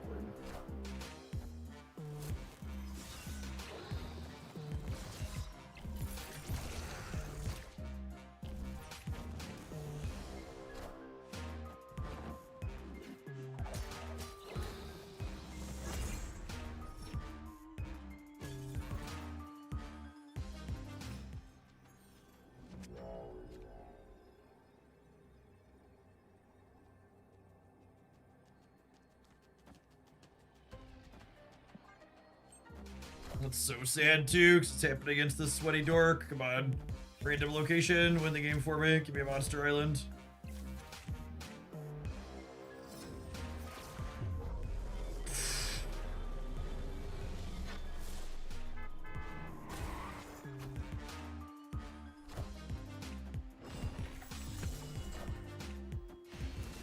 Oh, this fucking nerd.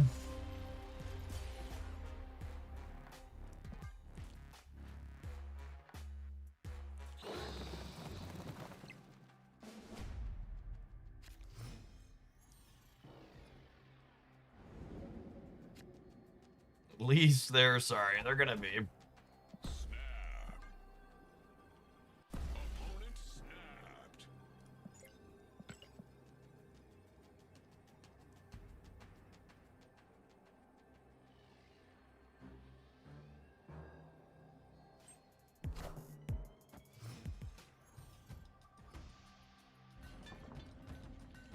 Ooh, this works how we want. This works how we want with him.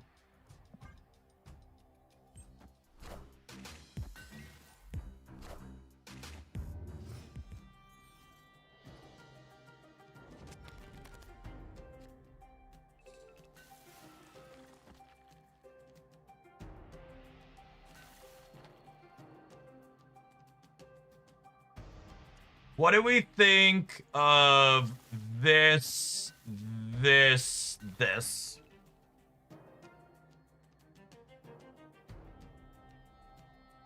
think I like it. I think I like it.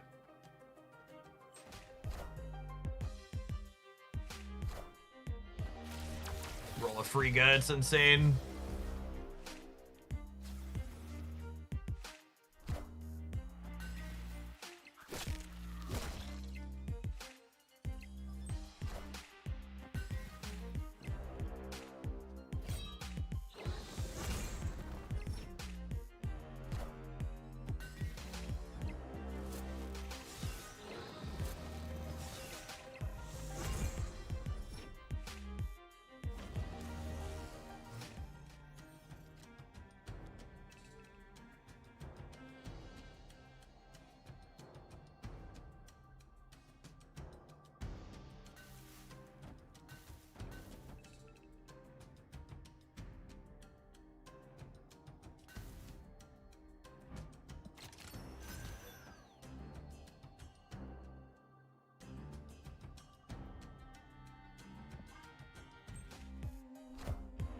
Symbiote cannot reactivate, no. Merging him into Maverick or Anya would be.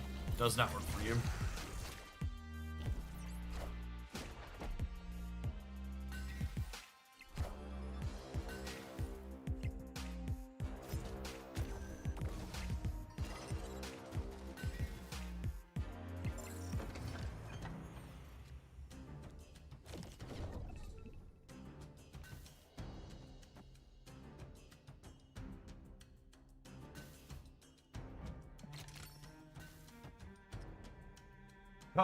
Do I want to move Nightcrawler? Do I want to move Nightcrawler to the left?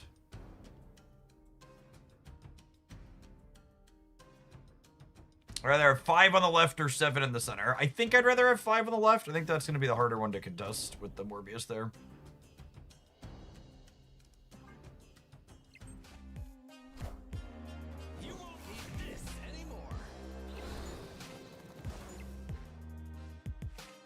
Oh, I'll have the option to move him back if we want. Yeah. Because this will use Madam Web's move to move him here. Good call. If I have my cake and eat it too if I change my mind. You're a late Frigo.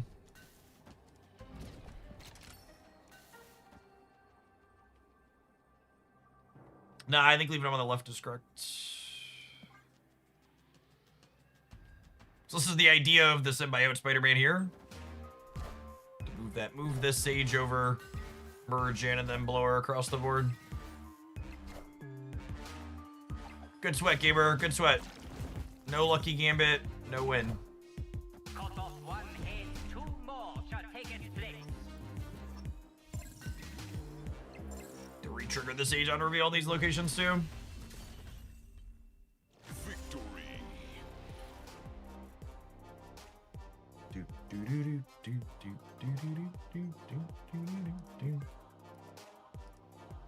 This is a sweet little pile of cards, Dome. I'm picking up what you're putting down. Very neat mixture. I'm a big fan of leveraging Nico 2x and copying it. All right, let's take a brief pause for the cause to let the advertisements do their thing, but I think we definitely want to play some more of this when we get back. Thanks everybody for hanging out. Don't go anywhere.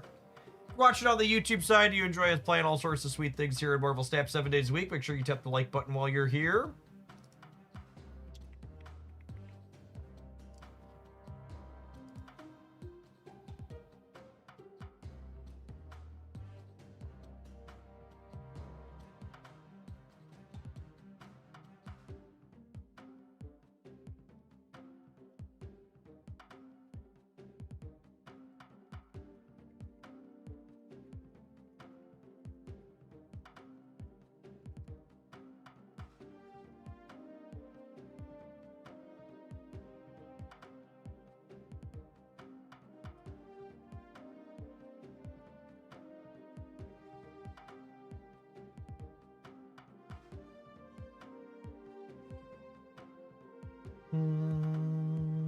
Not the ads! They come for us all eventually, Milius. Hurry up in that primer with a 32-month streak at that.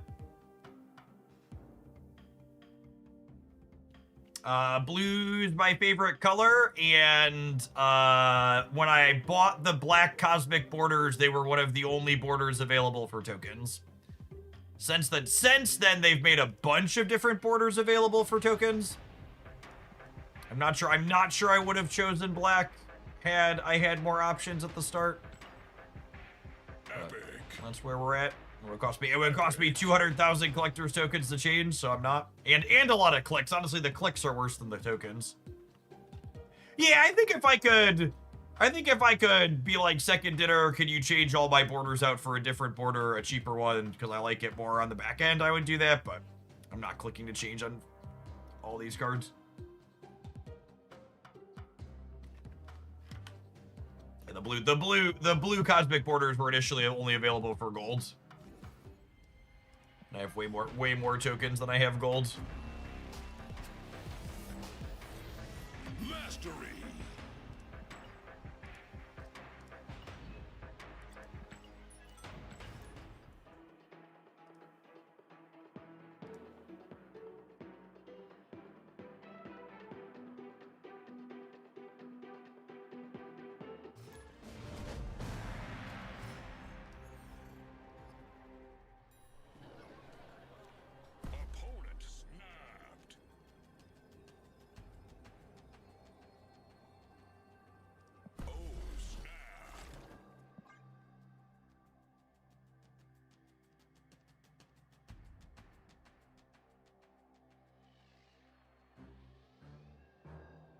Ooh, we've been sniped by Jace.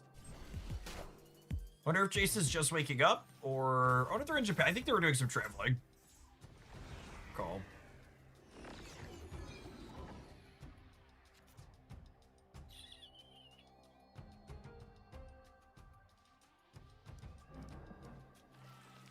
Let's get Surge going. Well, Maverick here next turn, I think.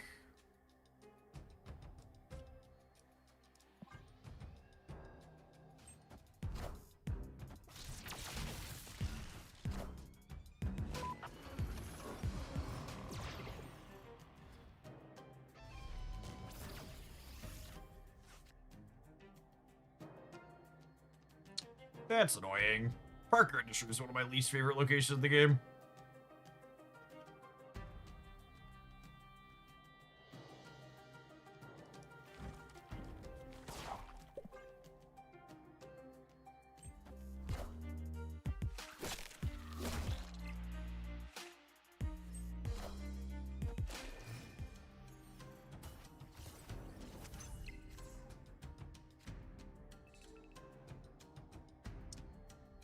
I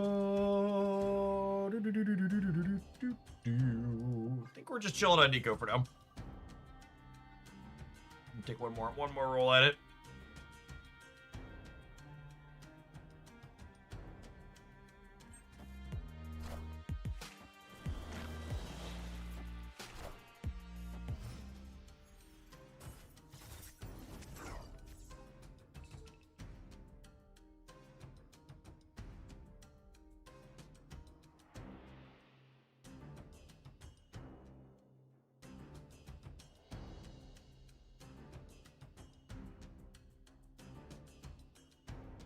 You can merge a big Hulk and Zola. Is that better than saging?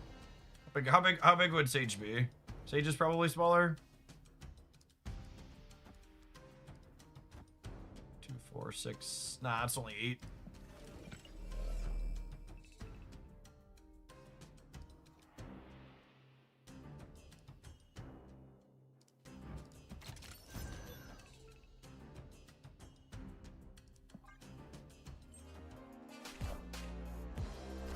Is like the Ferris Zola I've played all day. Oh, the Sage gets bigger every time. Yeah, I guess she would, wouldn't she? I'd get 2 Sage triggers. She's not a lot bigger, but she's a bit bigger.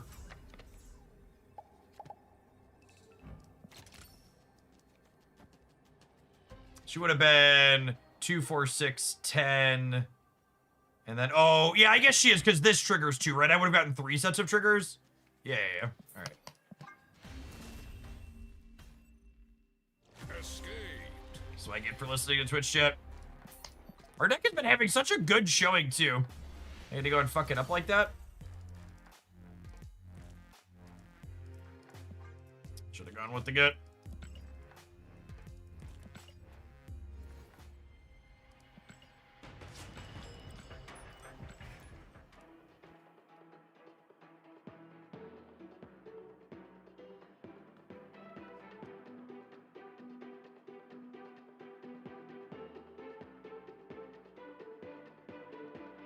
Are you pleased with the debris rework? I mean, I think cards that clog your opponent's board are inherently pretty toxic, so having less of them in the game is a win. And the fact that she's still seeing play while not doing that makes her a good redesign. So yeah, generally speaking, pleased with it.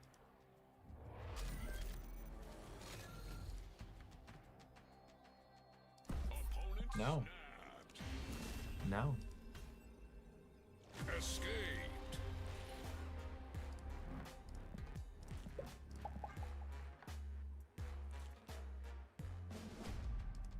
Oh, snap. Opponent snapped. I'm gonna wait to play this, I think. So we'll play Madam Web, and then we'll play this later. So I want to play Madam Web here on 2, but I don't want to merge Agony into Web. If I can avoid it.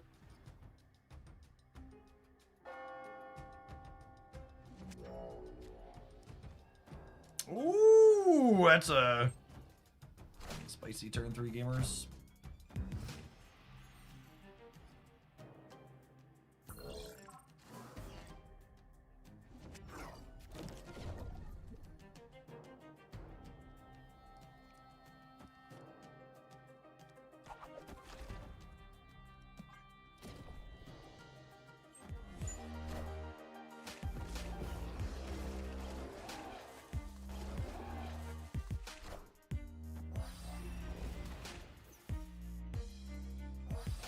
I would really like 2x Nico for the center, please, deck.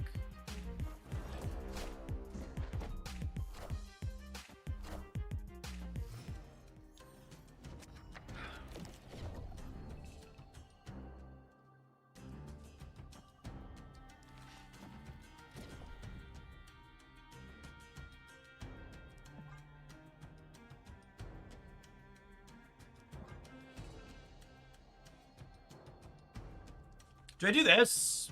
And then next turn I just plan to like Agony, center, and then copy whatever we Agony into? Think so?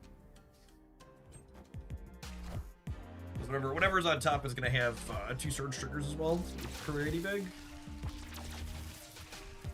Oh, I guess you copy before the Agony goes in, right?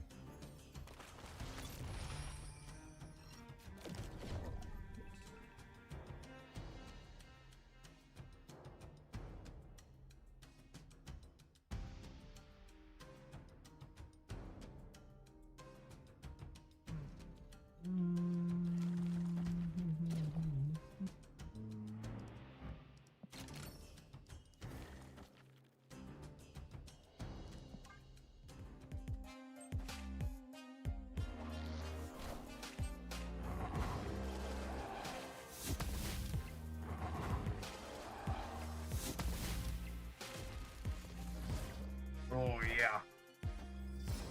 Their linear draw is significantly better than ours, so.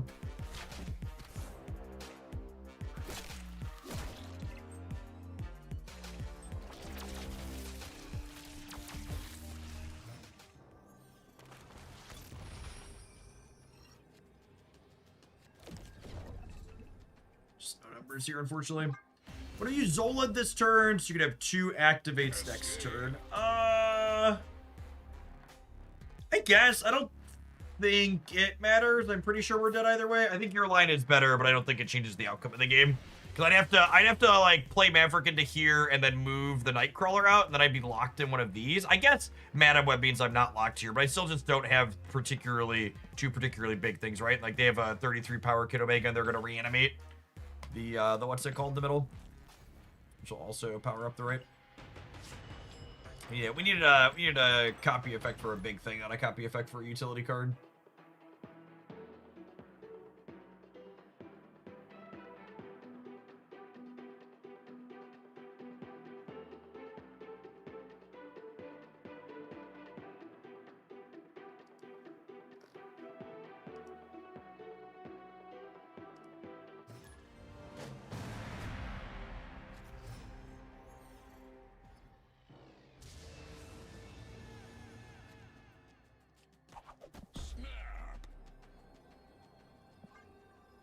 Thanos presents. I feel like I've been left hanging here, chat. Where's the title? What is Thanos presenting to me?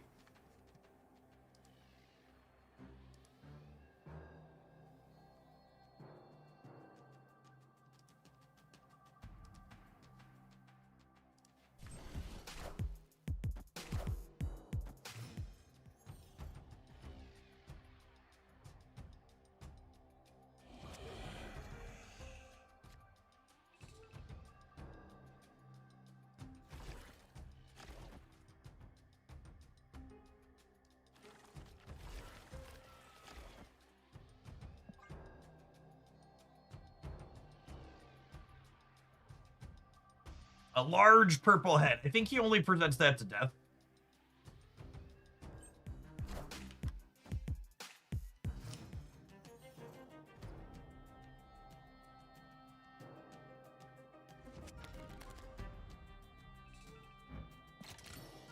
Rewarded for playing the Agony in the center and then having Anya move her over here.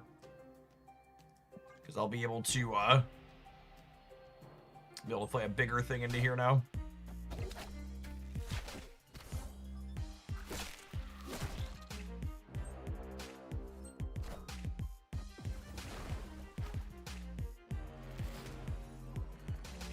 It's the most disgusting thing I've heard all day, and I regret my streak.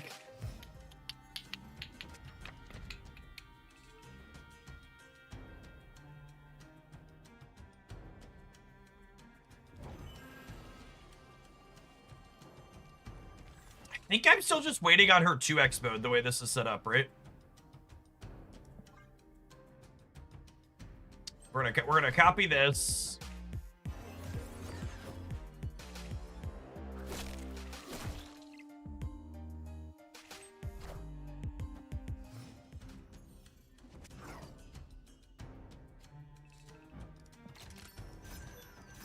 Let's do this.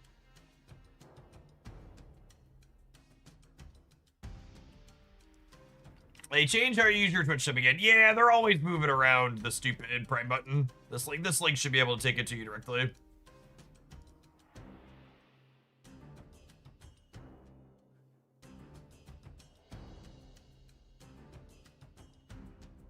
So Maverick adds power while face down, so Krakoa should add 14 power to the top of my deck, and then we'll have a 14 power Maverick in play.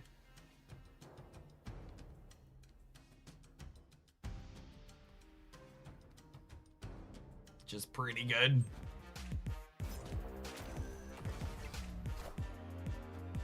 He's a big do boy.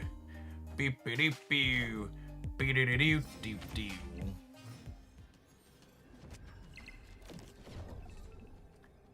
Mother of God.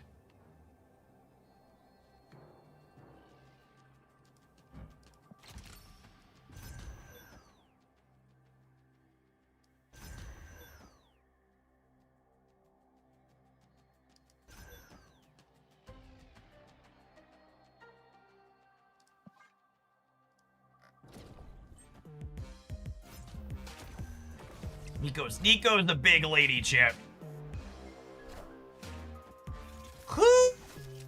Doggy. Attle-do, pig, attle-do.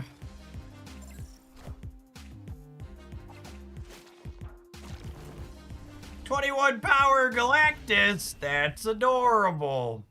Victory.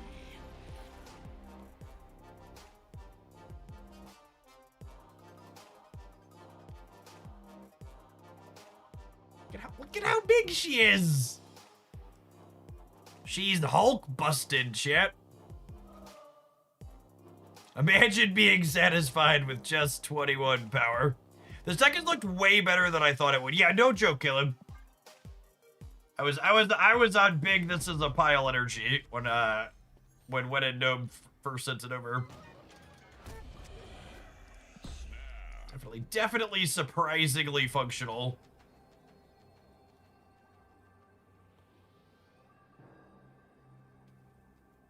Their play lost to moving the bigger Maverick. Yeah, it's one of the more puzzling saves. Like, I don't understand why you would stay in a game like that instead of either retreating or playing best of one.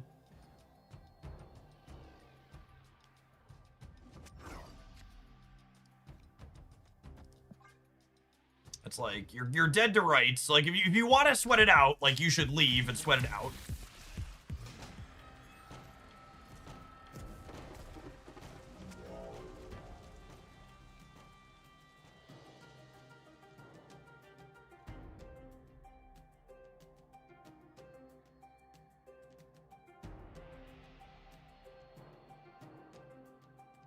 That's a pretty good take. The story of Maverick can seem to be less generically powerful than expected, but enables a lot of reasonable, weird stuff. Yeah, that's a good take. 10 out of 10.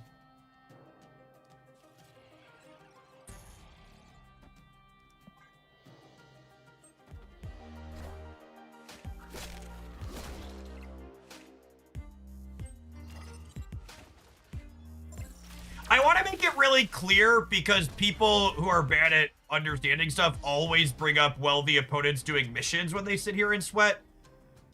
Sitting here and playing a bunch of games against the same person is not efficient just because you have missions. It's still very, very optimal for you to play it as best of one and just hop in another queue.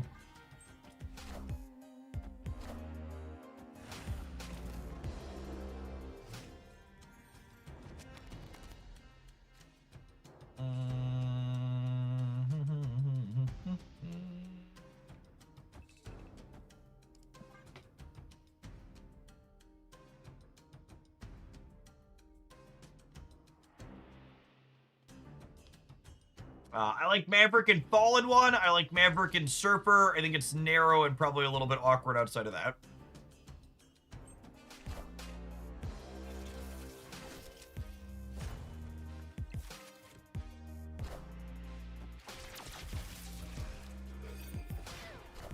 So it really sucks that we're playing against Galactus here, because if we weren't playing against Galactus, I would be able to do this and then Zola it here. But unfortunately, because we're playing against Galactus, I need to...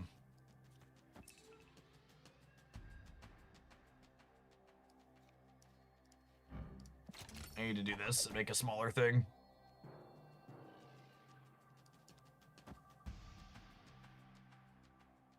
No, because this actually makes it smaller, because it means that, this will merge with this instead of this age. Hail Hydra! Yeah, it's more points the other way, but I need points on the left, so that way we don't die to Galactus.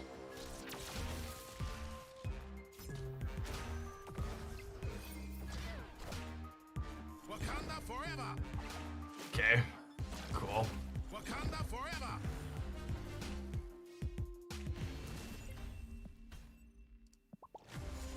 I'm gonna give them one ticket to fuck off. I don't know that I think the matchup is bad for us, but I think playing against Galactus is really uninteresting, so I'm gonna choose to move on with my life. Oh yeah, proving ground sweat every time. Toxic deck sweating in the proving grounds. Oh baby, oh baby. Did their play lose to you passing? It did, yeah. They were counting on me playing to beat Galactus and then losing to the Black Panther, which is what happened. Flipped heads, should have flipped tails. Tactically interesting simulating gameplay.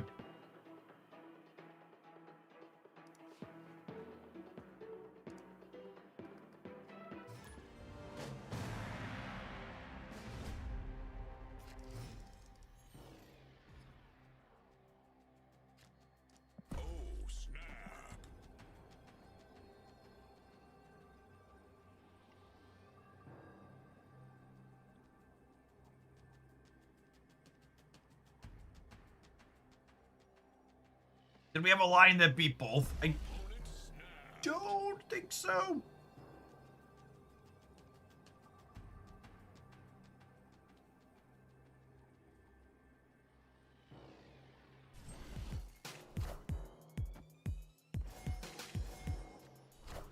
Nightcrawler and Anya mid would have won the mid. No, but then I would have been flipping a coin on the Zola on whether or not the Zola was... Then the Zola would have been flipping a coin on... Crawler versus Sage. Because the Nightcrawler stages right away, no matter how you order it.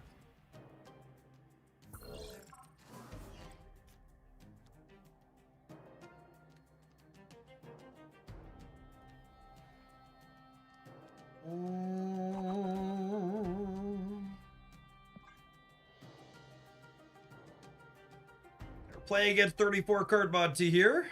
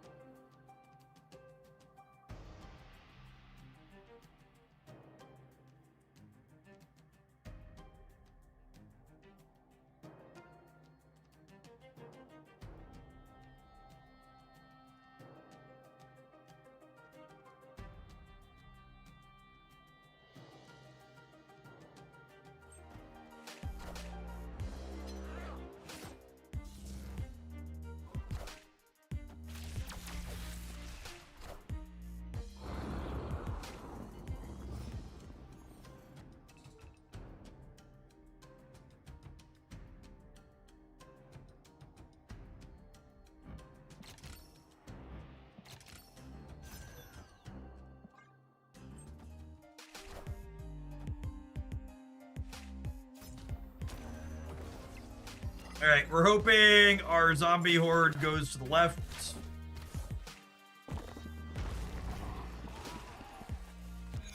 All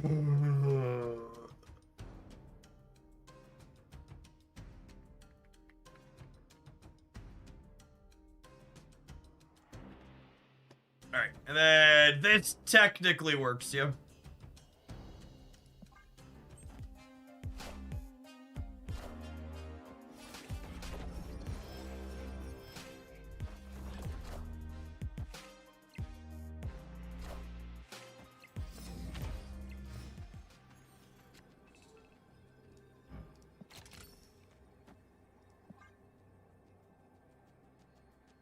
Huge chat. Going to be a huge symbiote Spider-Man.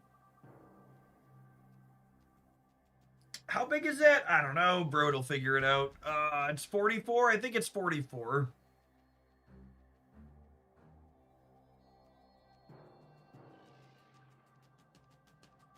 Some suggest it's the hugest symbiote Spider-Man ever. Oh my goodness, so we even tie the left?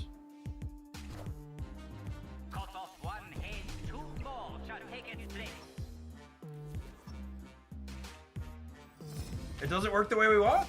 Why wouldn't it work the way we want? Why aren't they 44? Power must be controlled. Why aren't they 44?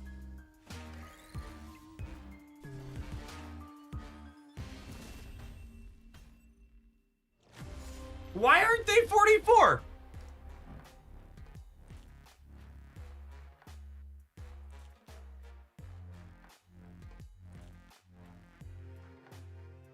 They didn't have another card played after them to double. This card doesn't count as played until it's fully resolved.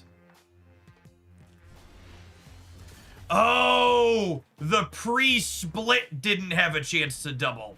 That's what it is. Okay, so you have to merge, play another card, and then Zola. So the people in chat that were explaining it first were wrong. The on-reveal one happened.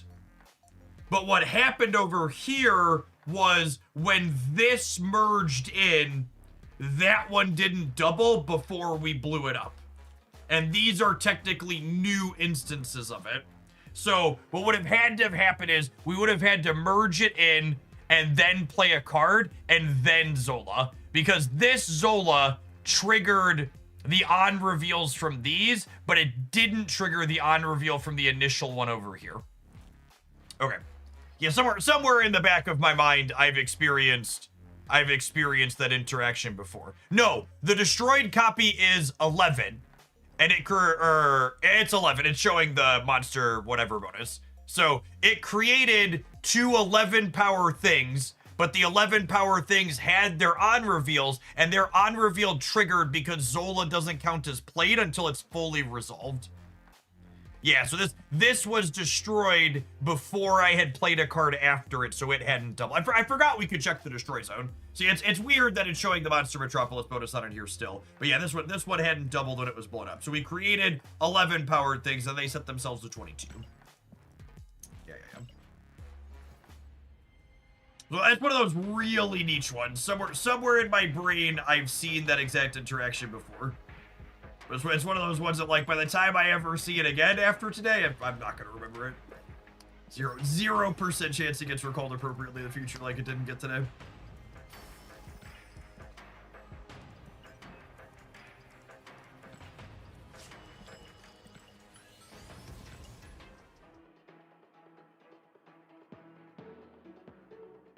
Clearly, this deck needs Wasp in it.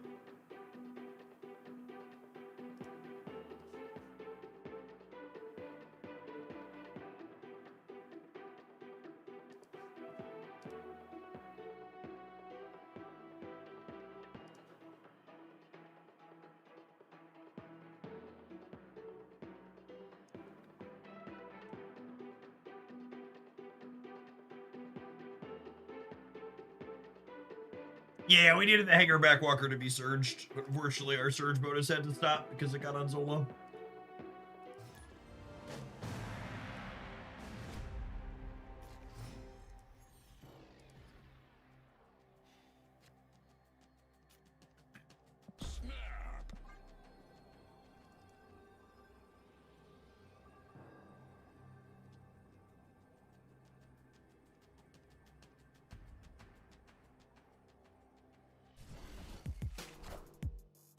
Taking aim.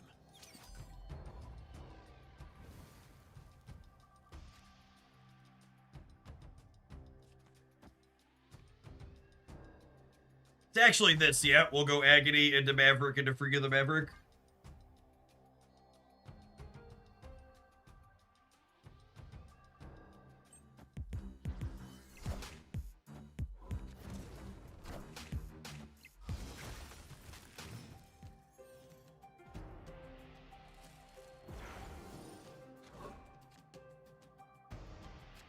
I just got to Infinite, and I'm in the top 1,000. How many snap points do you have to be in the top 1,000 this late in the season, CM? What did you enter Infinite with, snap point wise? Out of curiosity.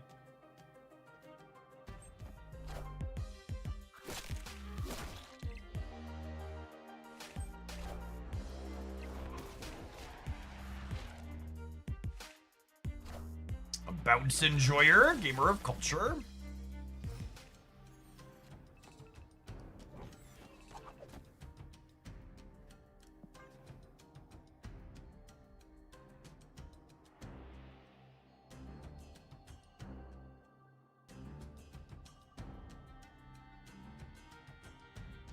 Wow, you're top 1,000 2 weeks into the season with only 7,600 snap points?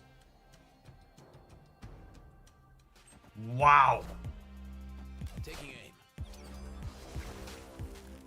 That might unironically be the most Snap has a concerning player, or at least a concerning ladder grind compared to where it was metric I've ever heard.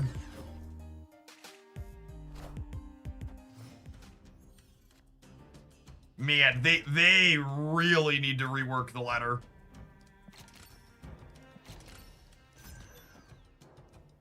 I mean, this is I'm right there with you, gamers. It's gonna be the first season I don't make it to Infinite.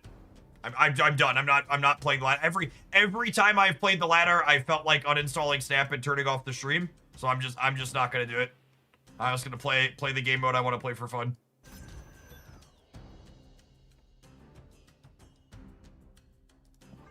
I missed it. What happened? Someone said they just got to Infinite and they are ranked in the top 1,000 with only 7,600 snap points. I currently have 7,400 snap points and I'm ranked 3,000 in Infinite. Wow.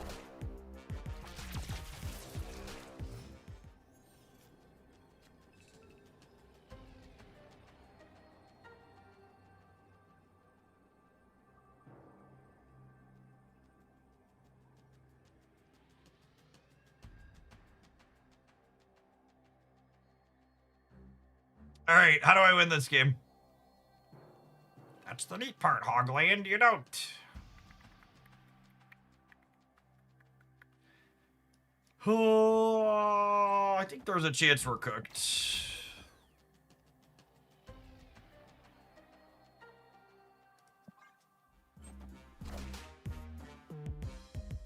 You make sure you have more points than them at least 2 locations. That's true, you know.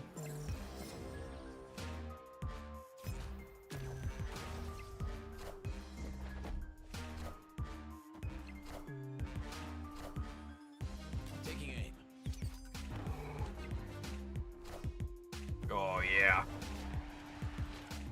I assume this dog is finishing center.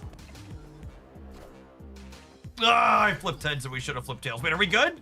Are we good? Never doubted us for a second, champ. Never doubted us for a second.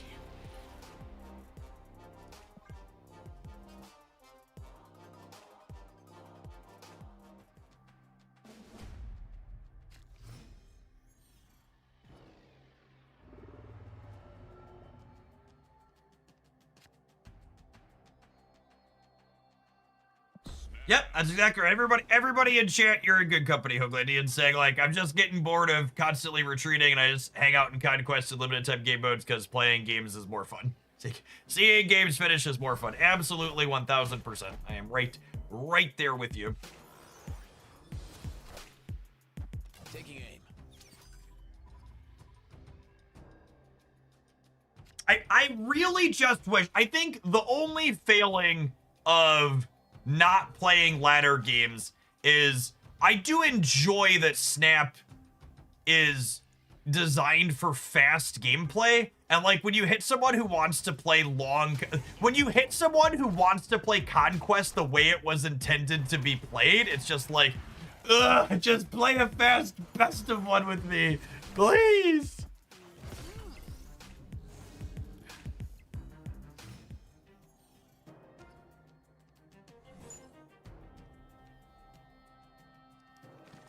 Four rocks in my deck, still draws Maverick like a boss. We're so good at this.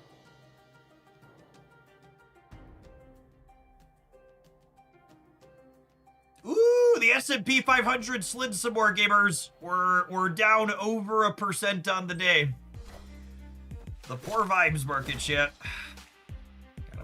All you people harshing the vibes. Ooh, the Nasdaq's down almost 2%. Did something happen? I feel like whenever we slide more than 1%, it means something typically happened.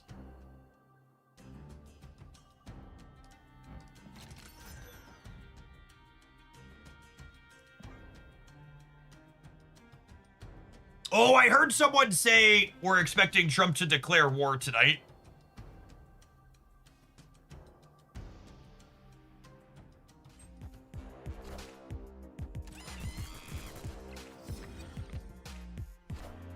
I did see some places speculating on that.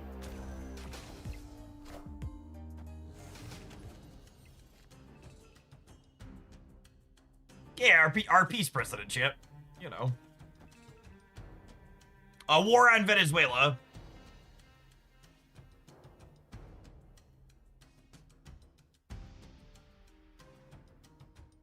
So I want this to get the +2 from Stark Tower, and then we'll merge it and copy it next turn.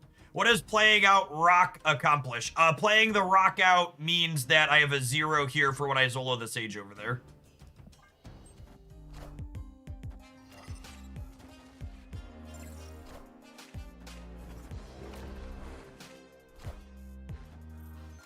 And by that, I mean it gives them +4 on this Rocket Raccoon.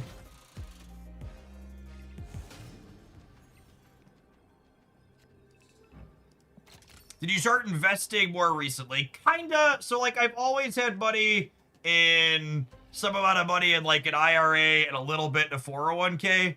But I recently fired my finance guy because the personal whatever we had at Edward Jones, because one, his fees were high, and two, his returns had been shit compared to total market ETFs.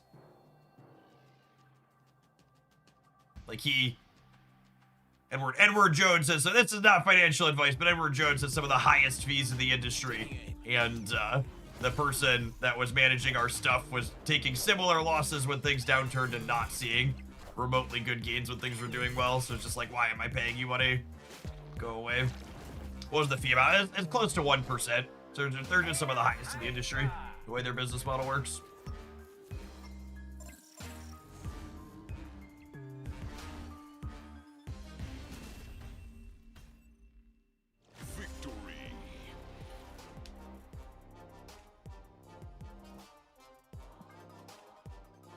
This deck is way more consistent than I expected it to be. I'm gonna be, okay, when in Gnome, I'm gonna level with you. When we won the first game or two with this deck, I didn't take any notes on it. I didn't write it down because I just assumed it was gonna be trash afterwards. And I feel like I owe you the transparency about that. I feel bad because I've like, this is it's been so much better than I expected it to be. I think I'm gonna go back. That just means it's more work for me later when I want to go back and kind of highlight. I think this has been good enough. This has been good enough to be a highlight. We've had some really fun, sweet games.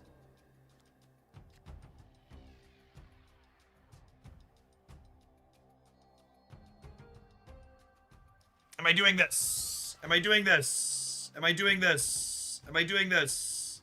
I think I am. I think I am. I think I am. I think I am. It's close though. It's close though.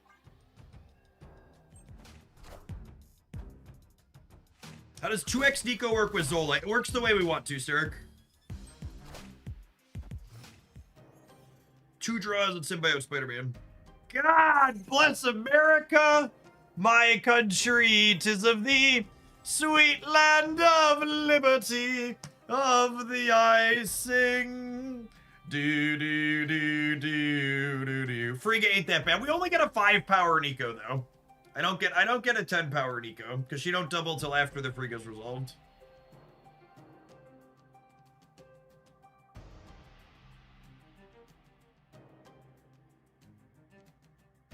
At least the squirrels are bad for them too. Makes their Falcon and their Bouncers awkward. They're a deck that's pretty board space hungry as well, so.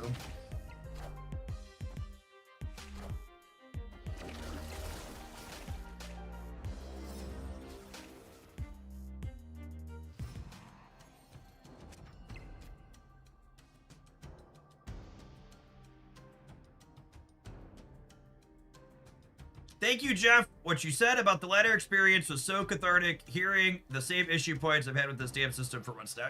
Yeah. Absolutely. Absolutely. In good company. And this Hulkbuster lands on Maverick every time, yes? Well, do I do this? So we can top deck Zola for over here. I'm gonna do this so we can top deck Zola for the left. I win the 50-50 on the left every time.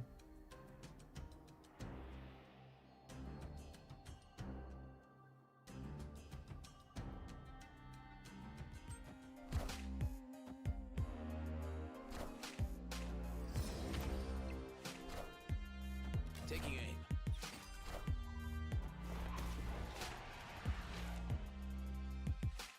Clear for takeoff.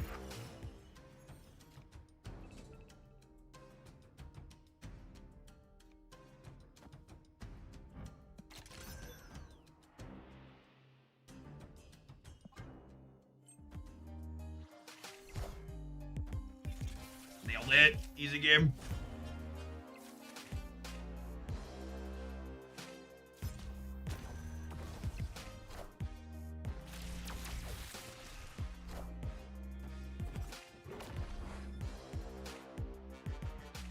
You're supposed to save your 150-50 for the Nico Zola lane. Oh, that's true. That's true. I've used up my cumulative variance, chat. How can I ever hope to win the game now?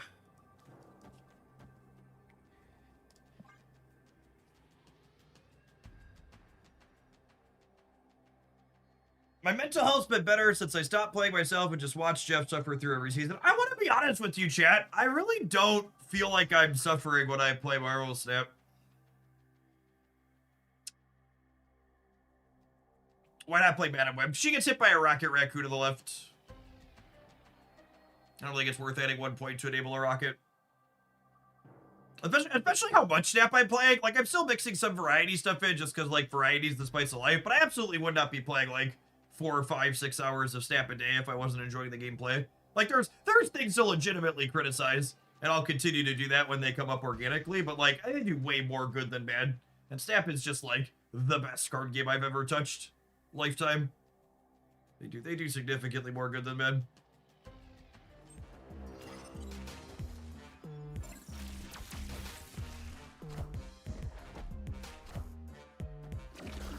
Whoa! I should have been counting that. Holy, we are so cooked. We're so cooked! You take my 2 cubes, bounce gamer. Well played.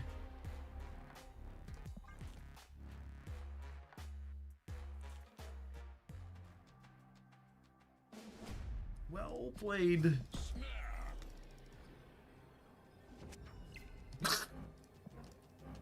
This fucking location shit.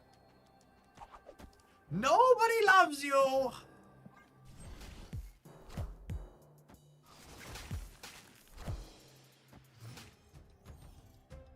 I need to draw a Madam Web.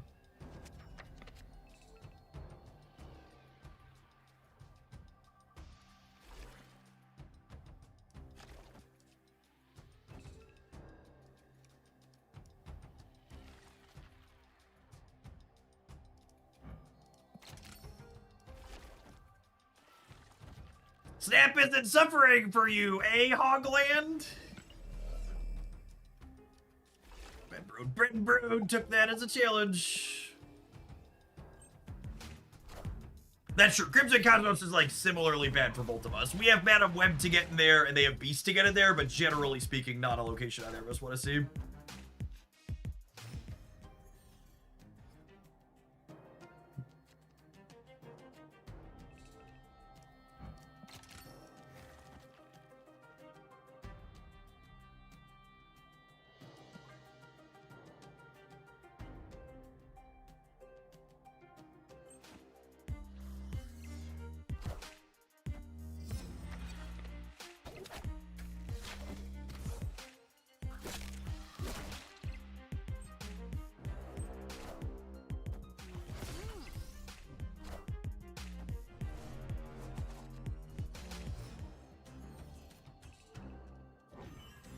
That's a piece of candy. That's a piece of candy.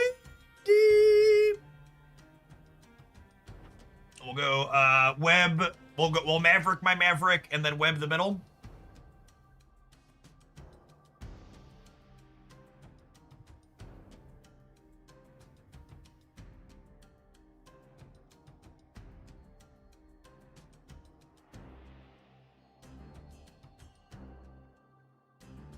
Did you hear 4 House Republicans broke ranks and are forcing a vote on extending the ACA subsidies? So, the forcing the vote on extending ACA subsidies is good that it's happening, but you shouldn't expect it to pass. It's just gonna give a good talking point for the midterms. Hello.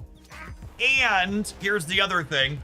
Even if it did somehow magically pass,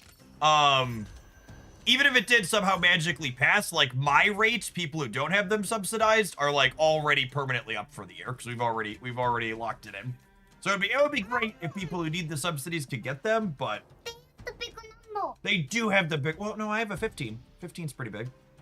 But look, is that a bigger number? Is that? Look, I have a 14 and a 15. Oh baby, oh baby, oh baby. 2 15 is a big number. That's a pretty big number, Edgar. But do you have a bigger number than them? Yeah, no turn 5 B speeds. We're good. We're good on the left. And I think this has got to be good here, yeah? I think they're cooked. You're cooked. No, they are cooked. Our numbers are bigger. They're my big numbers, and I want them now. Toxin on the right might get us. Pretty big boy. You can't beat that number. Nah, we're good, right? We're good. That's a big number. It's a big number, 28. We won. We did win. How do you win every time I do win almost every time you're here. Yeah. I think it's because you're lucky. Yeah. And Hey, you need to go eat a snack really quick because you got to go to music class soon, okay? And go to the bookmobile. Oh, you're going to bookmobile? You really need to go if you want to go to the bookmobile too. Want to have time for that. You're lucky you have such a good mom. Take you to so many things. The deck was really sweet, Gnome. It looks like such a weird mishmash of cards, but like, hold on one second, please, Haley. The Frigga copying things, the Symbiote Spider-Man, the elements of moving things around on the board, Arnim Zola doubling up weird, wacky things that were either Symbiote Spider-Man or Sage felt really clean. Maverick was a really sweet addition with all the copying going on. I feel like the one thing I would consider, someone had made this suggestion earlier, and I kind of liked it, is I feel like Nightcrawler versus Web Slinging is an interesting consideration. This would give you another bit of flexibility to move your cards around the board to like do extra tricky stuff with Symbiote Spider-Man in the games where Man and Web doesn't show up. Like, obviously, this effect is worse than... Obviously, this deck is worse. This card's worse than Man and Web, but I feel like you could play it as like an additional way to have a similar style of effect. All right, we need to take a brief pause for the cause. Let some adverts roll. When we get back, we've got a viewer deck requesting we play Airwalker and add a Mantine infusion together, which should be a good time. Appreciate everybody hanging out. Don't go anywhere. I'm going to carry you upstairs while this break goes to 5-year-old. You're not a toddler anymore. You're a big, giant 5-year-old. Big, giant 5-year-old. Yep, I can carry you.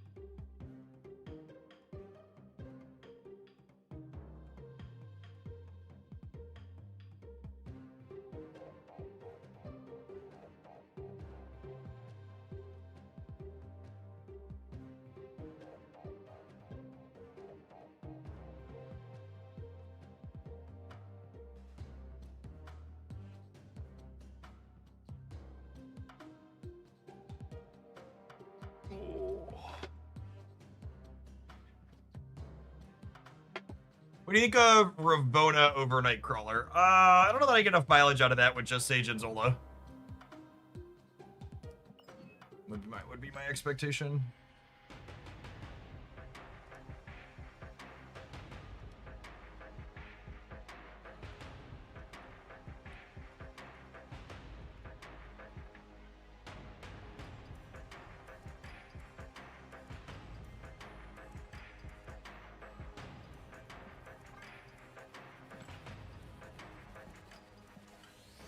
Weapon Surge. Sure, but like Weapon Surge.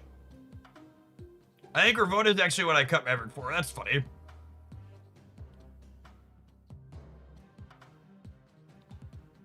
I guess if you have a Surge discount on one of these, Ravona lets you play both of them. Maybe that's okay. I don't know. My gut says I would like web slinging for more repositioning. The wacky weird movement stuff felt consistently pretty good.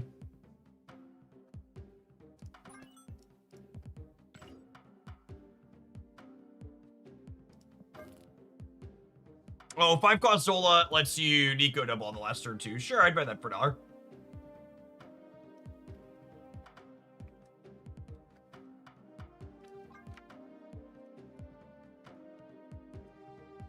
All right, so our request is to play these two together.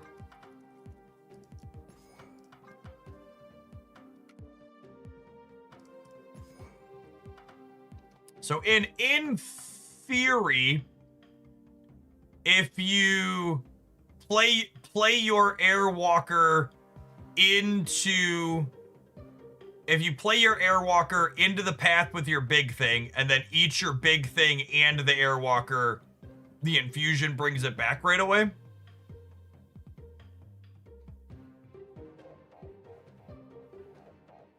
I kind of want to build it. So infusion's my only 4 every time I try and play Airwalker with more than 1 4, I have deep regrets. I really just like want to know what the card is doing every time I blow it up.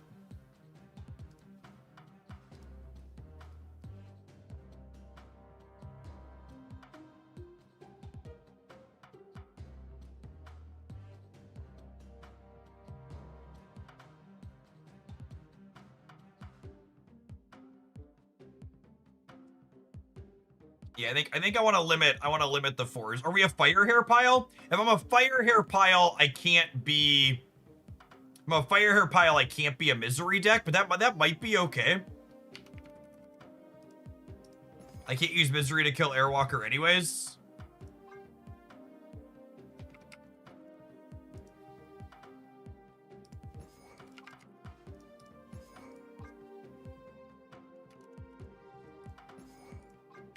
I can still play Elixir. Because he doesn't interrupt. Is there another reanimate card I'm blanking on? We have Elixir, we have Phoenix Force, we have Infusion. Yeah, Kid Omega's good. Kid Omega's good with Elixir for sure.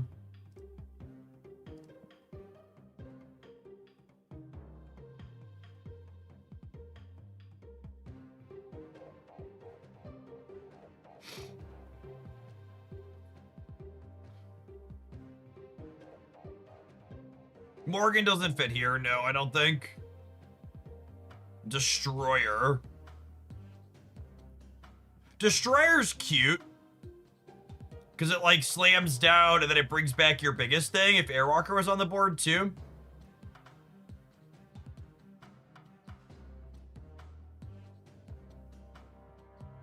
I don't hate that, honestly.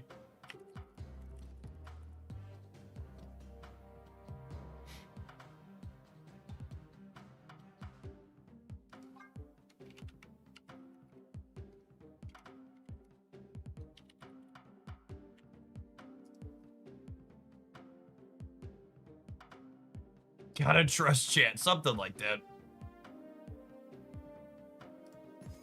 Are we ever a Zola deck? I don't hate the idea of Zola either. It's a lot of 6s though.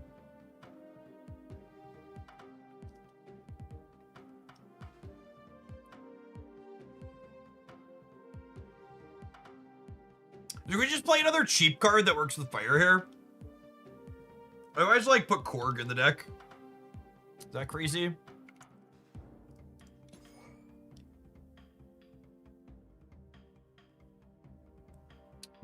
Nico double does not work with Does not work with what's it called? I guess copy's still pretty good though. Drawing okay. Drawing is okay sometimes. When I always play Nico over the Destroyer, I'm pretty sure Destroyer's too cute. I like the idea of Nico.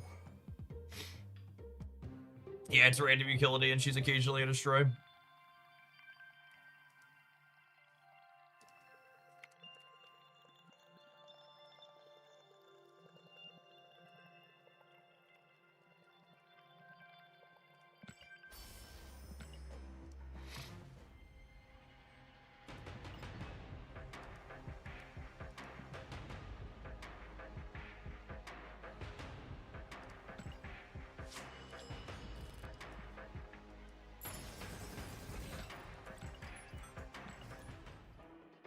My kingdom for less Conquest screens, Eternal Mood. What an Eternal Mood.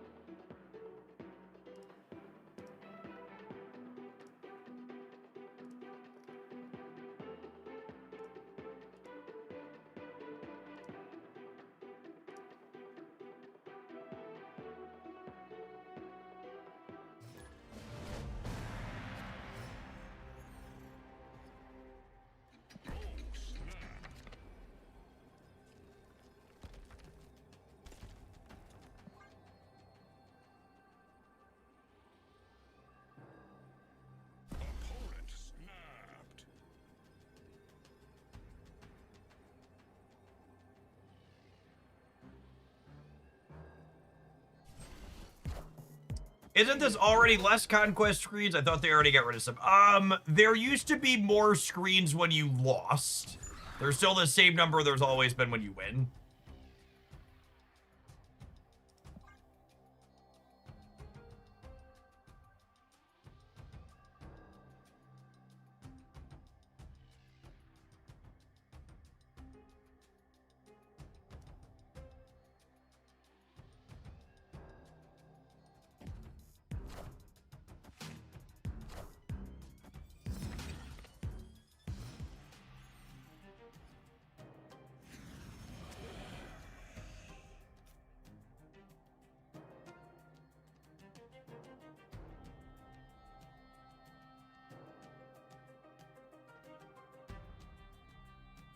Yeah, hitting a destroy deck with this pile isn't great for the home team.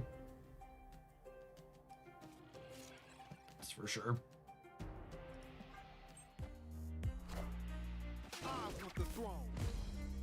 I definitely need to change my underwear. Ah, it's gonna take a mulligan. These decks never do well against traditional destroy.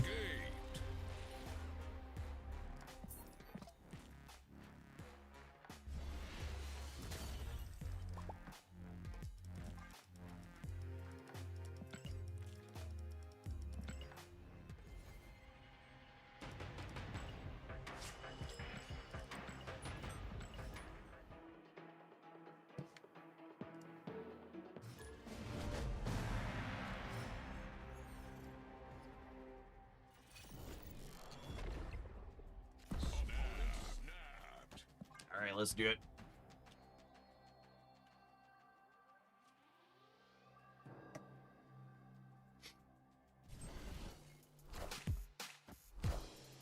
I found the rock.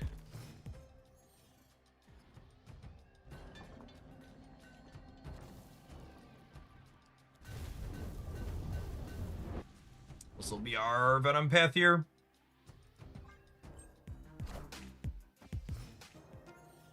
Opponent looks like Arishem. It's the only deck that plays scoring out on one. Big deck energy confirmed on the left.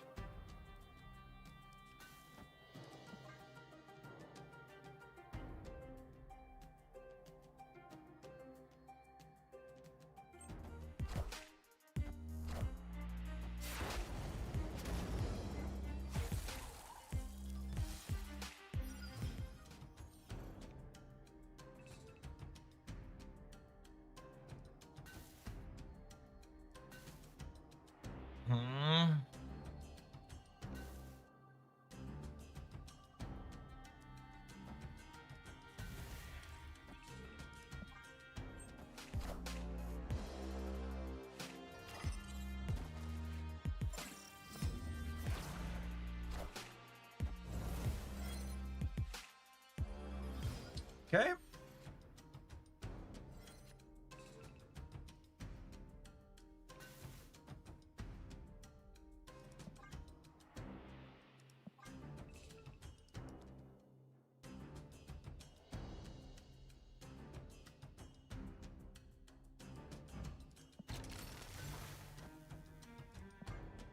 So how does this work?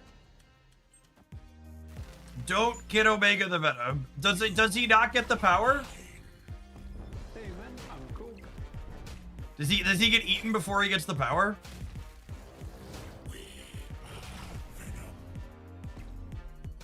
Oh, that's so weird.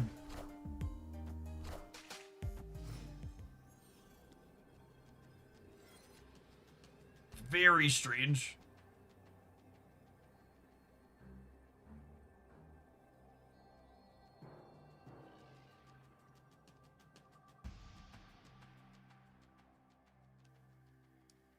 That was the worst draw in my deck because I was gonna get it for free anyways.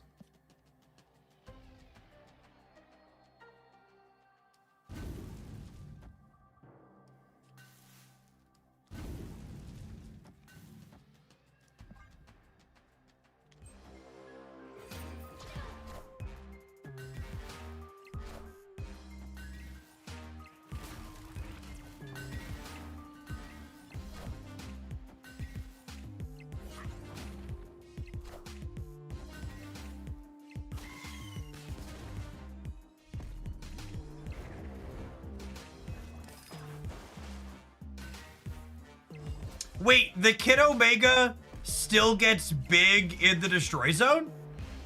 Okay, that's super weird. I would have expected if Firehair wasn't getting the power from it, that it wouldn't have gotten the stats. Weird. I mean, I accept humbly and graciously, obviously, but that would not have been, that didn't,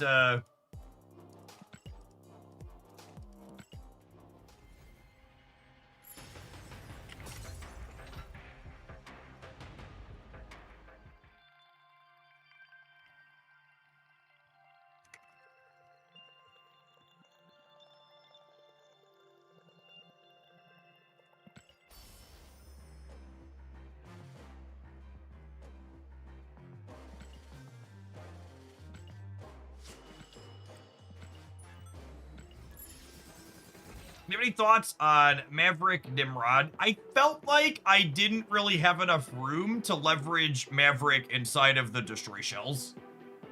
Was my experience with it yesterday.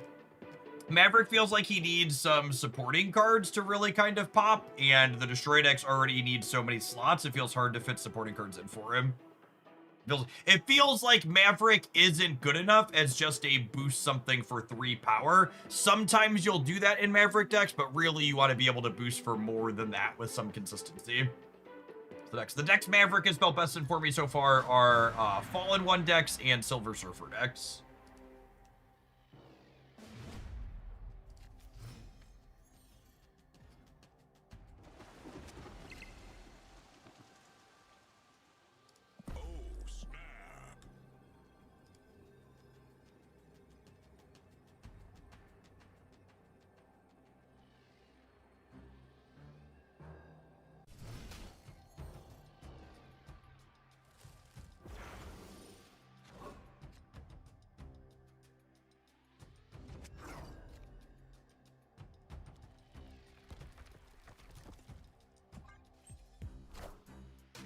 The rock.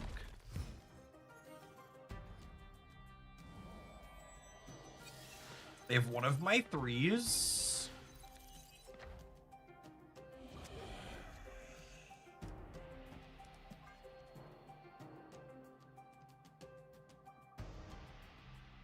That Korg is upsetting? What's wrong with Korg? He's so buff.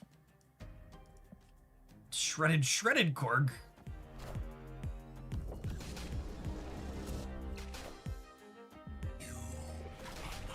Answers that question. Oh my, oh me, oh my, that's so good. Holy.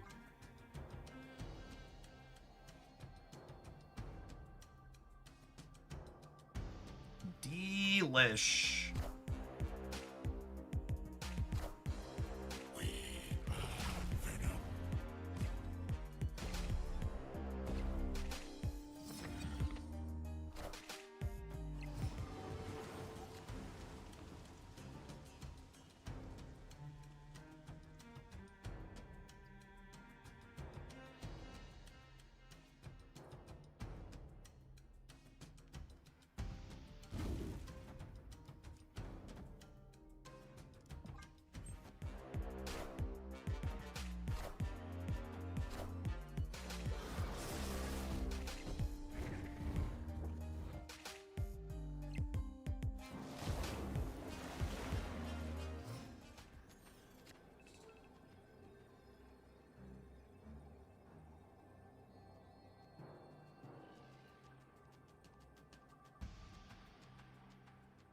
I'm so fucking mad right now.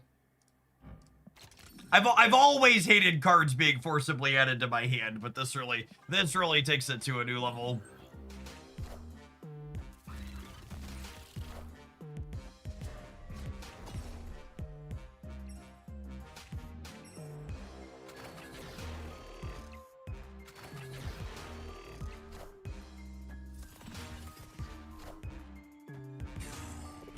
No, wait, hold up. Let me cook. We're good. Easy game. Never doubted us for a second, chat.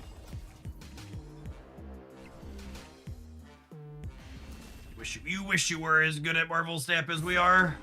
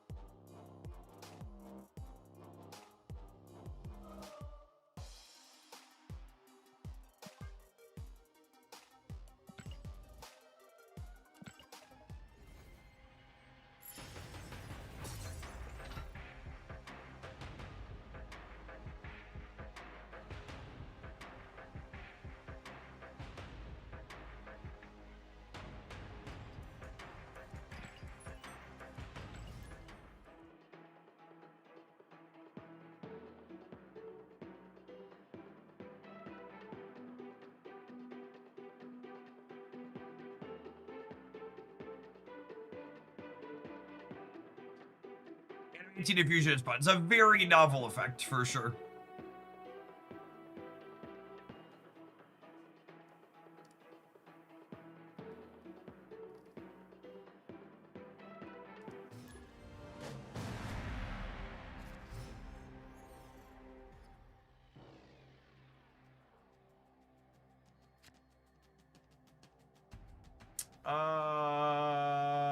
Copies of these could be okay.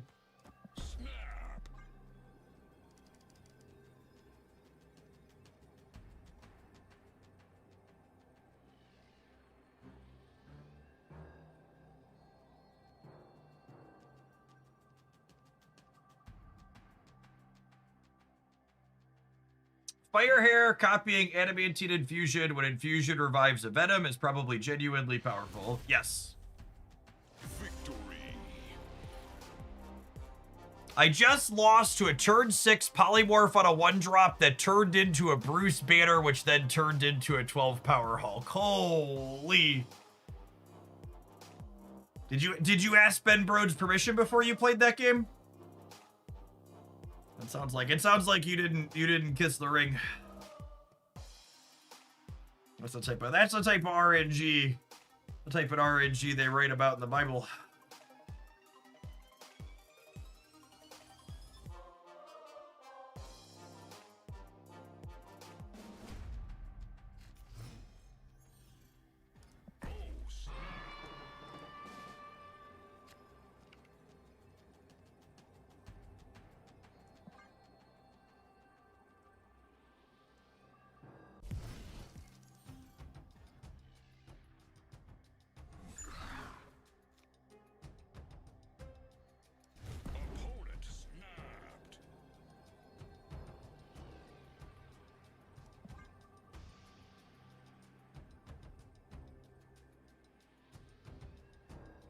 The question is, do I want to Cassandra Nova the Savage Lands, or do I want to Cassandra Nova like here? The upside to Cassandra Nova here is that when I eat her with Carnage, I can bring her back with Elixir guaranteed, otherwise this is a variance flip.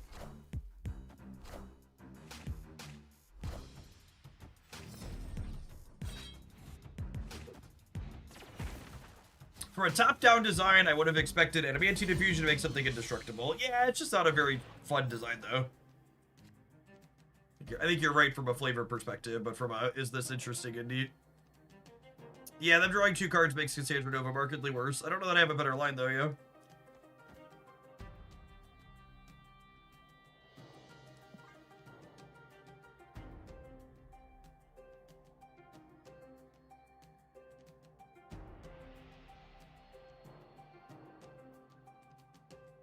Give them 2 cards with Korg and Carnage. I need the Carnage to kill the cast, gamers. So we'll Korg and then Carnage the cast next turn, but I can't Carnage the Korg. We're probably dead anyway. Like I said, we were treated against the Destroy deck earlier today, because these types of pseudo Destroy decks are basically never beating Null and Death, but this person's playing relatively quickly, so we'll play it out to illustrate that point. But I expect even without the Nico draw, this is still an embarrassingly hard matchup for us.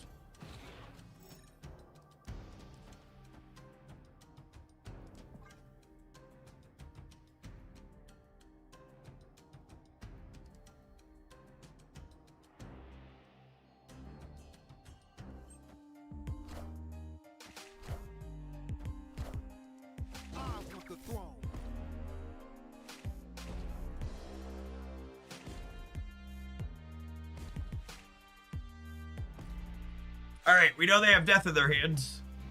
This long, slow pause. Oh my god, and this Killmonger runes Elixir. Alright, yeah, never about. I forgot about that little niggle too, because wriggle in the plan. I lied when I said I was gonna slug it out. Extra bad for a hero.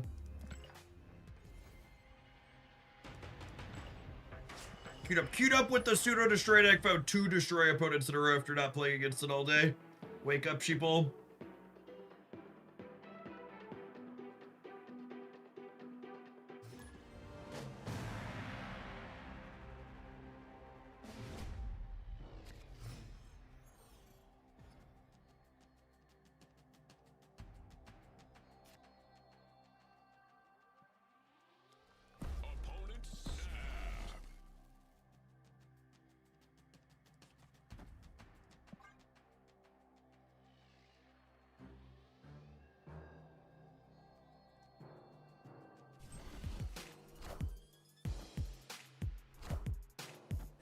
I'm Cook. Hey man, I'm Cook.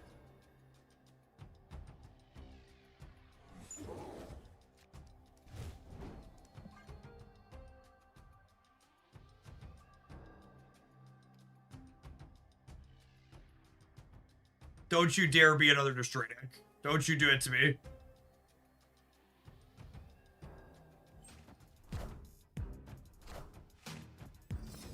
Cool, I accept. I guess they could be a Morgan deck. Could be Morgan or bounce. There's not a lot of bounce running around these days. What's your favorite card based on the art alone? I feel like I can't answer that question anecdotally, and I have to like sit down and go through a bunch of different art pieces. It's really easy to be biased by the ones that are like immediately in front of me when someone asks a question like that.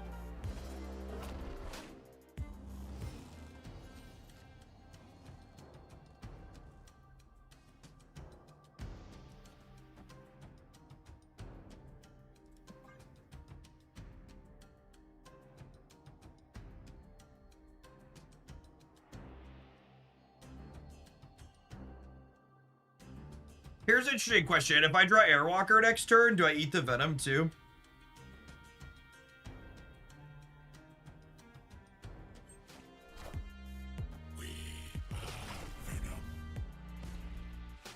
Hey, you found a rook.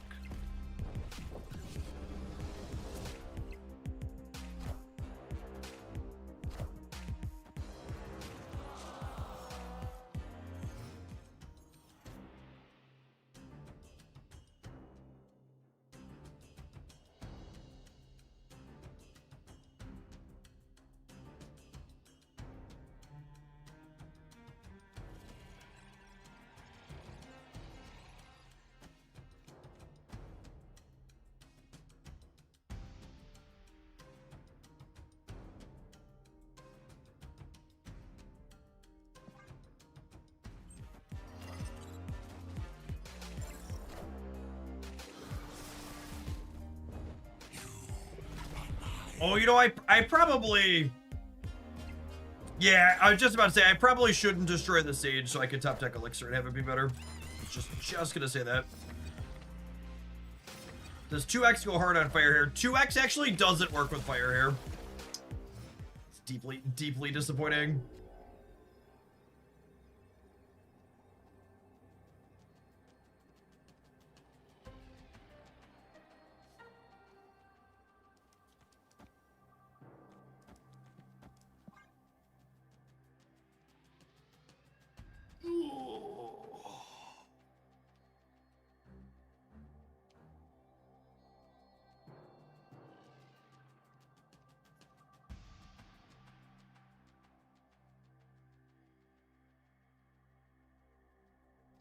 Should we elixir right so we get 2 elixirs? Yeah, but blowing up the elixir doesn't, like, why would I want to get another one?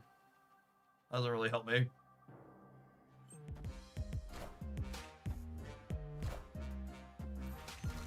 I'm gonna play for the left side. Yeah, blowing up elixir means blowing up the thing. Elixir revives.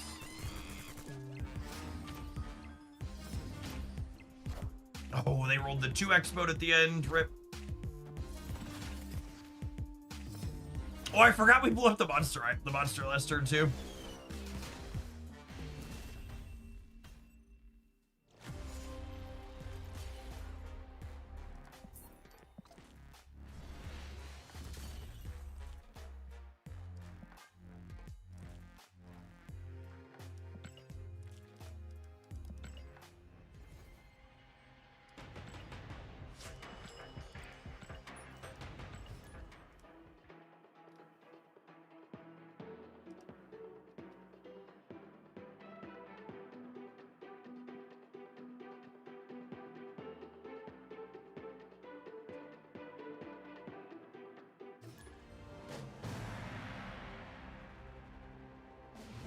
Who are you?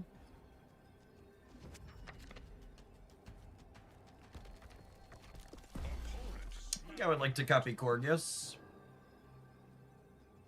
I would like to copy a Korg, please. Your finest Korg copies, if you would. Copyison Korgerisons. So many locations to fill and so little time to do it. Hey man, I'm Cook. I feel like Korg's voice line doesn't feel like it fits big buff Korg's body. He feels a little out of place to me. Alright, so they are also filling the White Hot Room this turn, so they have Merlin spell plus something else.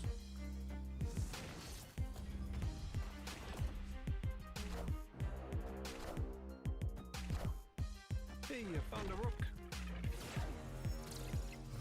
Never seen the Thor movies. I mean, not in recent memory. Yeah, it's been 84 years. It's been 84 years.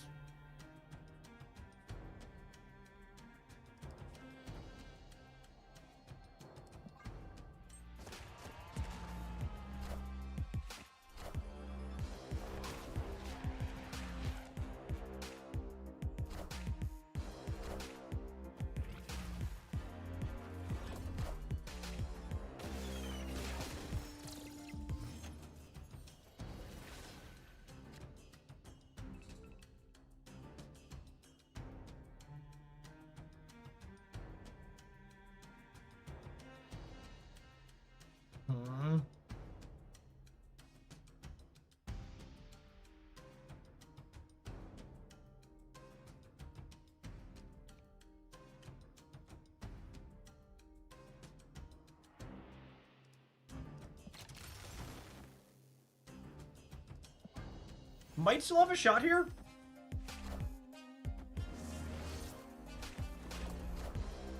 Above average roll there. Oh my goodness!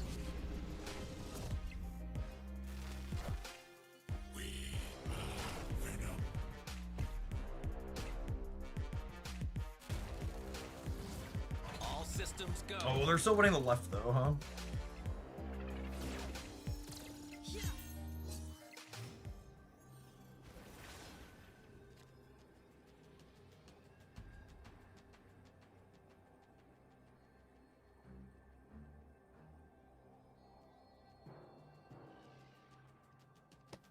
How big is Venom?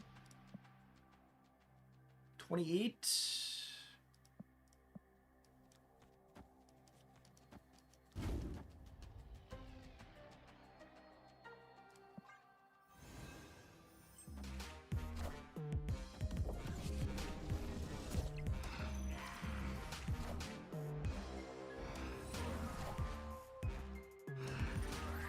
We have a real shot, yeah?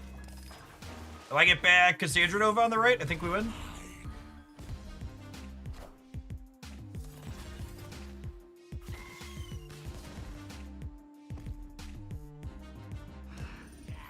Sedge. Lose our coin flips professionally around here.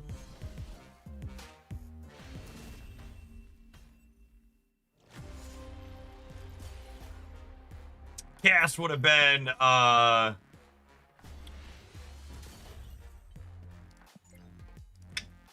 she was 6, so she would have been 11, so it would have been 15 over here.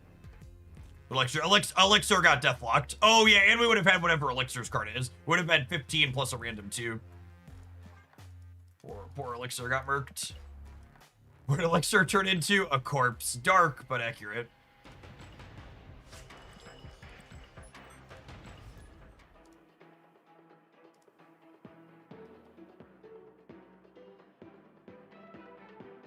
Oh, we have an updated OTA schedule. I love that they give it to us 3 months in advance.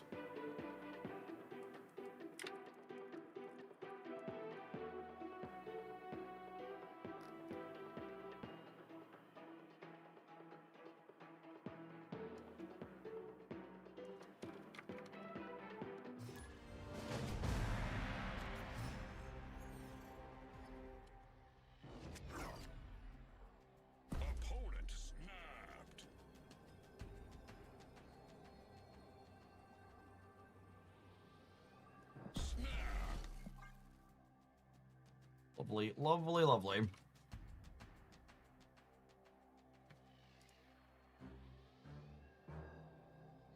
Oh, I'm reading the numbers for the first time here, though. We're gonna take a month off without OTAs for the holiday, huh? Or is that what we're doing? All right. Alrighty.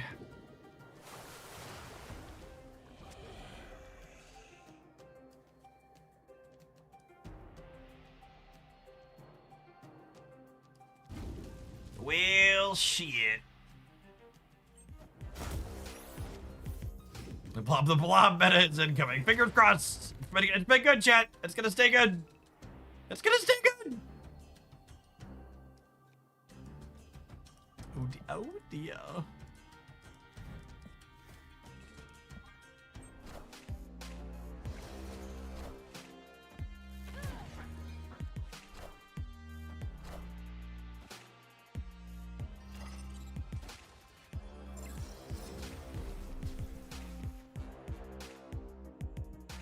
Yes, that's a good follow-up. Usually if they're going a long time between OTAs, that also means they're not going to do anything ambitious.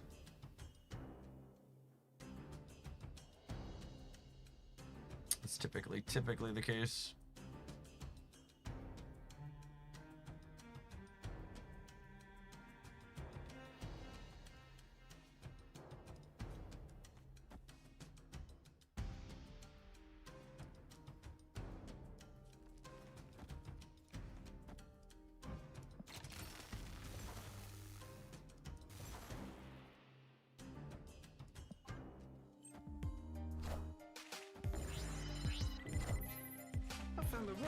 Okay, so this brings back Sage. She triggers. And then Venom eats the lot.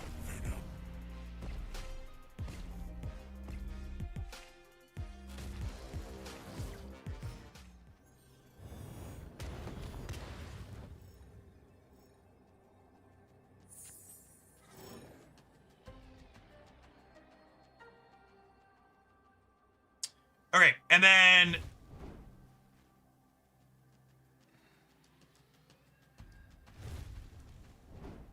yeah, fire hair works with adamantium. So this works how I want, right? So Deathlock's gonna bring back Infusion. Infusion's gonna bring back Venom. Venom's gonna eat the Infusion. Fire Hair is gonna trigger the Infusion in the center.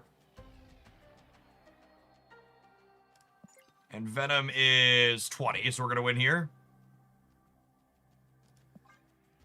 This is a really, really wonky interaction. I think we end up still losing, unfortunately. Maybe how big Sage? Sage is pretty big, yeah? Pretty big.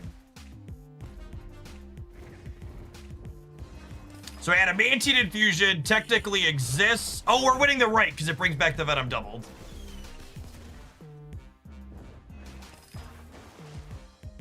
Oh my god, and then that one comes back doubled too. God, that's so funny. Yeah, so...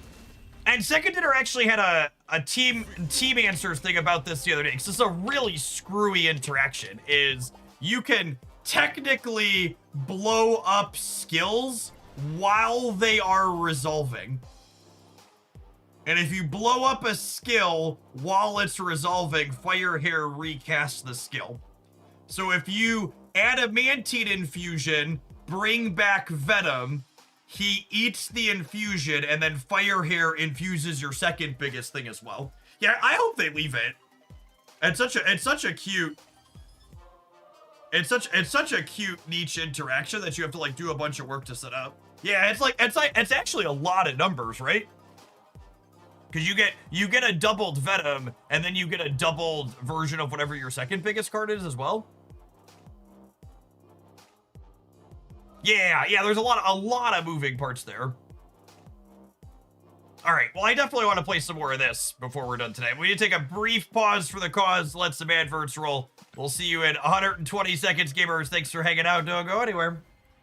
If you enjoy all the different decks we're always playing here for Marvel Stat, make sure you tap the like button while you're lurking around. Appreciate the folks that have done that already today on the YouTube side. I'm having a good time this afternoon.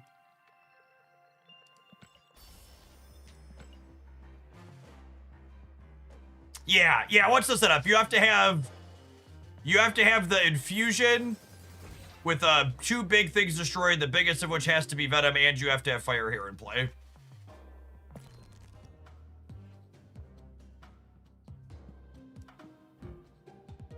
What's going on? Oh, I'm gonna... How much gold does this cost me? Not a lot. I'll take a spin on this to see if I can get the ice background. Sitting on a lot of gold right now. Take one roll at it.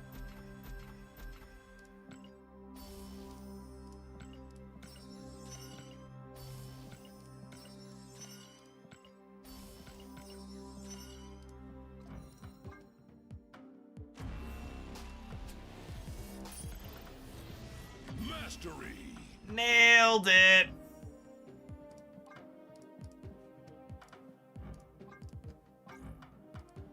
Easy game. Ice, baby. Boo-doo-doo-doo-doo-doo.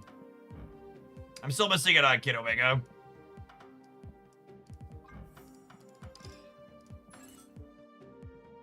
Ah, so much gold. Wait there, we'll get there eventually.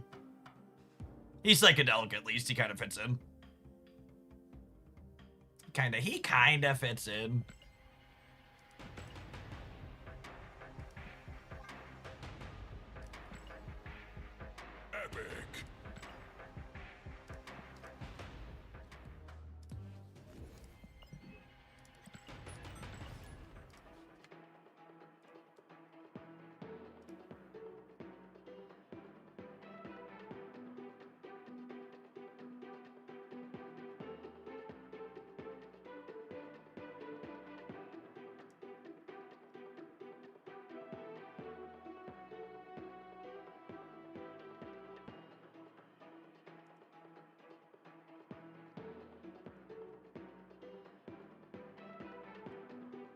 Oh man, I'm seeing more outlets reporting that they expect Trump his news tonight to be about Venezuela and possible declaration.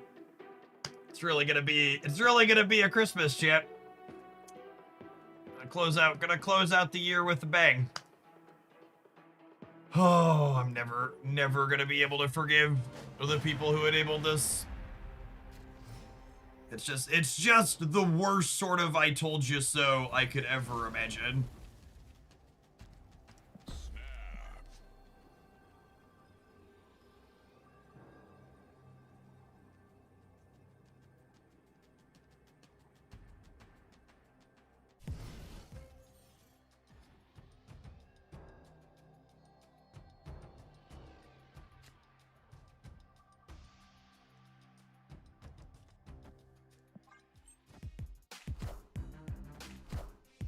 Shut up! Oh, man, we found a squeaky new fascist? Get banjoed. Fuck off, you shan't be missed. Imagine having your head so far up Trump's asshole, you think a declaration of war. Or even not even a formal declaration of war, but just boots on the ground in Venezuela, of all places, is necessary and good. You people are truly beyond hope and cannot be helped.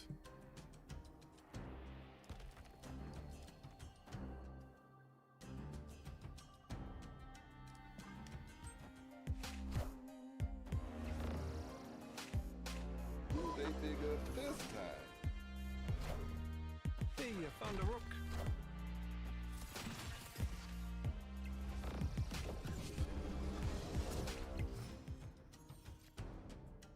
Holy!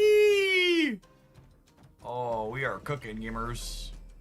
We are cooking, gamers.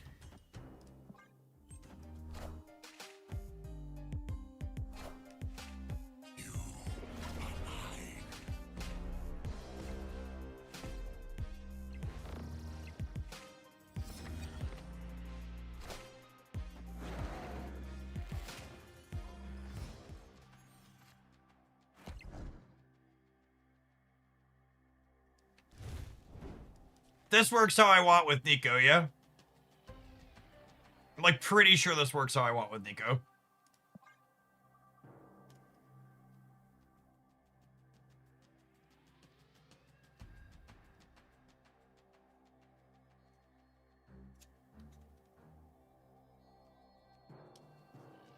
Opponent snapped. Excuse me? And then next turn I get to infusion the Venom, which infusions another Venom. And play a Venom. We are truly Venom.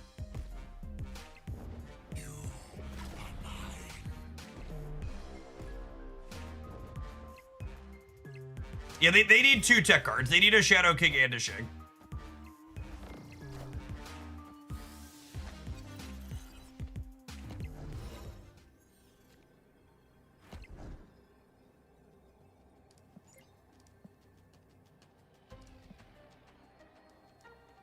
Just so we're clear, this is ending here, and then this is bringing back a Venom, and then this is bringing back a...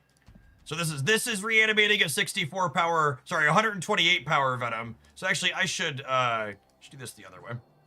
So this is bringing back 128 power Venom, and then that's gonna bring back big Fire Hair, a big Cassandra Nova over here.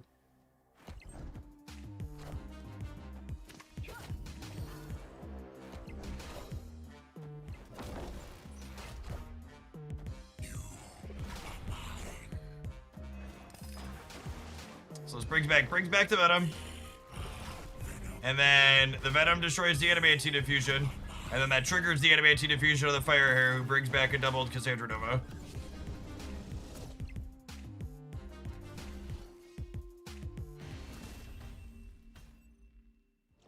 You can destroy skills. You could destroy them while they are resolving. As a really unique and weird interaction. That was a cool Shadow Kick, though. Good snap on the tech card. Lose every lane by double digits, practically.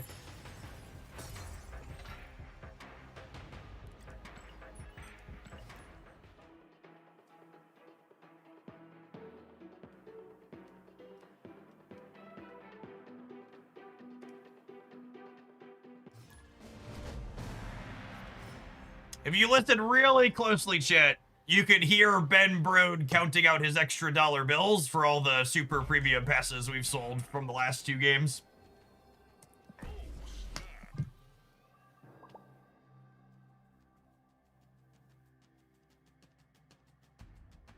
If every card in this deck except Kid Omega, is he pivotal in this deck? I think he is, unfortunately. Someone else earlier put it best.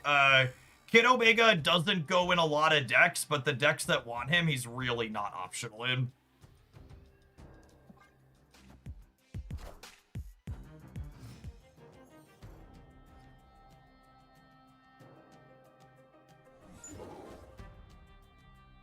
My draw is super awkward here, huh?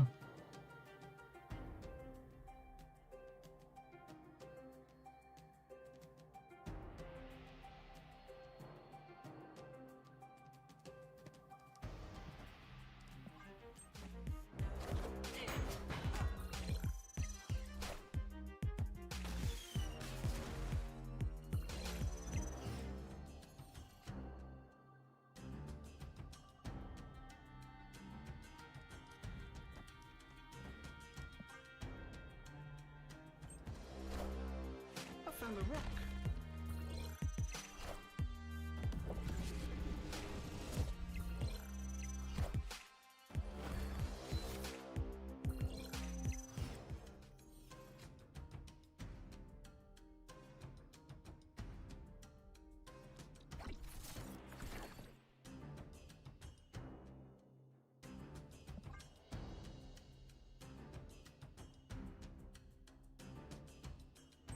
Could eat trash to attack card.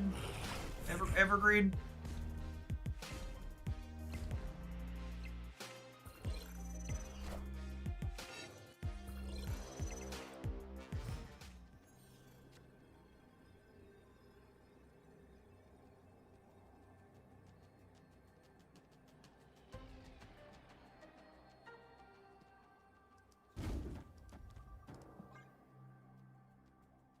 What's Infuse your Reviving? 12 power Cassandra Nova. So 24 power, so 28 power, there's 4 cards in the deck.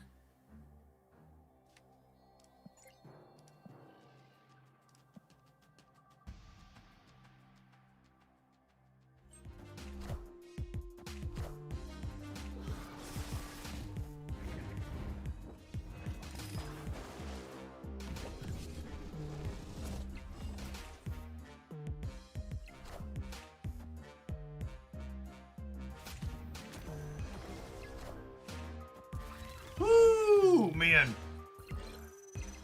Close. Close. If they would have played the Shaw right instead of being cute on the left, we'd have lost, yeah.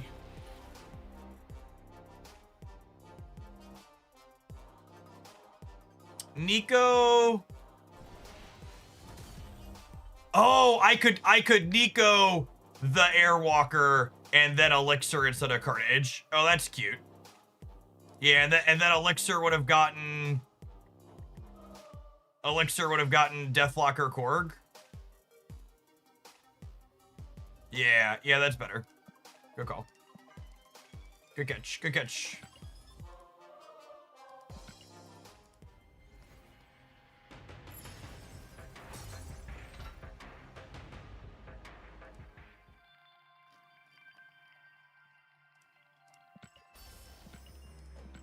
Ooh, click that one by mistake. Let's see if it fires. I'm never going to use these tickets.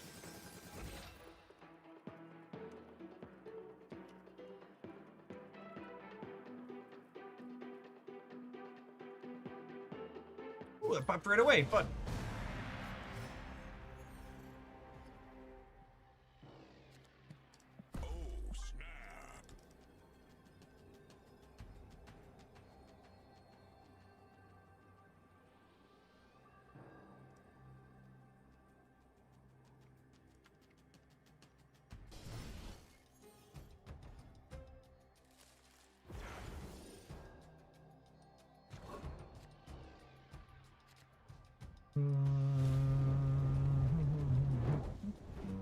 I think I want this to be there. This could be a location that's bad for player here, but I want this clean location in the center to like play my Cassandras and other things out too for eating purposes.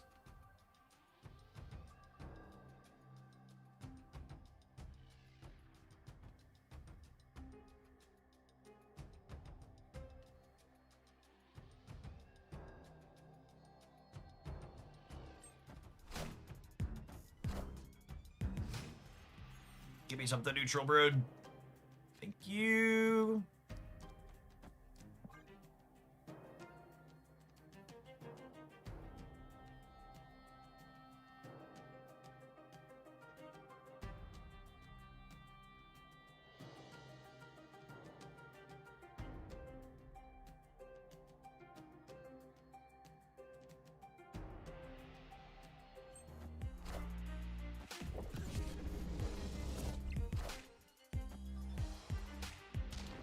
Wow, banishing cards off the top of their deck means that I shrink them for less, Sedge.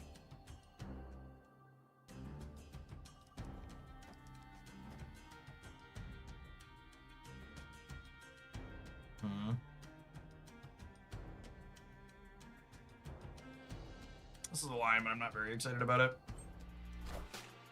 Hey man, I'm cool. I guess they're not doing a whole lot either.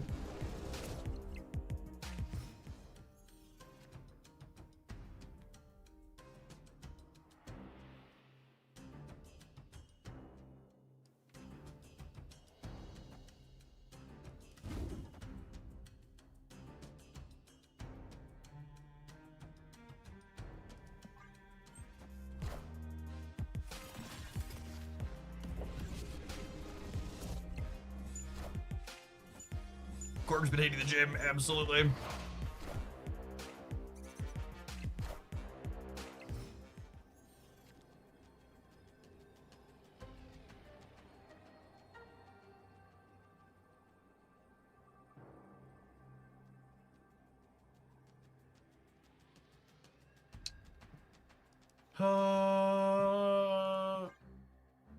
Hope for the best.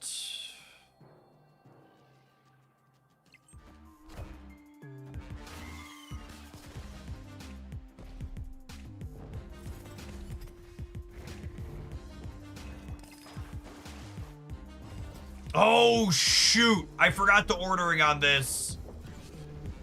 Meant that... Oh, I played those in the wrong order last turn. I needed to kill the cast before the Airwalker. Yeah, I don't want that with the right order, yeah.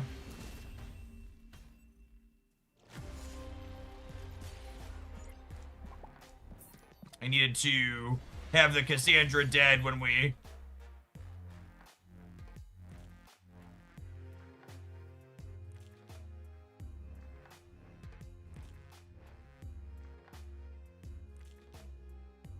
The other order didn't work. Cassandra always revives the back. Oh! Oh, you're right. So I would have had to not play the Airwalker and then Airwalker plus the Destroy card on the last turn. Is what I needed to do. Good shout. Good shout. Yeah, because it always revives the back, so the order was irrelevant. You know, I needed to sit on the Airwalker for a turn.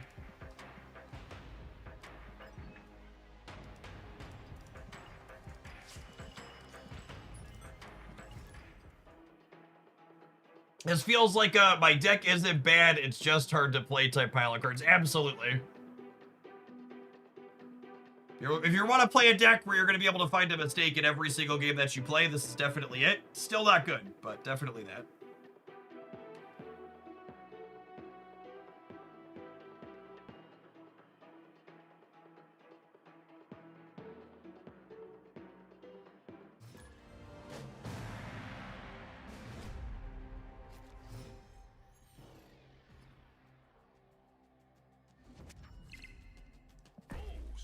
Nico 2X does not work with Fire Hair, so we're not playing her out. Sedge. Sedge.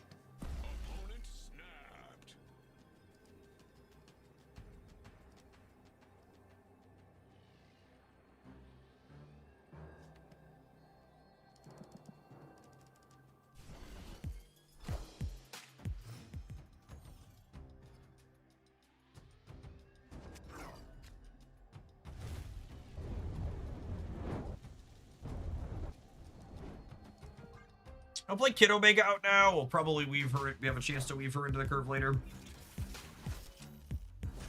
Hulkbuster and Agony is probably Destroy, but they could be the weird deck we were playing earlier if they're a viewer.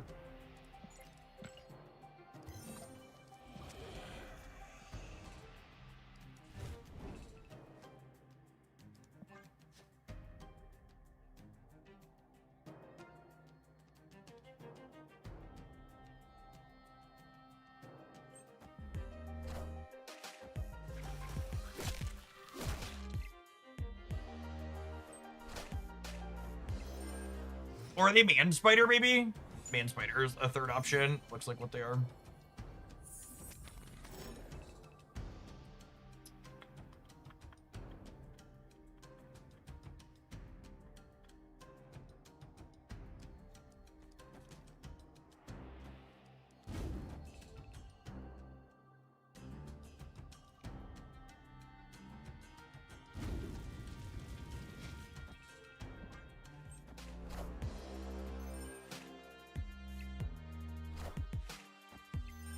I found a rock.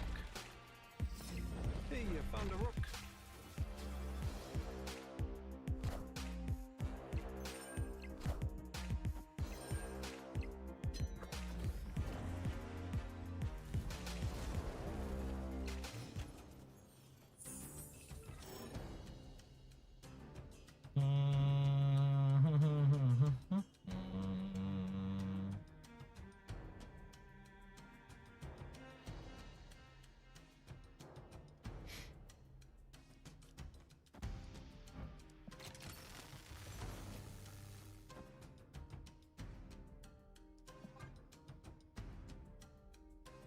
Oh, wait. How does this work?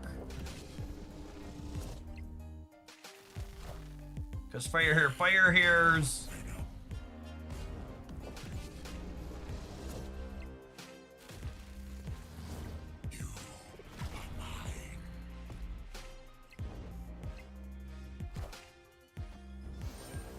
Nico's Destroy is not pending. Right?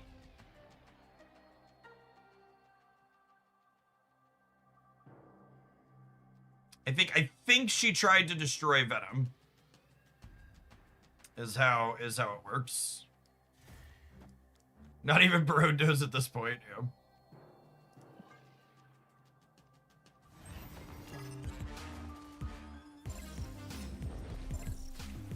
Really? It was. Okay. Weird.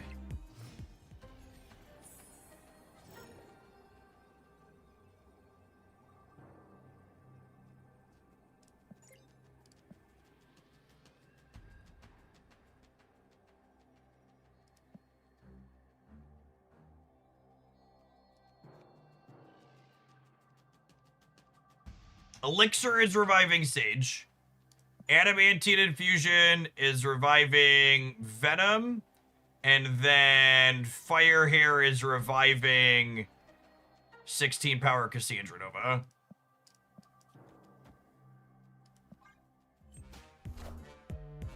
I assume we're dead.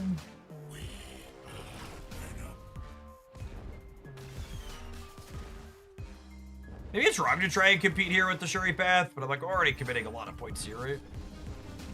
Not forcibly committing a lot of points here.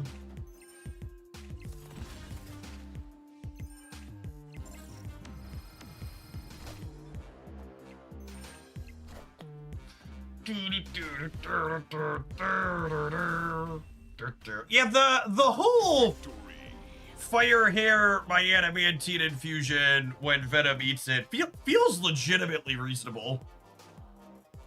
Like, obviously we had Limbo to help a little bit this game and like Nico draws, but it's a lot of points out of nowhere when it comes together.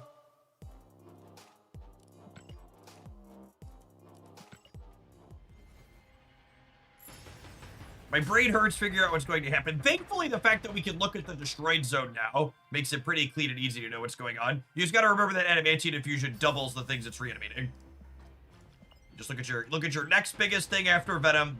So Venom's coming back first if it's your biggest, and then your next biggest thing after Venom comes back doubled as well in the Fire Hair lane.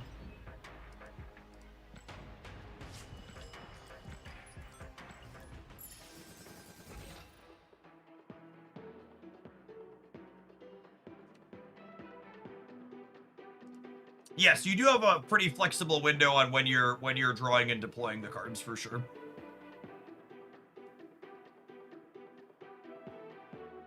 How is a banishing card destroyed by Venom? Because it's still in play when it revives the Venom. It doesn't banish until it's resolved, and skills can technically be destroyed. We actually see this happen with Polymorph. When you polymorph a 1-drop into Carnage, Carnage eats the polymorph spell. It's a similar interaction that happens with a different skill.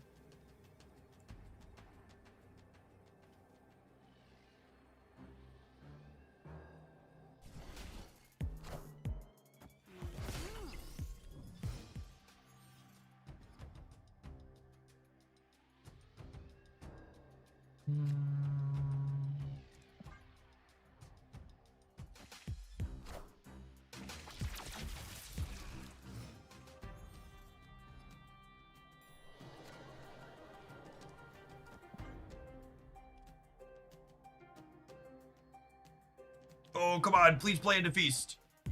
Rats. Hey man, I'm cool. Really want to win more energy this turn. Would have been great to fire hair plus destroy. Fingers crossed we draw Carnage. Oh wait, I have 5. It's turn 4. I'm dumb. I didn't need it. Didn't need him. JK, LOL. JK, LOL.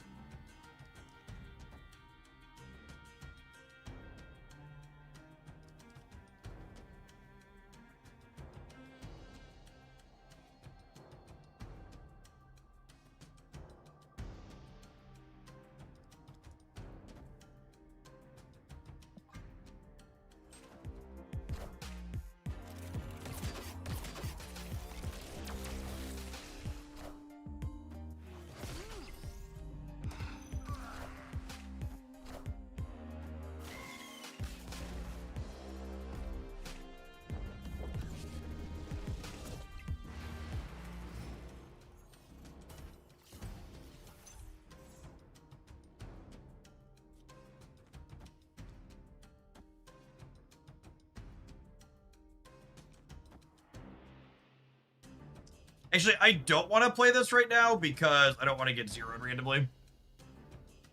It would ruin my combo. I'm gonna have plenty of energy next turn with Feast.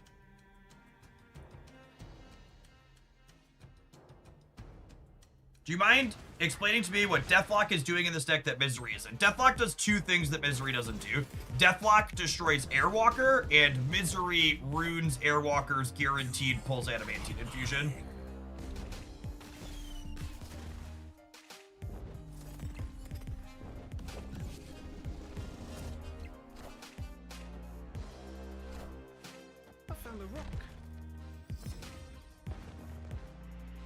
The only notable thing that destroys face-down cards is Murder World. Hala will also destroy face-down cards.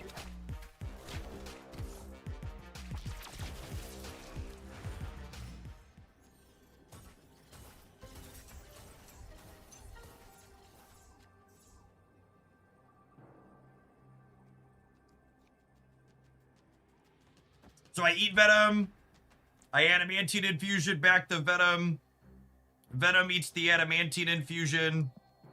Fire Hair, Adamantine Infusions back, a 20 power Cassandra Nova. I play this, we win the left and the right.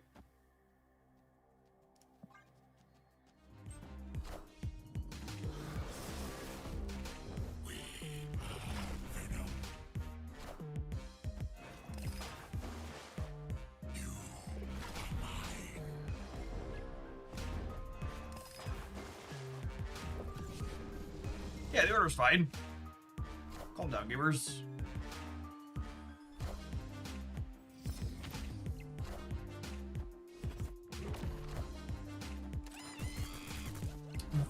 Marvel Snap is just legitimately the best deck building game I've ever played. Like this is the second deck today alone where like I put it in the editor and I looked at the screen and I was like, this is gonna be an absolute mess pile of nonsense. And then like we get in and we start playing games and the synergies start clicking together and the Rube Goldberg machine pops off and it's like, huh, man, that's like actually making some numbers and moving my cards around the board.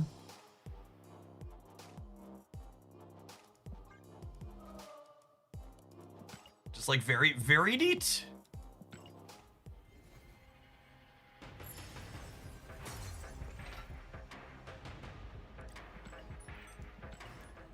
Fair is great. It's kind of neat. This is the best Reanimator show you think. I don't have nearly enough experience playing different versions of Reanimator to have an opinion on that.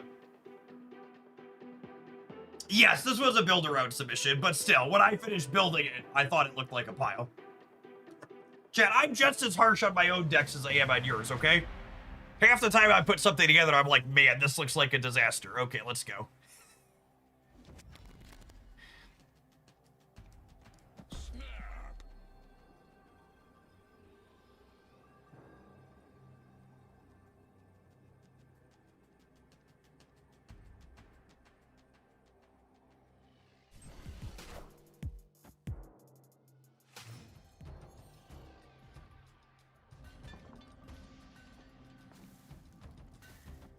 Seeing Jeff live when I get home from work feels like seeing your teacher at the grocery store when you're a kid.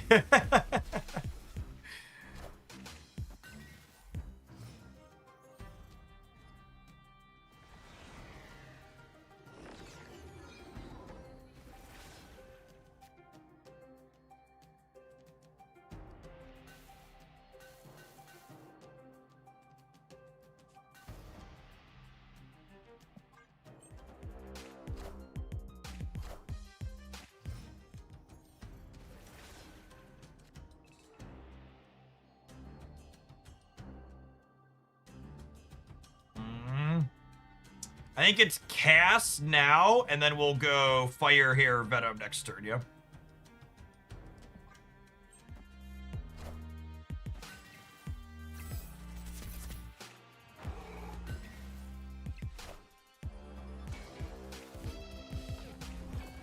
It's actually fine. I don't think I'm usually gonna make it this game.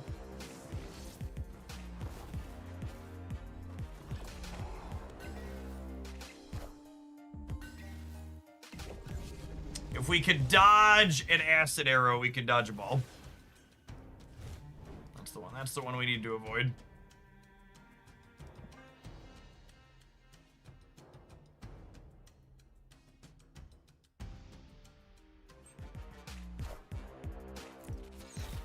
Man, that sucks.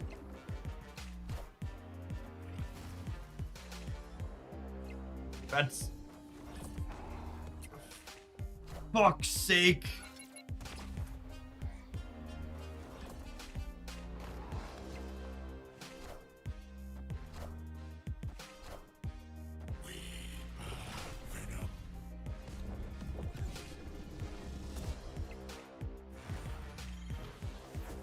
Oh, that's some variance. Opponent snapped. Okay, boomer.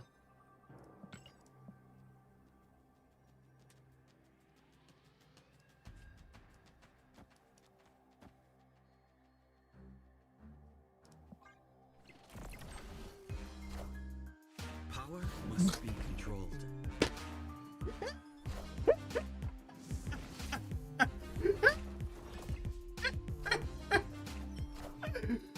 Oh man, no, that's funny right there.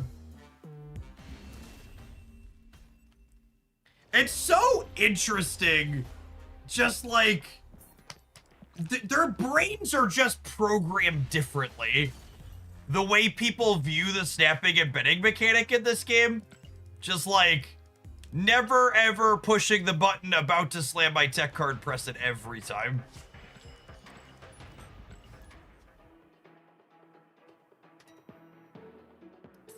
The only time it ever happens.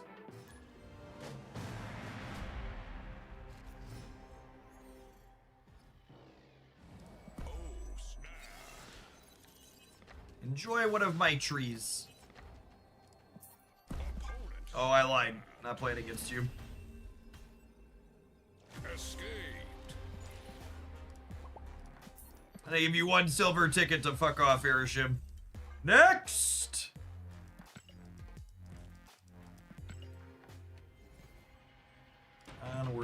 Downward, upwards, backwards, forwards.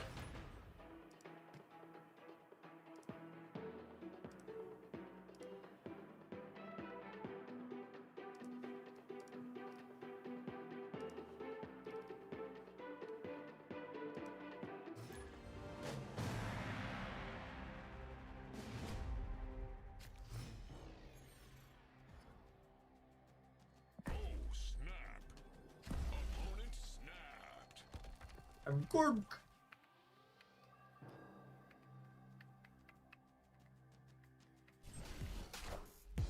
I found a rock. Found a rock.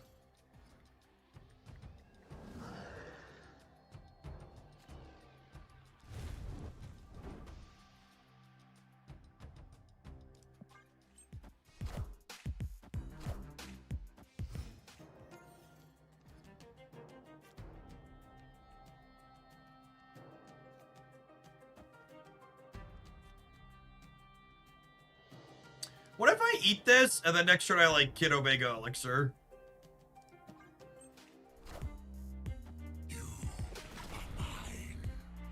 Hey man, I'm cool.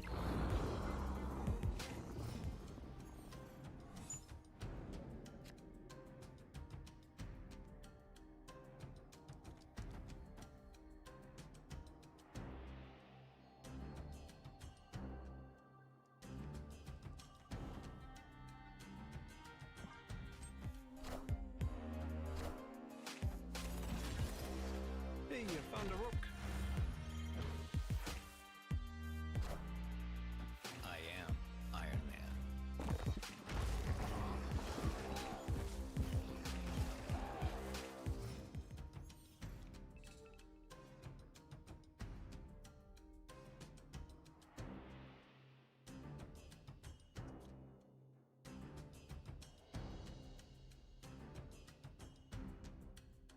Eat Korg.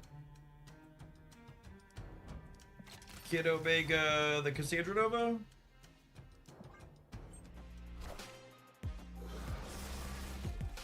I found a rock.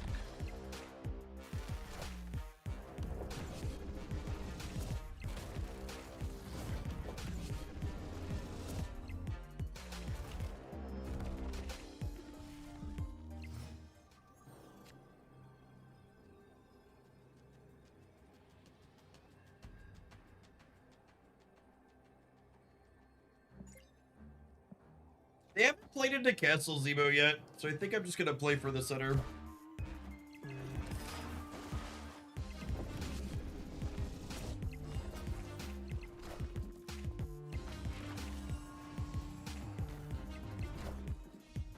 No!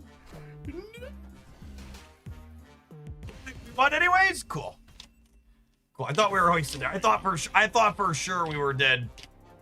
I thought for sure we were dead to the Mystique in the center. I had mentally written it off. I had checked out of the center location long ago.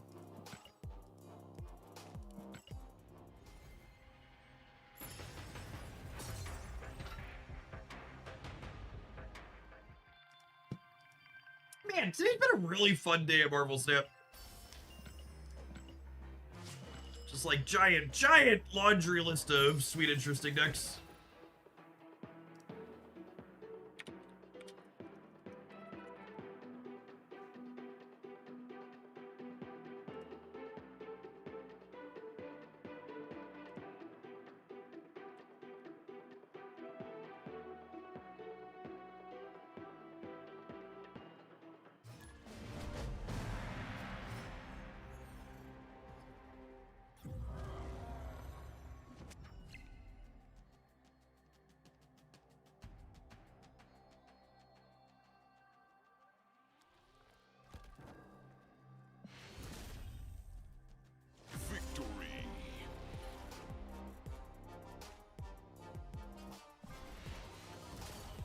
Okie doke.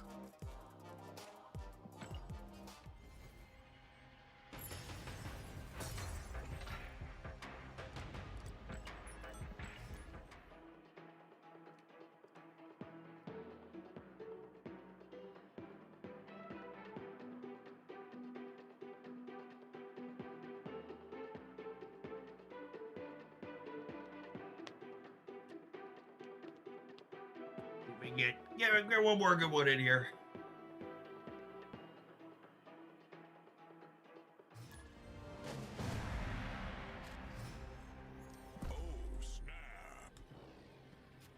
Fire hair opener. Love to see it. If you had to climb in the 90s right now, which deck would you try to play first? I would rather touch a hot stove.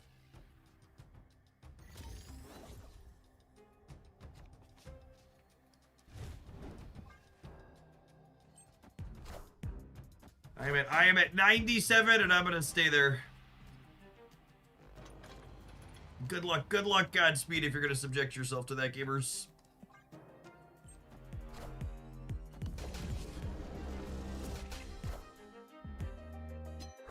Magic. Alright. Our deck is one of those decks that, like, we're not playing Magic, but we're super happy to leverage her effect if she shows up.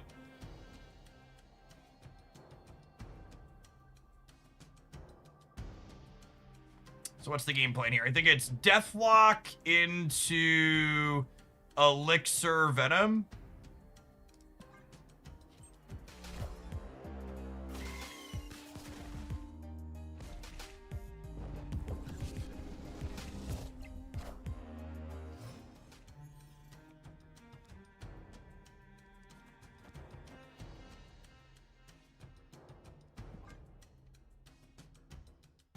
So we'll bring back Cass, and then ideally we're looking to draw a Carnage to Carnage our Venom so we can infusion back the Venom. My experience in the 90s this season is I play a bunch of 1-cube games, both my opponents and I retreating a bunch, and then I only win or lose 4 and 8 cubes against bots. And I do more losing than winning to bots because the bots make really good plays, believe it or not.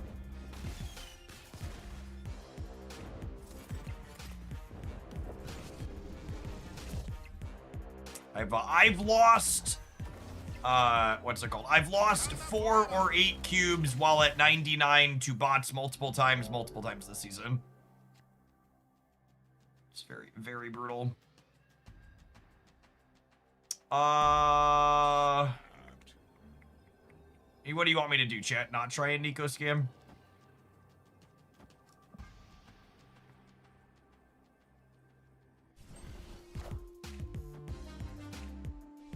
What is Infusion reviving? Big Cassandra Nova.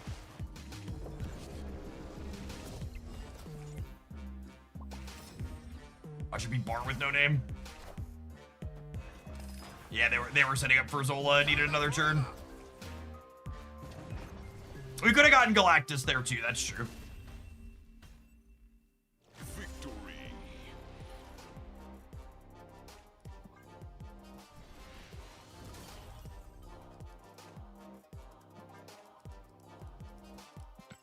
So this was what we call a build-around deck submission in Hoaglandia. So someone sent in, they're like, Jeff, can you please build a deck focused around Airwalker and Adamantine Infusion?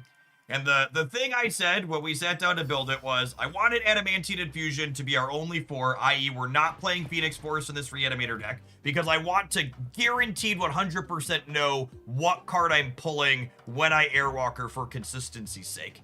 And nor are we playing Misery for that same consistency reason. And the thing that came together very consistently with Adamantine Infusion that we saw again and again and again in this set is, if Big Venom is your highest powered destroyed thing, Infusion brings back Venom, and then Venom destroys Infusion, which then has Fire Hair bring back your second biggest thing, which gives you massive stat lines in 2 lanes. And then on top of that, this deck list also has, Korg for a dash of disruption, where we're not just doing this big linear game plan consistently, we also have the ability to break up our opponent's draws with meaningful disruption. Speaking of disruption, chat, if you're walking around out there in a crowd and your wallet doesn't have RFID blocking technology, your bank account could get disrupted from someone using a sniffer walking around picking up your information from your tap-to-go cards. Every gamer knows the most powerful card in mobile gaming is your credit card, and a powerful card needs a powerful holder to keep it in. That's why I'd like to shout out the Extra Smart Wallet today. They've been carrying my cards for the last year and more. as I've been working with them on stream. I absolutely love my gorgeous blue holder. You press the button on the side and it fans out all of your cards so you can grab exactly the one you want quickly and easily. It's also a fantastic product that keeps a nice firm grip on there. They're never going to pop out in your pocket while you're out moving around unless you very intentionally push that button in. The card holder that I enjoy here, that's nice and slim. It holds between 6 and 9 cards. Nice, depending on what mechanic or what makeup of material and thickness that they are. All of mine get held in there. If you're someone that's walking around with a slightly more cards of that, or you want a little bit more space to what you're carrying around, they also have, it has the card holder with the trigger mechanism on the side, but has a more traditional fold-out flap that can hold a few more here. Extra also has a variety of extra add-ons and things for your wallets and others, such as the Bluetooth card here that you can Bluetooth to your cell phone that you can then ding your wallet or bag wherever it's at around your home. If you're someone that periodically plays Where's My Wallet when you're trying to run out the door losing valuable minutes, you can use technology to make your life a little bit better. I also personally love the extra utility tool card here. I keep this in my wallet. Excellent for cutting tape off of boxes and things like that with the bottle opener and ruler on the sides as well. If you're looking for a fantastic gift for someone this holiday season, everyone needs a wallet, gamers, and you probably know that someone in your life that's walking around with that big, fat, ugly leather wallet that's half fallen apart and has too many things in it, and they could use a trim down in their lives to make things more efficient for them. Extra also recently added the MagSafe features to their line. If you like those magnets on your phones with a modular design that can connect to other things in a variety of colors as well, you can check them out using my link as well as code JeffH2025 to save a little bit extra on top of their holiday sale that's going on right now. If you make sure to order that in the next day or so, you can get it before the holiday on the 25th. Shout out to Extra for sponsoring my content here for the last year and more, and for making a fantastic product that I love carrying around with me. They also have some other stuff up here, such as travel bags and key cases, etc. that my code will get you a discount on as well. The wallets with the fold come in leather as well as vegan leather options and a ton of different colors and choices to customize and fit your personality or whoever you're gifting it to, nice and clean.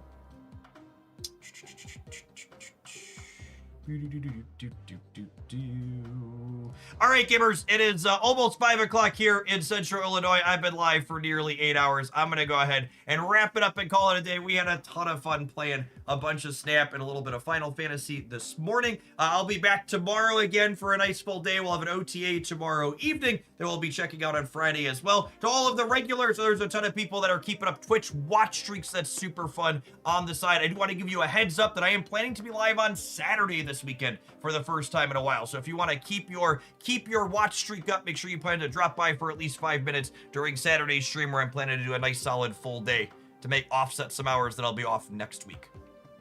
Enjoy the rest of your Wednesday wherever you're at in the world, gamers. I'll catch you around real soon, hopefully.